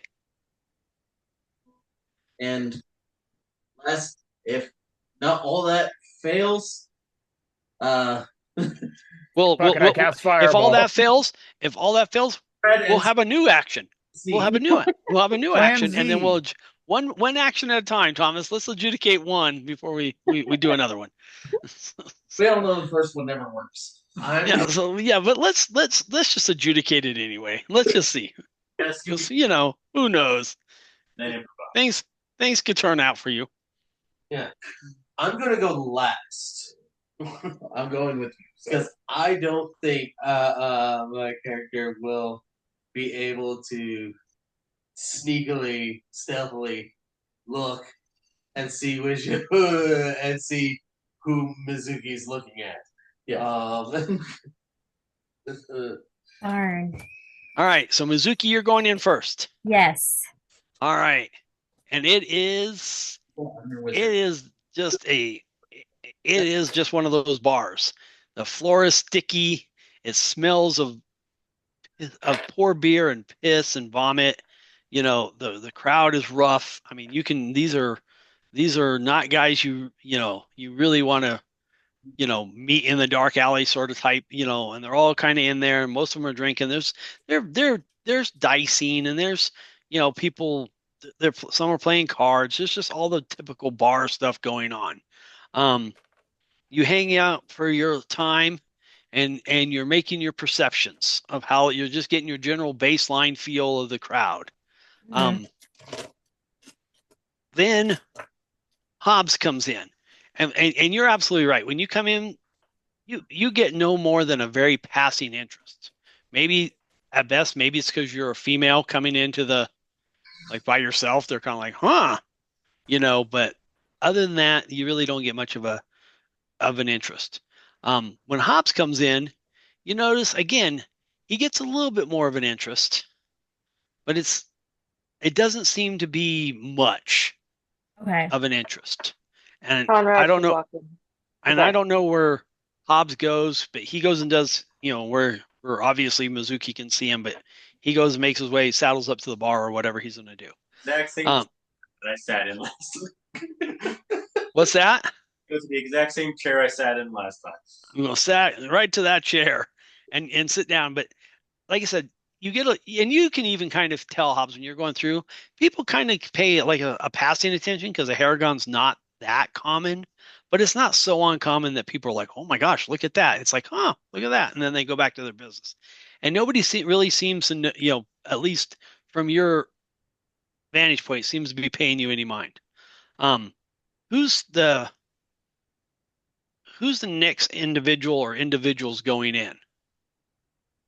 Okay, I know you said that you wanted Conrad to go last, but I think in this situation, since we know you and Bristol were both marked with the uh, Black Black Lotus. Orchid, Black Lotus. Yeah, I think you should go in next, and if Hobbs wasn't the target, you are, and we'll want to see whose eyes are on you. I will go with Conrad. Okay. So Conrad and Scalder are coming in together. Yes. All right. And When Conrad, hold on. available tape. When Conrad and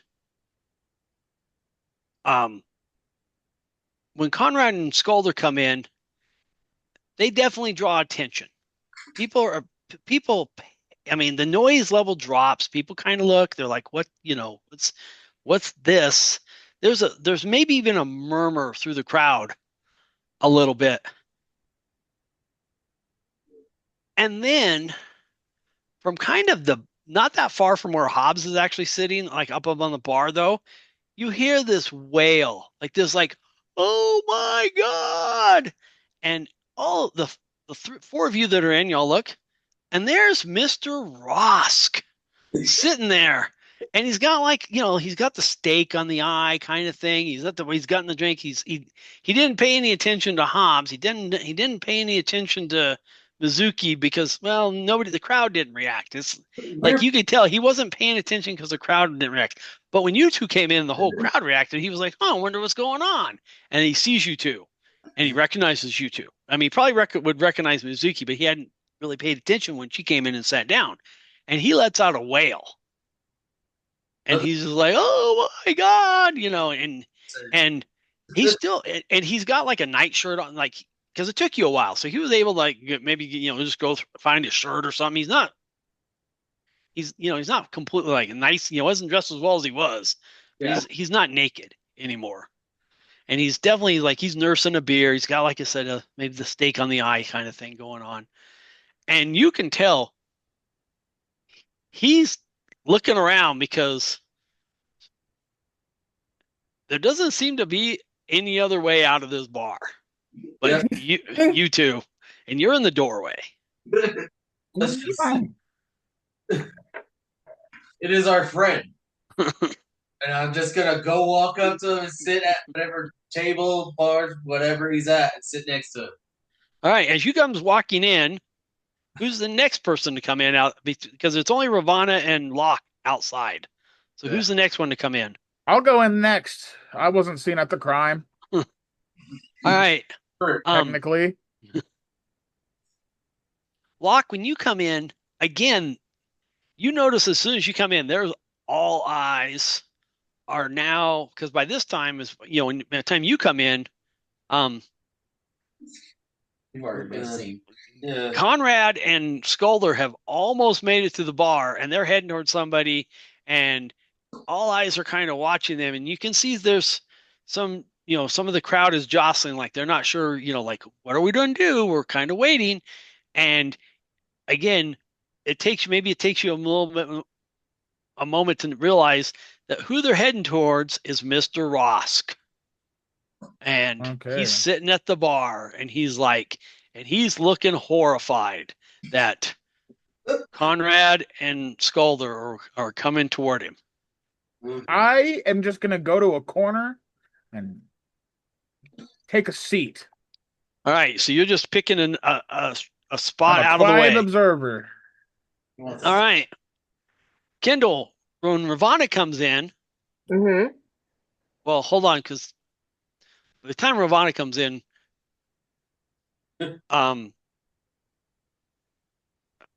Conrad and Scalder will have had some time to at least have a little bit of a conversation. Because I thought you guys were waiting about a couple minutes in between each entry. Did I get that right? Yes. Okay.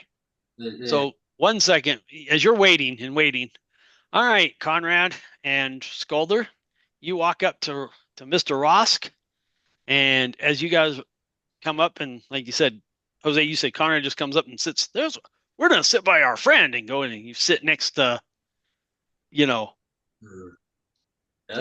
next to Rosk, and he's just, as you get close, you can just see he's just sinking, and he's just he's just like, oh my god, like he can't believe it, and he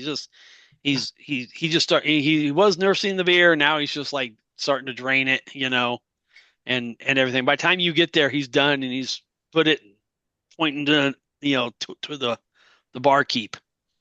You guys arrive. What do you do? We ask him about I'm just gonna. You're gonna sit one side. I'll sit on the other. Yes. And right. The conversation, I'll just kind of lean close into his ear and say, "You lied to us." Technically, he didn't. I'm just gonna, to his face, just ask, like, where's the? I need to know where the what's his name again? Vanthorst Vanderborn. Vanderborn. Where's the Vanderborn boy? That's down. Quieter. Where is the? When you whispered quiet, he looks at you and he goes, "Oh no!" He goes, I tried. I couldn't lie. There was something that witch got in my head, and I couldn't lie, and I wanted to, but I couldn't. And I told you everything you asked me. You didn't ask me about Vanthus." Okay, I'm asking you now. He's like, I wish I never would have met him. I'll tell you what.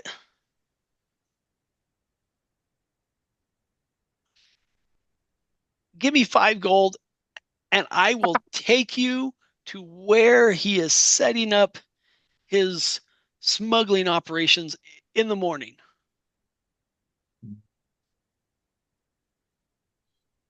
Only after he takes us now. Well, you're not there, so you can't. Yeah, I know. I forgot. I think to myself quietly at the other Yeah. table. I can give you 2 now and 3 later, and you're not leaving our sight. He's like,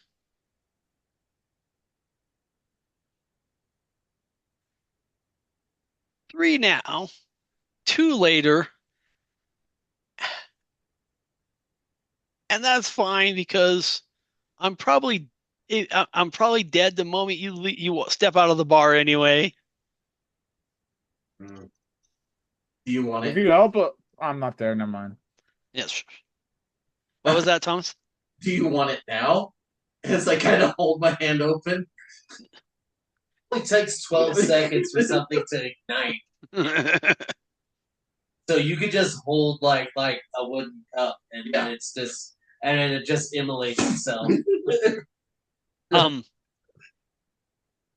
No, I mean, you can tell he's broken. I mean, this guy is not, you've already kind of basically whipped his ass, and then you let him go, and then you show up again, and he's just like, "Look, I just need a little money so I can leave. 5 gold, and I can buy myself off this rock.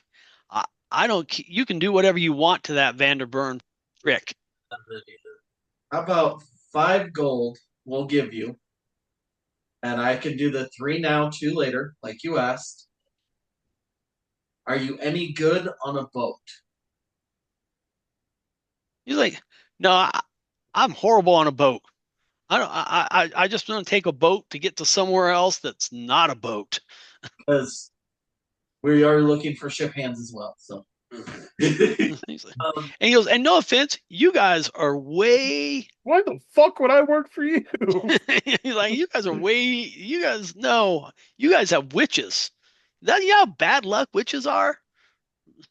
Especially that hoodoo witch you got with the big head." I would highly suggest not calling them witches. Yeah, I think They don't like that term. Yeah. Also, Women of magical specialty. why can't you just tell us where to go? Because He needs. it's He tells us. he's like, no, he's like, "I have to." He goes, I can't. You wouldn't be able to find it. It's hidden on the island, and even if I told you, you you might look for days and days before you found it. And if you're trying to find him, he's going to see you coming long before you find his entrance. I have to show you. If you don't want me to show you, that's fine with me. I'll just, if you don't mind, I'll leave now. And you guys can find him on your own. Nope. Hand on the back, friendly pat. We don't have to leave right now. Can I at least get a beer? I'll order him. Barkeep, bring this man a beer. And that's it. And then I'll just turn to him and I say, look, you say you want to just leave. You seem pretty done with it. You say it's only going to take you 5 gold to be enough to just get off this, just get away. Right? Yeah. So, I will give you. Okay. I'm going to give you 4 gold, or I can give you 4 gold now. That'll at least be enough for you to get clothes. And then, when we see you in the morning, I can give you 6 more gold. For sleeping next. That will be twice as much as what you need to leave. That's enough for you to leave, and enough for you to find a place to do something wherever you end up. Wouldn't that be nicer? That would be nicer. I'll take it. I'll see you tomorrow. 10 gold. You got it. Fine. Here's 4 gold. All right. Kendall is really concerned about his fear that he's going to die as soon as he leaves our sight. He's going to be useless to us. You can finish your beer. I'll pay for it later. Yeah, we're staying here anyways. Oh, okay. We have to stay here. Yes. I mean, if he dies before we get to the hideout, then I guess we just get our 4 gold or get Conrad's 4 gold back. Yeah. All right. So you guys can't actually stay here. This is not an inn. It's just a bar. Just a bar. Well, When they close, they just kick you out into the street.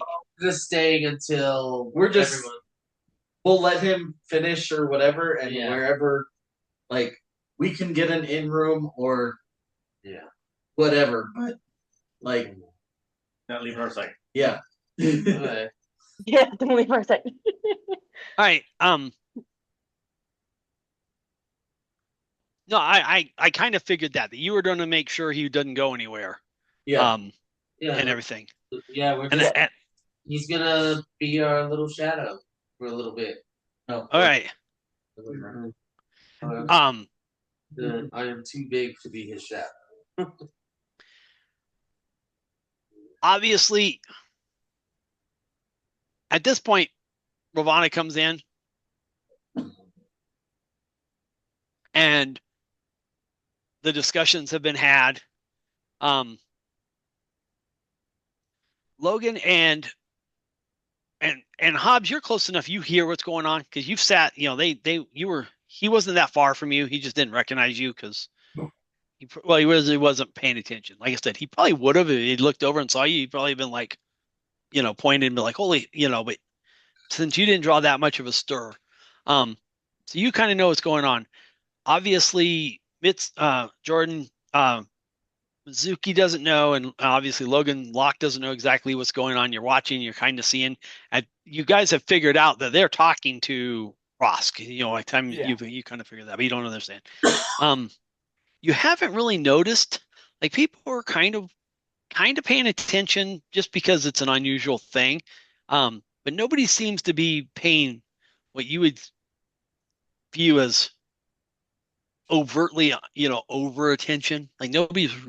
But also, more importantly, you notice that nobody's really trying to act like they don't care either. Like there's nobody who's trying to be super disinterested in what's going on. Everybody's kind of like, they're kind of looking like it seems like almost everybody's waiting to see if there's going to be a fight. Because, they came, these two big guys came in because they're both big creatures. I mean, as far as humanoids go, they're both Skulder and Conrad are pretty good size. And they come in and they sidle up to this guy who's known, and he let out a moan, and so there was like, is there going to be a fight? And everybody's kind of waiting, and there's some talking, and people are kind of seeing. But then when it realizes that there's not going to be a fight, it kind of dies down a little bit more. People are still kind of paying kind of attention because again, it's an unusual situation. But the longer it goes, the less attention it seems to be drawing. There's the initial hoof, and then it's faded off, and then like I said, nobody's really seems to be paying more attention than you think they should, but nobody's also being like, no, I don't care what's over there. I'm going to be watching these, these, look at the counting the tiles in the ceiling. That's interesting up there. Nothing like that's going on. Whenever you guys decide you want to leave, you can leave. Nobody really, hey, again, people watch you. It's not like people aren't watching you, but nobody gets in your way. Nobody accosts you. Nobody confronts you. You're able to get out of the bar. Yeah, I think we'll leave with Rusk, and we'll let him. I'll pay for one more drink for him, and we'll sit for a minute, and then we'll leave. All right. Really quick. I know what Conrad's doing. Wyatt, does Hobbs have anything else he wants to do before he leaves the bar? Can I ask the bartender if I got drugged by someone like a few days ago? The bartender looks at you and says, Nope. Maybe. Maybe. A lot of people in here, a lot of people getting drugged. Yeah, he really doesn't have he doesn't really hide it. He's like, I don't know. If you're not smart enough to drink, if you're not smart enough not to drink drugged wine, that's kind of on you. But he doesn't know, and he doesn't pay that much attention. Okay. I'm starting to think that the side hustle he was running out of here, though, was that slave trade, huh? I at least he's probably getting a cut to not pay attention. Like he's intended, but he just doesn't pay attention. He doesn't know if you were drugged or not. But he's like, yeah, maybe. I ain't gonna hide. People know, kind of like the people who know not don't come in here. Like those kind of people. The people who are going to get traded don't come in this bar. They know better. Everybody who's in here, nobody's going to take them for. Nobody's going to try to kidnap any of these guys.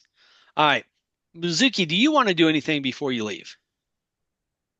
Nope, I'll just hang out until I kind of start to see the rest of the party go. All right. Logan, does Locke want to do anything before he leaves? Nope. All right. Kendall, does Ravana want to do anything before she leaves? Hobbs was drugged in this place and taken out of this place. I don't know that he was taken out the front door. Does it look like there's any kind of back nothing you entrance? Can see from a casual perspective. So if they have something, it's if they have a hidden entrance or see anything, even a concealed entrance, it's at least concealed enough that a casual inspection isn't going to reveal it. As we're leaving, am I able to just kind of casually enough go around the perimeter and see if I can find? No. No. Okay. No, it's not along the edge of the perimeter. Okay, it might be worth. I'm gonna tell you. I'll tell you as Kendall. I'm gonna tell you, DM to Kendall. You're on the right track, but you're just not going to be able to find it without drawing probably not enough attention. Probably not, without drawing unwanted attention to Ravana. Yeah. All right. And not right now thing. Yes. Okay. Thomas, does Skulder have anything he wants to do before he leaves? As we're leaving, right? He would kind of look at the bartender and be like, Solarvark, you know where he is? He looks at you and he says, I don't even know who that is. Okay. I would I highly doubt that he's giving off any impression that Skalder wouldn't believe him, but I mean, he is an academic. He's not all that intuitive towards people. Yeah. All right, so no lead on Solar Vork, at least not from the barkeep. Yeah. All right, once everybody gets outside, and again, by the way, he eventually tells you that his name is, his first name is Shefton. So his name is Shefton Rusk. Rosk. It's actually Rosk.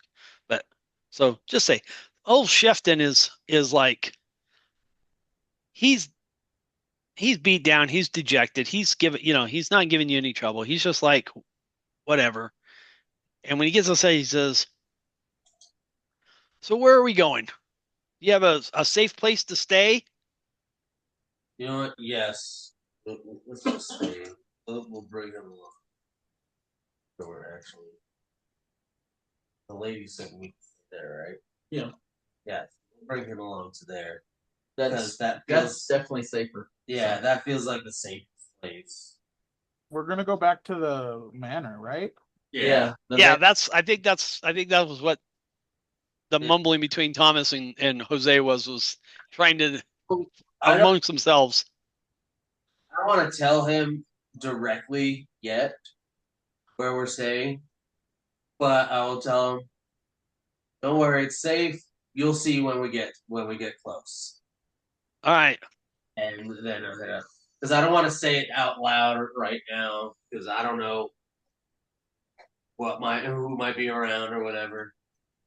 All right, so it goes without saying, but I'm gonna say it anyway because players. Yeah. As you guys head back, at least for a while, you get the sense that somebody's following you, like not, and I mean when I mean get the sense, like it seems like they're following you enough to let you know that they're following you, but not enough to let you catch them. You know what I mean? Like they're good enough to say that you can't really see them, but they're letting you go like, we're here. Yeah. And we're following you. We know, but when it gets into the nicer part of town and it's like less shadows, more lights, then that seems to fade. Mm-hmm. Like by the time you get to the Azure district, it's gone. But the whole time you were like going through, because by the time you leave, there's no boats. You had to walk all the way around. So you're kind of skirting the wall. If you notice how it kind of goes, there's different ways, but no matter how you pick it on the map, time you skirt through the districts and you're going through these different districts, because one of the districts you probably go through is called Cudgel. You can tell that's not probably one of the better ones. And you're in the Shadow Shore. Definitely not one of the better ones. But by the time you go like through the Merchants District at night, that's kind of maybe can kind of be, and then by the time you get to the, like I said, the Azure District, it's pretty much faded. But you knew you were being followed, but you also kind of get the sense that they were letting you know. So whoever they are, you can guess on that. I'm not going to tell you that. But whoever they were letting you know that they were following you. Didn't want us to start any more trouble. I have a question. Maybe it's late, so I'm not sure if we want to play it, but if I were to ask Locke, since we feel we're being followed, if he could see if he could get an eye on any of them. Not without drawing more attention to myself. Yeah, I think they're just following us to make They're sure. following us to scare us and to keep track of us. But if we get to the Azure District and we don't feel like we're being watched at all, we're fine. Yeah. Plus, we're going to be in a manor. They want us, and we can take breaks. That we're being followed. Yeah. Yeah, so they're just trying to make sure we're on our feet. All right, so you guys get back to the manor, and like I said, you're not accosted, and everything, and you're able to settle in. The night will pass without incident. We will pick this up in a month from the morning. And I will even tell you, warn you right now, we're going to fast forward to where you need to be. So the only thing you need to do is like, if there's anything you like, when you have to like, if you need to change any spells or change infusions or whatever else that you need to do right before we go, we'll do that in the bookmarking. But we're just going to say you guys get, so we're going to fast forward to like where he's taking you. Bring us to the thing. Yeah. To the island. Yes. All right. Yeah, that'll work. So that way. Sounds good to me. We're in a safe place and there's nothing else doing anyways, so it would be better to just right.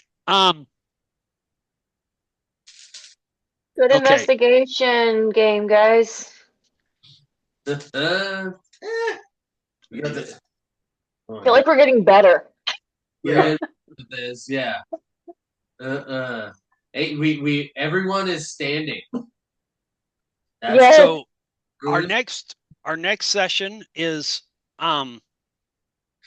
February 13th, Friday the 13th Ooh. game. Ooh. That's either going to be bad for somebody. Somebody's not walking out of that day.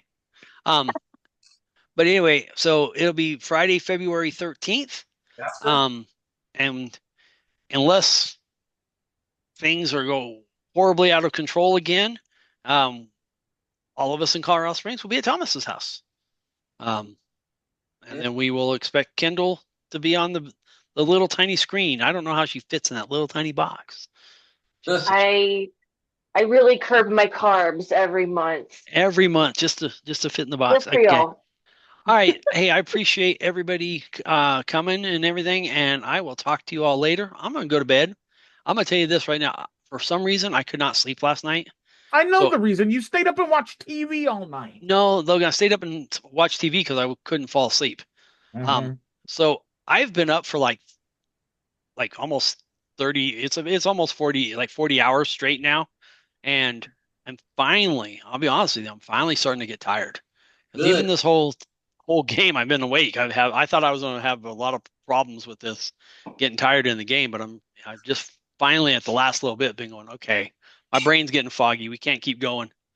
But anyway, you guys, thanks for the game. Thank you. Have a good month. Good game. And I will talk to you later. Thanks, Jason. See you Friday next month. Put all this